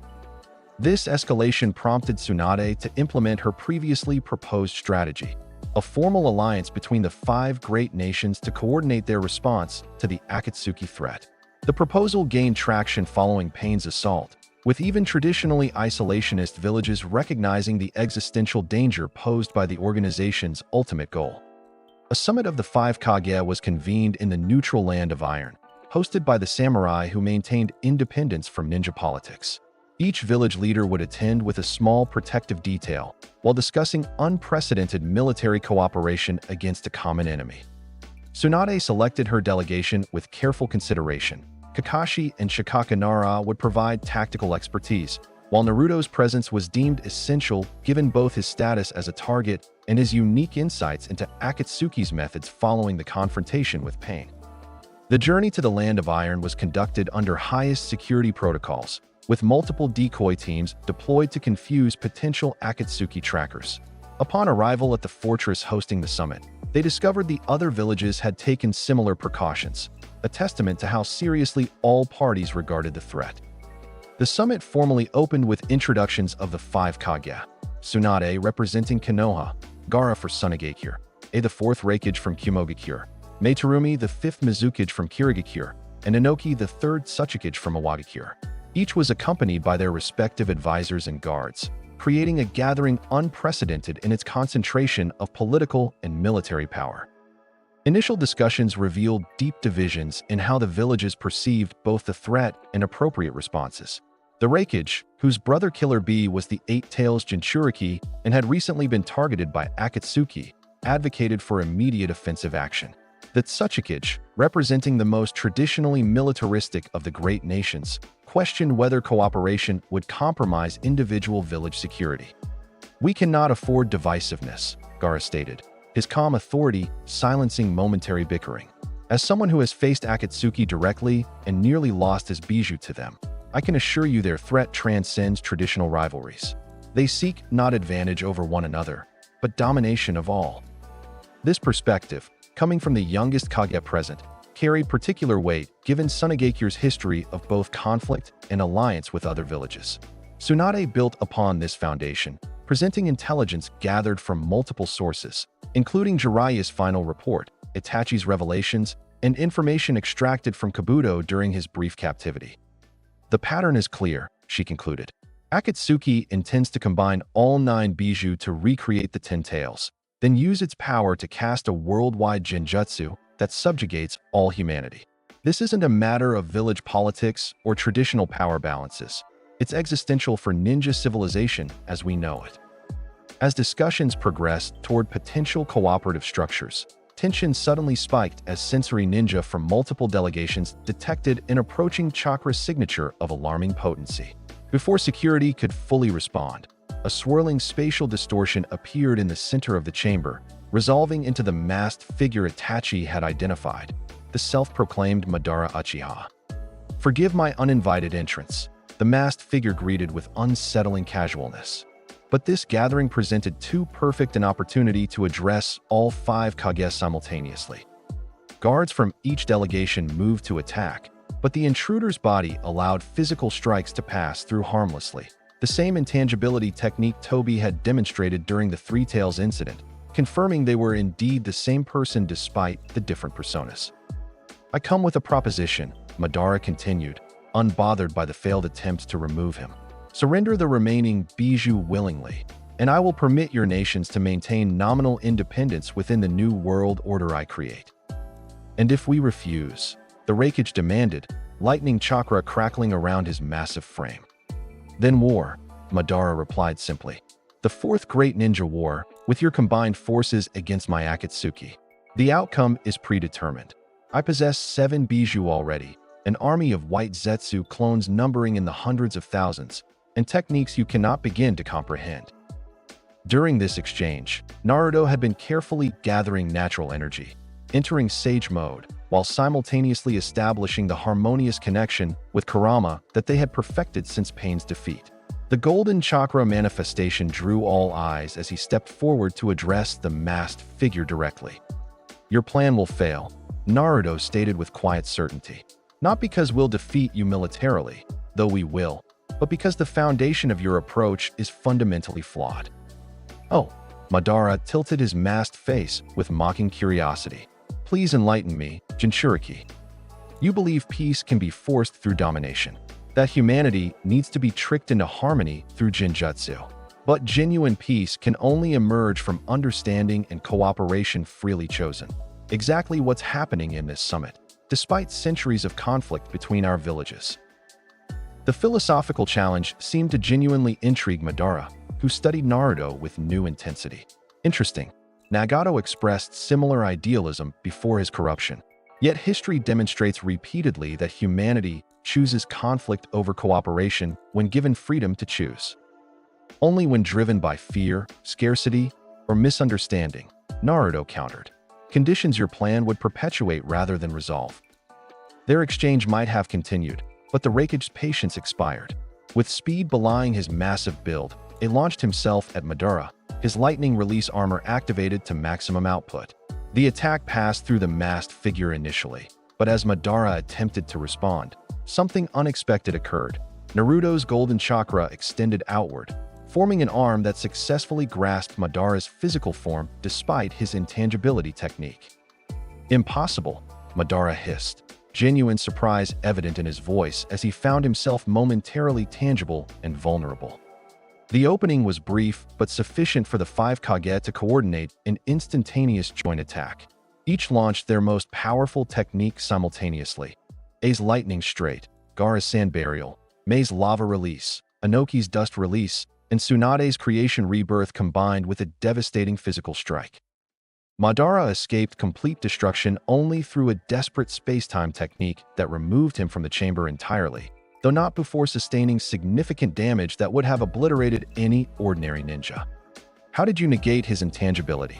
Gaara asked Naruto once the immediate crisis had passed. Kurama recognized the technique, Naruto explained. It's a specialized application of space-time ninjutsu that briefly phases the user into another dimension.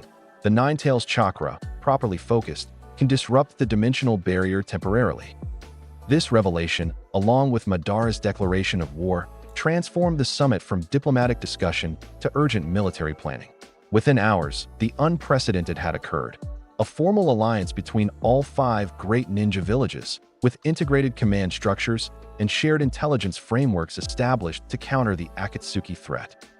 Preparations for the Fourth Great Ninja War proceeded with remarkable cooperation, historical rivalries temporarily set aside in recognition of the existential threat.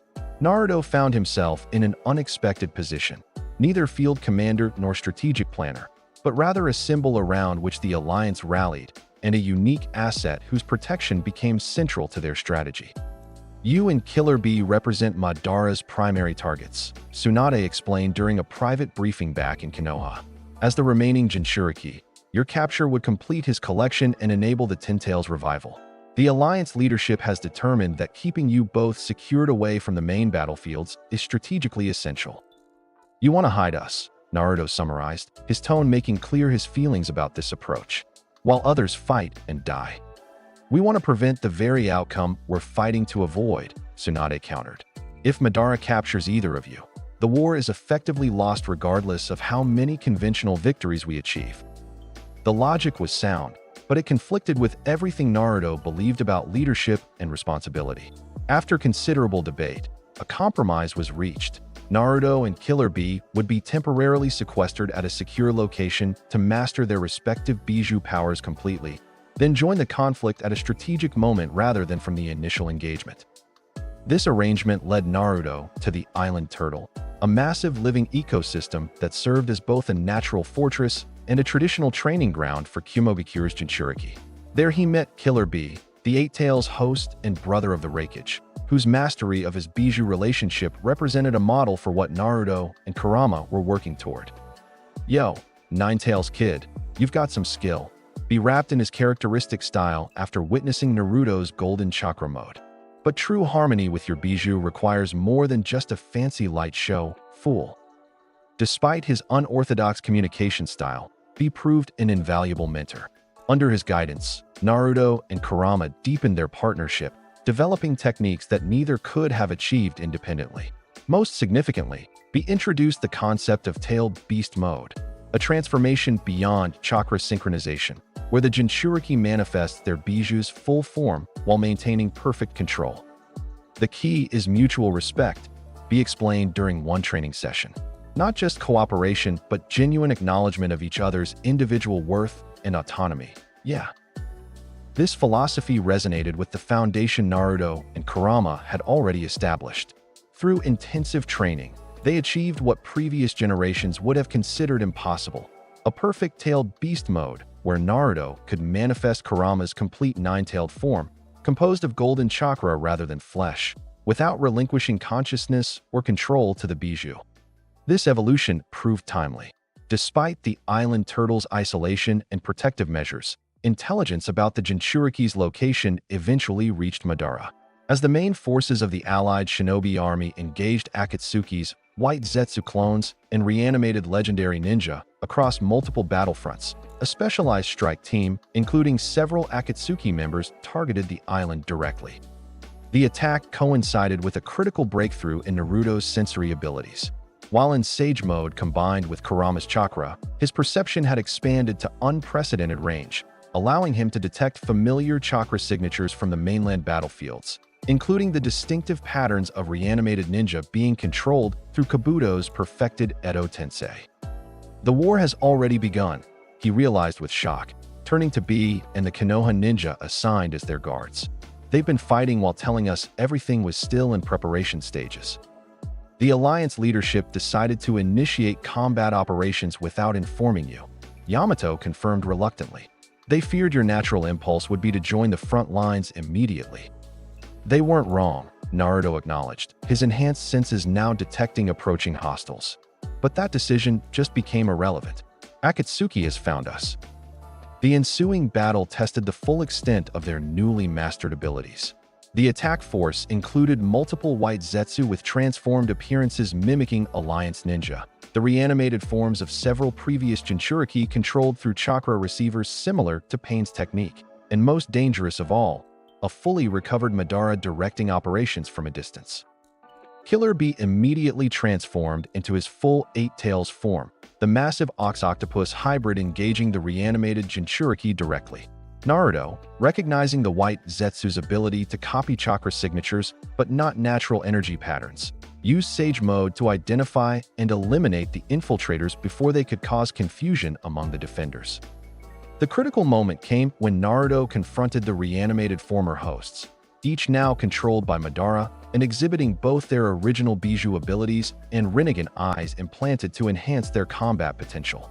Rather than engaging them conventionally, Naruto attempted something unprecedented: direct chakra communication with the Bijou still connected to their former hosts. They're not just puppets, he explained to his allies as he prepared this approach. The Bijou's chakra remains within them, even if the actual beasts have been extracted. I might be able to reach that essence directly. Entering his perfected tailed beast mode, Naruto established a chakra connection with the reanimated Jinchuriki. Within this shared consciousness, he encountered not just the controlled hosts, but fragments of the Bijou spirits themselves, echoes of their power and personality left behind when they were extracted. You're Kurama's current vessel. Observe the spectral form of Son Goku, the Four Tails. Why would you reach out to us when your kind has only ever sought to imprison and utilize our power? Because that approach was wrong, Naruto replied with straightforward honesty. Bijou aren't weapons or natural disasters to be controlled. You're sentient beings with your own wills and dignity. The cycle of imprisonment and exploitation needs to end. This perspective, so contrary to centuries of human-Bijou relations, resonated with the Bijou fragments. One by one, they shared their true names with Naruto, a gesture of trust unprecedented in modern history. With these connections established, the Bijou remnants within the reanimated hosts began resisting Madara's control, disrupting the effectiveness of his puppets. Simultaneously, in the physical world, Naruto had entered a new state that combined the perfect Sage mode with complete tailed beast mode, a transformation that manifested as a massive, golden nine-tailed fox composed of chakra so dense it appeared almost solid, with distinctive markings resembling both natural energy patterns and traditional sealing symbols. This ultimate form possessed capabilities beyond anything previously witnessed in the ninja world. The chakra arms could extend for miles, allowing Naruto to interact with battlefields far from his physical location. His sensory perception expanded to cover entire regions, enabling him to distinguish individual chakra signatures among thousands of combatants. Most significantly, the harmonious blend of natural energy, human chakra, and bijou power created techniques of previously unimaginable potency. Recognizing that the island turtle battle was merely a diversion from Madara's main objective, Naruto made a strategic decision that would alter the course of the war. "B, can you handle the remaining forces here?" he asked the Eight-Tails Jinchuriki. "No doubt, fool. These chumps can't touch my flow," B confirmed in his distinctive rap style. With that assurance, Naruto implemented a technique he had developed through studying his father's Flying Thunder God Jutsu, not an exact replication, but a variant that utilized his massive chakra reserves and sensory abilities to achieve similar results. Focusing on the distinctive chakra signatures of his closest allies, he transported himself directly to the war's main battlefield, where the Alliance forces were engaged with the primary Akatsuki army. His arrival created a momentary pause in combat, as soldiers from both sides registered the sudden appearance of a massive golden fox emanating power that distorted the very air around it. Within this manifestation, Naruto's human form could be seen at the center, a beacon of concentrated chakra visible even to non-sensors. "Naruto," Kakashi identified, momentarily abandoning his battle with a reanimated Zabuza. "How did you?" "No time to explain," Naruto replied, his voice carrying effortlessly across the battlefield. "Where's the command center? I need to coordinate with Alliance leadership immediately." The strategic impact of Naruto's arrival was immediate and profound. His sensory abilities allowed him to identify every white Zetsu infiltrator within range, regardless of how perfectly they had copied Alliance ninja appearances. His massive chakra reserves, shared through carefully controlled distribution, revitalized exhausted troops and enhanced their techniques. Most significantly, his golden chakra proved capable of disrupting the control tags binding reanimated ninja to Kabuto's will, effectively neutralizing one of Akatsuki's most potent weapons. Within hours of Naruto joining the conflict, the tide had turned decisively in the Alliance's favor. Battlefield after battlefield reported similar patterns. White Zetsu forces eliminated with unprecedented efficiency, reanimated legends freed from control, and choosing to return to the afterlife, an Alliance morale soaring as the golden chakra of the Nine Tails, once a symbol of terror, became associated with protection and victory. Madara, observing these developments from his hidden command position, recognized the strategic shift and implemented his contingency plan earlier than intended. Using the 7 bijou already captured, he initiated a partial revival of the Ten Tails, an incomplete form lacking the 8 and 9 Tails chakra, but still possessing cataclysmic power. The creature that emerged defied conventional description, a massive, misshapen entity with a single giant eye, multiple arms ending in razor-sharp claws, and a mouth capable of forming bijou bombs of unprecedented scale. Its mere presence warped the surrounding landscape, plants withering and earth cracking as natural energy recoiled from its corrupted chakra. Facing this monstrosity, the Alliance forces faltered despite their recent victories. Conventional attacks proved entirely ineffective, with the incomplete Ten Tails regenerating damage instantly while retaliating with techniques that obliterated entire battle formations with each strike. It was in this moment of crisis that Naruto demonstrated the full extent of his evolution. Accessing the deepest connection with Kurama and the natural world simultaneously, he manifested a perfected form that combined the most potent aspects of all his power sources, the Sage of Six Paths mode, named in recognition of the legendary figure who had originally contained the Ten Tails. In this transcendent state, Naruto's appearance transformed once more. The golden chakra cloak developed intricate patterns resembling both ancient sealing techniques and natural energy flows. 6 truth-seeking orbs materialized behind him, spheres of malleable chakra capable of nullifying any conventional technique. Most remarkably, he gained the ability to fly, levitating above the battlefield as he assessed the unprecedented threat before them. "Everyone fall back to defensive positions," he commanded, his voice carrying authority that belied his years. "This enemy is beyond conventional approaches." As Alliance forces reorganized according to his directive, Naruto was joined by unexpected allies. Sasuke, who had been fighting on a distant battlefield, arrived with remarkable timing, having developed his own unique capabilities through the ocular power Itachi had transferred to him. "Looks like you could use some help," Sasuke observed dryly. His eternal Mangekyo Sharingan activated and a distinctive purple chakra avatar surrounding his form, a perfected Susanoo that rivaled Naruto's tailed beast mode in scale. Their reunion amid crisis exemplified how far both had come since the Valley of the End.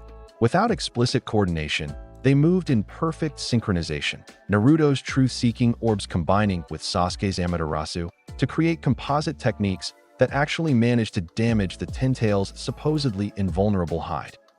The battlefield dynamic shifted further with the arrival of additional powerful allies. Killer Bee, having secured the island turtle, joined the front lines in full Eight-Tails form. The five Kage, each demonstrating why they led their respective villages, implemented a coordinated containment strategy that temporarily restricted the Ten-Tail's movement. Yet even this unprecedented concentration of ninja power seemed insufficient against the primal force they faced. The Ten-Tails, despite its incomplete state, possessed chakra reserves that dwarfed even the combined might of all present combatants. Each time they gained momentary advantage, it adapted and countered with increasing ferocity. The true turning point came when Madara himself appeared on the battlefield, accompanied by his primary associate, now revealed to be Obito Uchiha, long believed dead, but actually the masked figure who had orchestrated Akatsuki's activities. Together, they implemented a technique to assume direct control of the Ten-Tails, channeling its power through themselves rather than allowing it to act on instinct. The end approaches, Madara declared as his body transformed, absorbing aspects of the Ten-Tails' power directly. "Accept your obsolescence gracefully." What followed was combat on a scale previously unimaginable in the ninja world. Techniques that could reshape land masses clashed against defenses capable of withstanding such power. The very fabric of reality seemed to strain as space-time ninjutsu created dimensional rifts across the battlefield. Throughout this apocalyptic exchange, Naruto remained the Alliance's cornerstone, not just through raw power, but through strategic application of his unique abilities. Recognizing that Madara and Obito's control of the Ten-Tails required perfect synchronization, Naruto implemented a counter-strategy based on disruption rather than direct opposition. Using the chakra connections he had established with the Bijou fragments earlier, he reached out to the captured tailed beasts within the Ten-Tails, encouraging them to resist assimilation and maintain their individual identities. This approach created internal conflict within the supposedly unified entity, momentarily weakening Madara and Obito's control.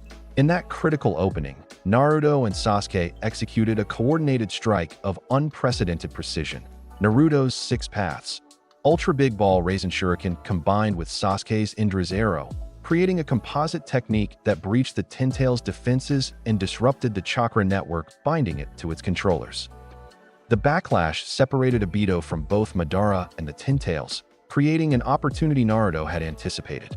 Rather than pressing the attack against his vulnerable opponent, Naruto approached Obito directly, establishing the same kind of empathic connection he had used with Nagato, reaching past the hardened exterior to the wounded soul beneath. "I know who you are," Naruto said as they stood in a momentary pocket of calm amid the chaos. Kakashi's friend who was thought to have died protecting him and Rin. The boy who wanted to become Hokage before tragedy twisted that dream. Obito's visible eye widened in shock at being so thoroughly understood. "That boy died in the cave," he replied bitterly. "What remains is merely the instrument of inevitable truth, that this world offers nothing but suffering and false hope." "Yet you still carry his photo," Naruto observed, gesturing to a slightly crushed frame visible within Obito's damaged cloak, a team picture identical to the one Kakashi kept. "Some part of you remembers what it meant to believe in something beyond pain." This exchange, occurring amid apocalyptic battle, represented the philosophy Naruto had consistently embodied, that understanding could succeed where force alone failed. While Madara fought against the combined might of the Alliance's strongest combatants, momentarily separated from both the Ten-Tails and his primary ally, Naruto engaged in the more subtle, but ultimately more decisive battle for Obito's redemption. "Your plan was never about peace," Naruto continued, maintaining the connection despite Obito's attempts to sever it. "It was about escaping pain, retreating into illusion rather than healing what's broken in reality. But Rin wouldn't have wanted that world any more than she wanted her death to destroy you. The mention of his childhood love struck deeper than any physical attack could have. Obito's carefully constructed worldview began to fracture, memories long suppressed resurfacing with emotional impact he couldn't deflect through practiced cynicism. "What would you know about it?" he demanded, lashing out with a would-release technique that Naruto easily neutralized. "You've never lost what I lost." "Haven't I?" Naruto countered quietly. "My parents died the day I was born. My mentor, the closest thing to a father I had, was killed by pain. I understand loss, Obito, but I also understand that honoring those we've lost means carrying forward what they believed in, not perverting it into its opposite." Their conversation might have continued, but Madara, recognizing the danger of Obito's wavering conviction, implemented his final contingency. Using a specialized technique prepared decades in advance, he forcibly extracted the portion of the Ten Tails that Obito had absorbed, combining it with his own power to approach the Sage of Six Paths' legendary status. This transformation should have made Madara unstoppable, and indeed, the initial demonstration of his enhanced abilities decimated Alliance defenses that had previously held firm. Yet the delay created by Naruto's intervention with Obito had provided crucial time for an unexpected development: the arrival of Sasuke's ancestor and Madara's brother, Hashirama Senju, among other reanimated Hokage who had broken free of Kabuto's control. "Even in death, you pursue power without understanding its purpose," Hashirama admonished his former friend as their legendary rivalry resumed with even higher stakes. "Has a century taught you nothing about the emptiness of domination without connection?" The battle expanded beyond conventional comprehension as legendary figures from ninja history joined forces against Madara's transcendent power. The first, second, third, and fourth Hokage, each demonstrating the abilities that had made them legendary, coordinated their efforts with the current generation's greatest talents. For Naruto, the most significant aspect of this development was fighting alongside his father, Minato Namikaze, the fourth Hokage, reanimated but free of control and able to deploy his unparalleled space-time techniques in perfect synchronization with his son's strategies. "Your mother would be speechless with pride," Minato told Naruto during a brief respite between exchanges, "though she'd probably express it by putting you in a headlock." The mention of Kushina prompted a surge of emotion that catalyzed yet another evolution in Naruto's capabilities. Drawing on the deepest connection with both his Bijou partner and the natural world, while simultaneously channeling the emotional resonance of his family bonds, Naruto manifested a technique that even the reanimated Hokage regarded with awe: the complete-tailed beast mode, Sage of Six Paths. In this ultimate form, the Golden Chakra avatar expanded to a scale rivaling the Ten Tails itself, while incorporating aspects of Sage energy that allowed it to counter even Madara's most reality-warping techniques. Most significantly, this transformation wasn't merely Naruto's achievement, but a true partnership. Kurama's consciousness fully active and integrated rather than subsumed, their perspectives harmonized without either dominating the other. "Let's finish this, partner," Naruto addressed the Bijou internally as they prepared to confront Madara directly. "Indeed, Kit," Kurama replied with genuine respect. "Show him what true cooperation can accomplish." What followed was a confrontation of mythic proportions, with techniques exchanged that would have destroyed nations as collateral damage if not for the specialized barriers erected by Alliance sealing teams. Madara's mastery of the Rinnegan, enhanced by the Ten Tails' power, allowed him to manifest abilities thought lost to legend, including the capacity to create truth-seeking orbs that could nullify all conventional ninjutsu. Yet even this transcendent power met its match in the unified front presented by Naruto, Sasuke, the reanimated Hokage, and the allied forces supporting them, with everything from tactical intelligence to coordinated diversions. The tide turned definitively when Obito, his perspective transformed by Naruto's empathic connection, made the ultimate choice, sacrificing himself to extract the Bijou chakra Madara had absorbed, fracturing the Ten Tails back into its constituent tailed beasts. This reversal should have ended the conflict, with Madara reduced to his considerable but no longer godlike capabilities. Instead, it revealed the true architect behind events stretching back centuries, Kagaya Akatsuki, the progenitor of all chakra, whose will had been subtly influencing developments to enable her resurrection through the Ten Tails, which was revealed to be her original form. The dimensional shift that accompanied Kagaya's emergence transported the primary combatants to an alternate reality of her creation, a barren landscape where the laws of nature themselves bent to her will.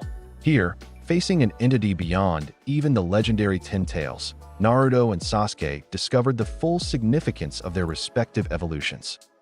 The Sage of Six Paths himself, manifesting as a chakra echo similar to how Minato had appeared within Naruto's seal, revealed the truth. They were the reincarnations of his sons, Azura and Indra, whose conflict had shaped ninja history through successive generations. More importantly, they represented the potential for reunification, for harmony between the philosophies that had divided humanity since Chakra's introduction to the world. Unlike your previous incarnations, you have overcome the division that plagued my sons, the sage explained as he temporarily empowered both Naruto and Sasuke with portions of his original abilities. Together, you have the capacity to seal Mother away once more, preventing the end of the world as you know it.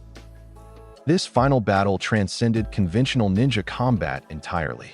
Kagaya, possessing power that had originally shaped the world itself, manipulated reality with casual ease, shifting dimensions, altering gravity, even attempting to transform her opponents into extensions of her own consciousness. Yet against these godlike capabilities stood the unprecedented partnership Naruto and Sasuke had forged, the harmonious cooperation of philosophies that had conflicted for millennia. Naruto's contribution to their unified approach was characteristically centered on connection rather than domination. Using the relationships he had built with all 9 Bijou, he established a chakra network that partially countered Kagaya's control over natural energy, limiting her ability to reshape reality at will. Simultaneously, his truth-seeking orbs, enhanced by Six Paths chakra, provided defense against her most reality-warping techniques. Sasuke complemented this approach with the precision and tactical analysis typical of his fighting style.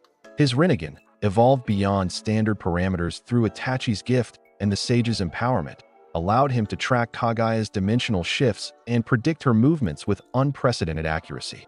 Together, they gradually restricted her options, forcing the engagement toward parameters where their sealing technique could be implemented. The decisive moment came not through overwhelming power, but through understanding. Naruto recognized that beneath Kagaya's godlike exterior remained a mother who had originally sought to protect her sons and their world, before fear of betrayal corrupted her purpose. Connecting with this primordial emotion, he momentarily disrupted her focus, creating the opening needed for their sealing technique. Six Paths, planetary devastation, they announced in perfect unison, combining their marked palms to initiate the sealing. The technique worked as intended, gradually recompressing Kagaya's immense chakra into the form of the Ten Tails, then further into the demonic statue that had originally contained it.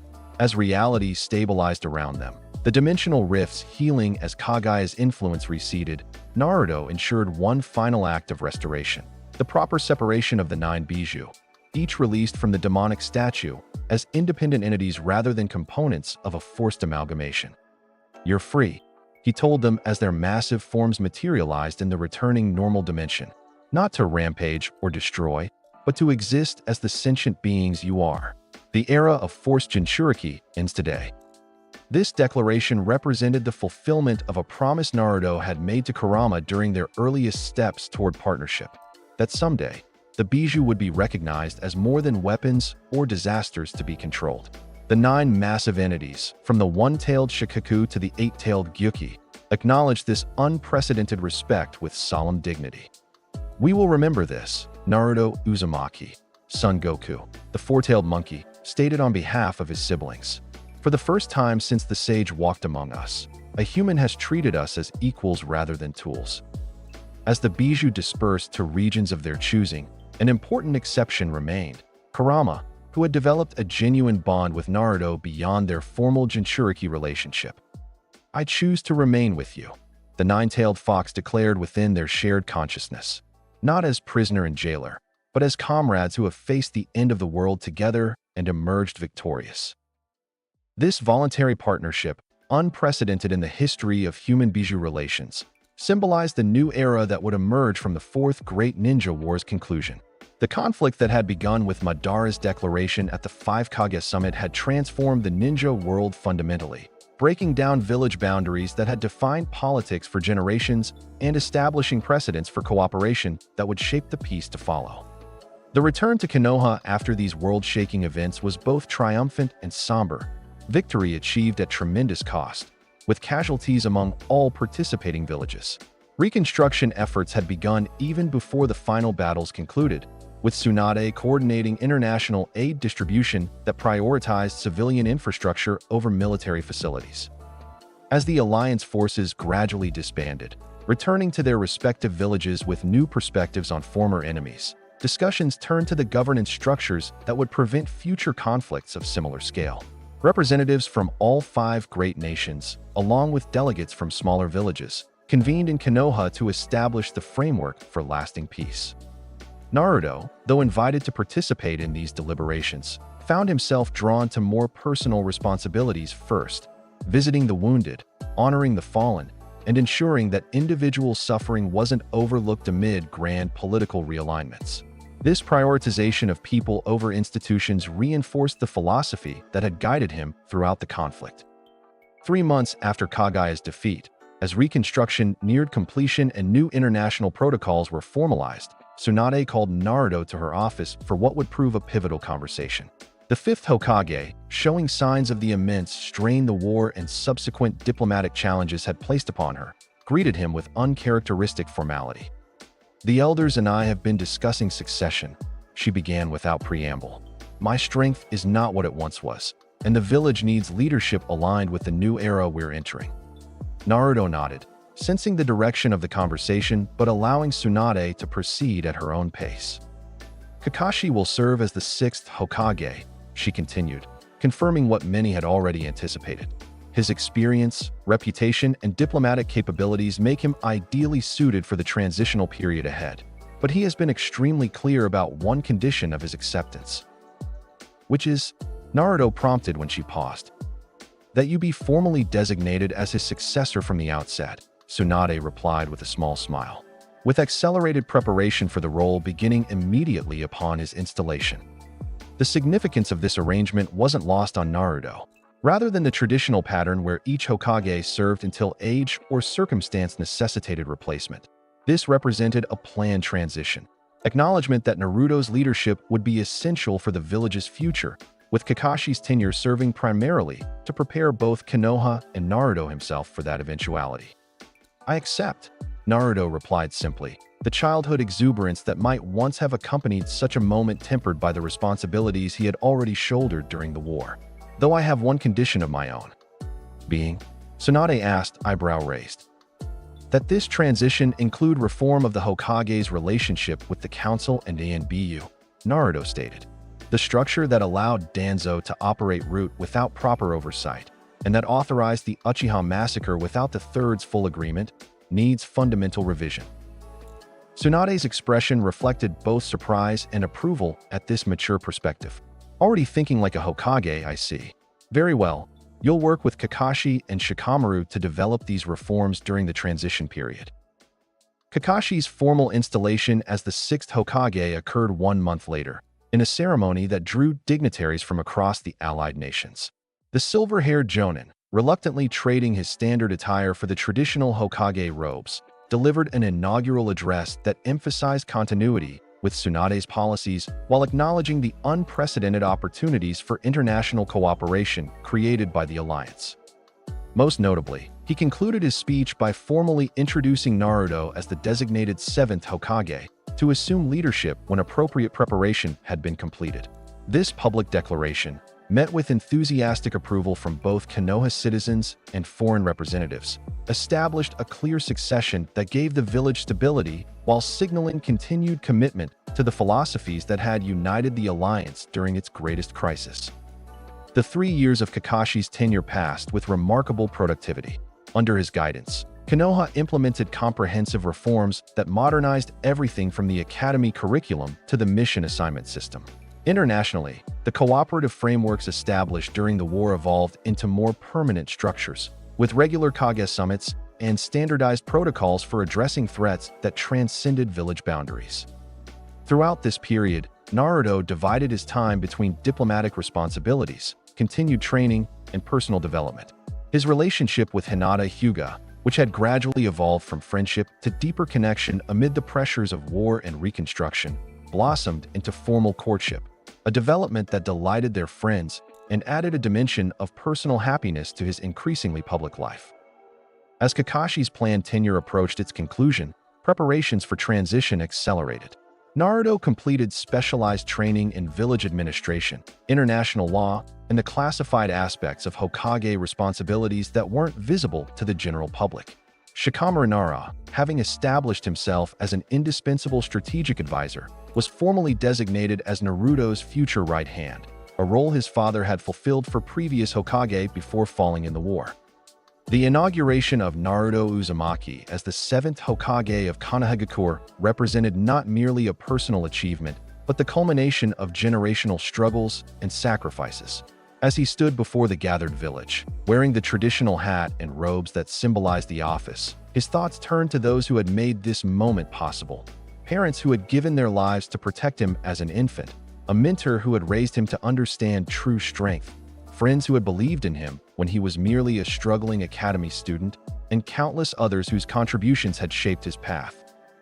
The Will of Fire, he began his inaugural address, invoking the philosophy that had guided Konoha since its founding, has traditionally been understood as the drive to protect our village and its people at any cost. Today, I ask that we expand that understanding, that the Will of Fire embrace not just Konoha, but all who seek peace and cooperation across the ninja world.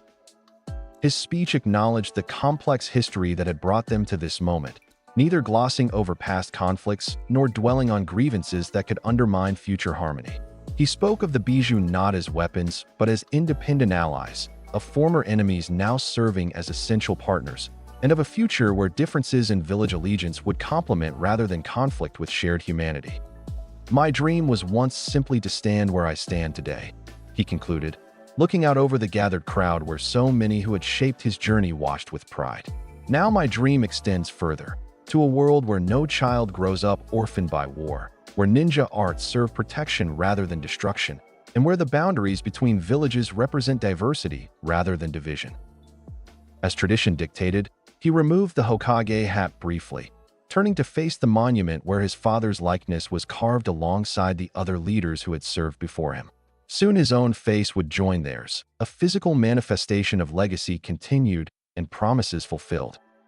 In that moment, standing between Konoha's past and its future, Naruto felt a distinctive stirring within his consciousness. Kurama, the once dreaded Nine Tails, now partner and friend, offering acknowledgement that transcended words. "We made it, Kit," the massive fox commented with gruff affection. "From despised orphan to Hokage. Even I didn't see this coming when they sealed me inside you." "We made it together," Naruto corrected internally, the exchange invisible to those watching the ceremony.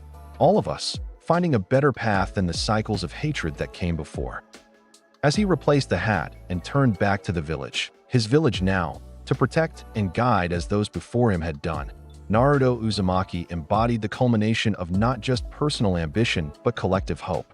The journey from scorned Jinchuriki to respected leader, from isolated orphan to the center of a network of precious bonds, represented more than individual growth. It demonstrated the potential for transformation of people, relationships, institutions, and ultimately the world itself, when guided by unwavering commitment to understanding over domination, cooperation over conflict, and love over fear. The sun seemed to shine with particular brightness over Konoha that day, illuminating not just a new Hokage, but a new era, one shaped by the decisive shadow who had changed the course of history not merely through unprecedented power, but through the rarer and more valuable capacity to see beyond traditional limitations to possibilities previously unimagined. And so the tale continues. You decide where the story goes next. Drop your ideas in the comments below, and don't forget to like, subscribe, and tap the bell for more. Until then, stay quiet, stay hidden, and stay legendary.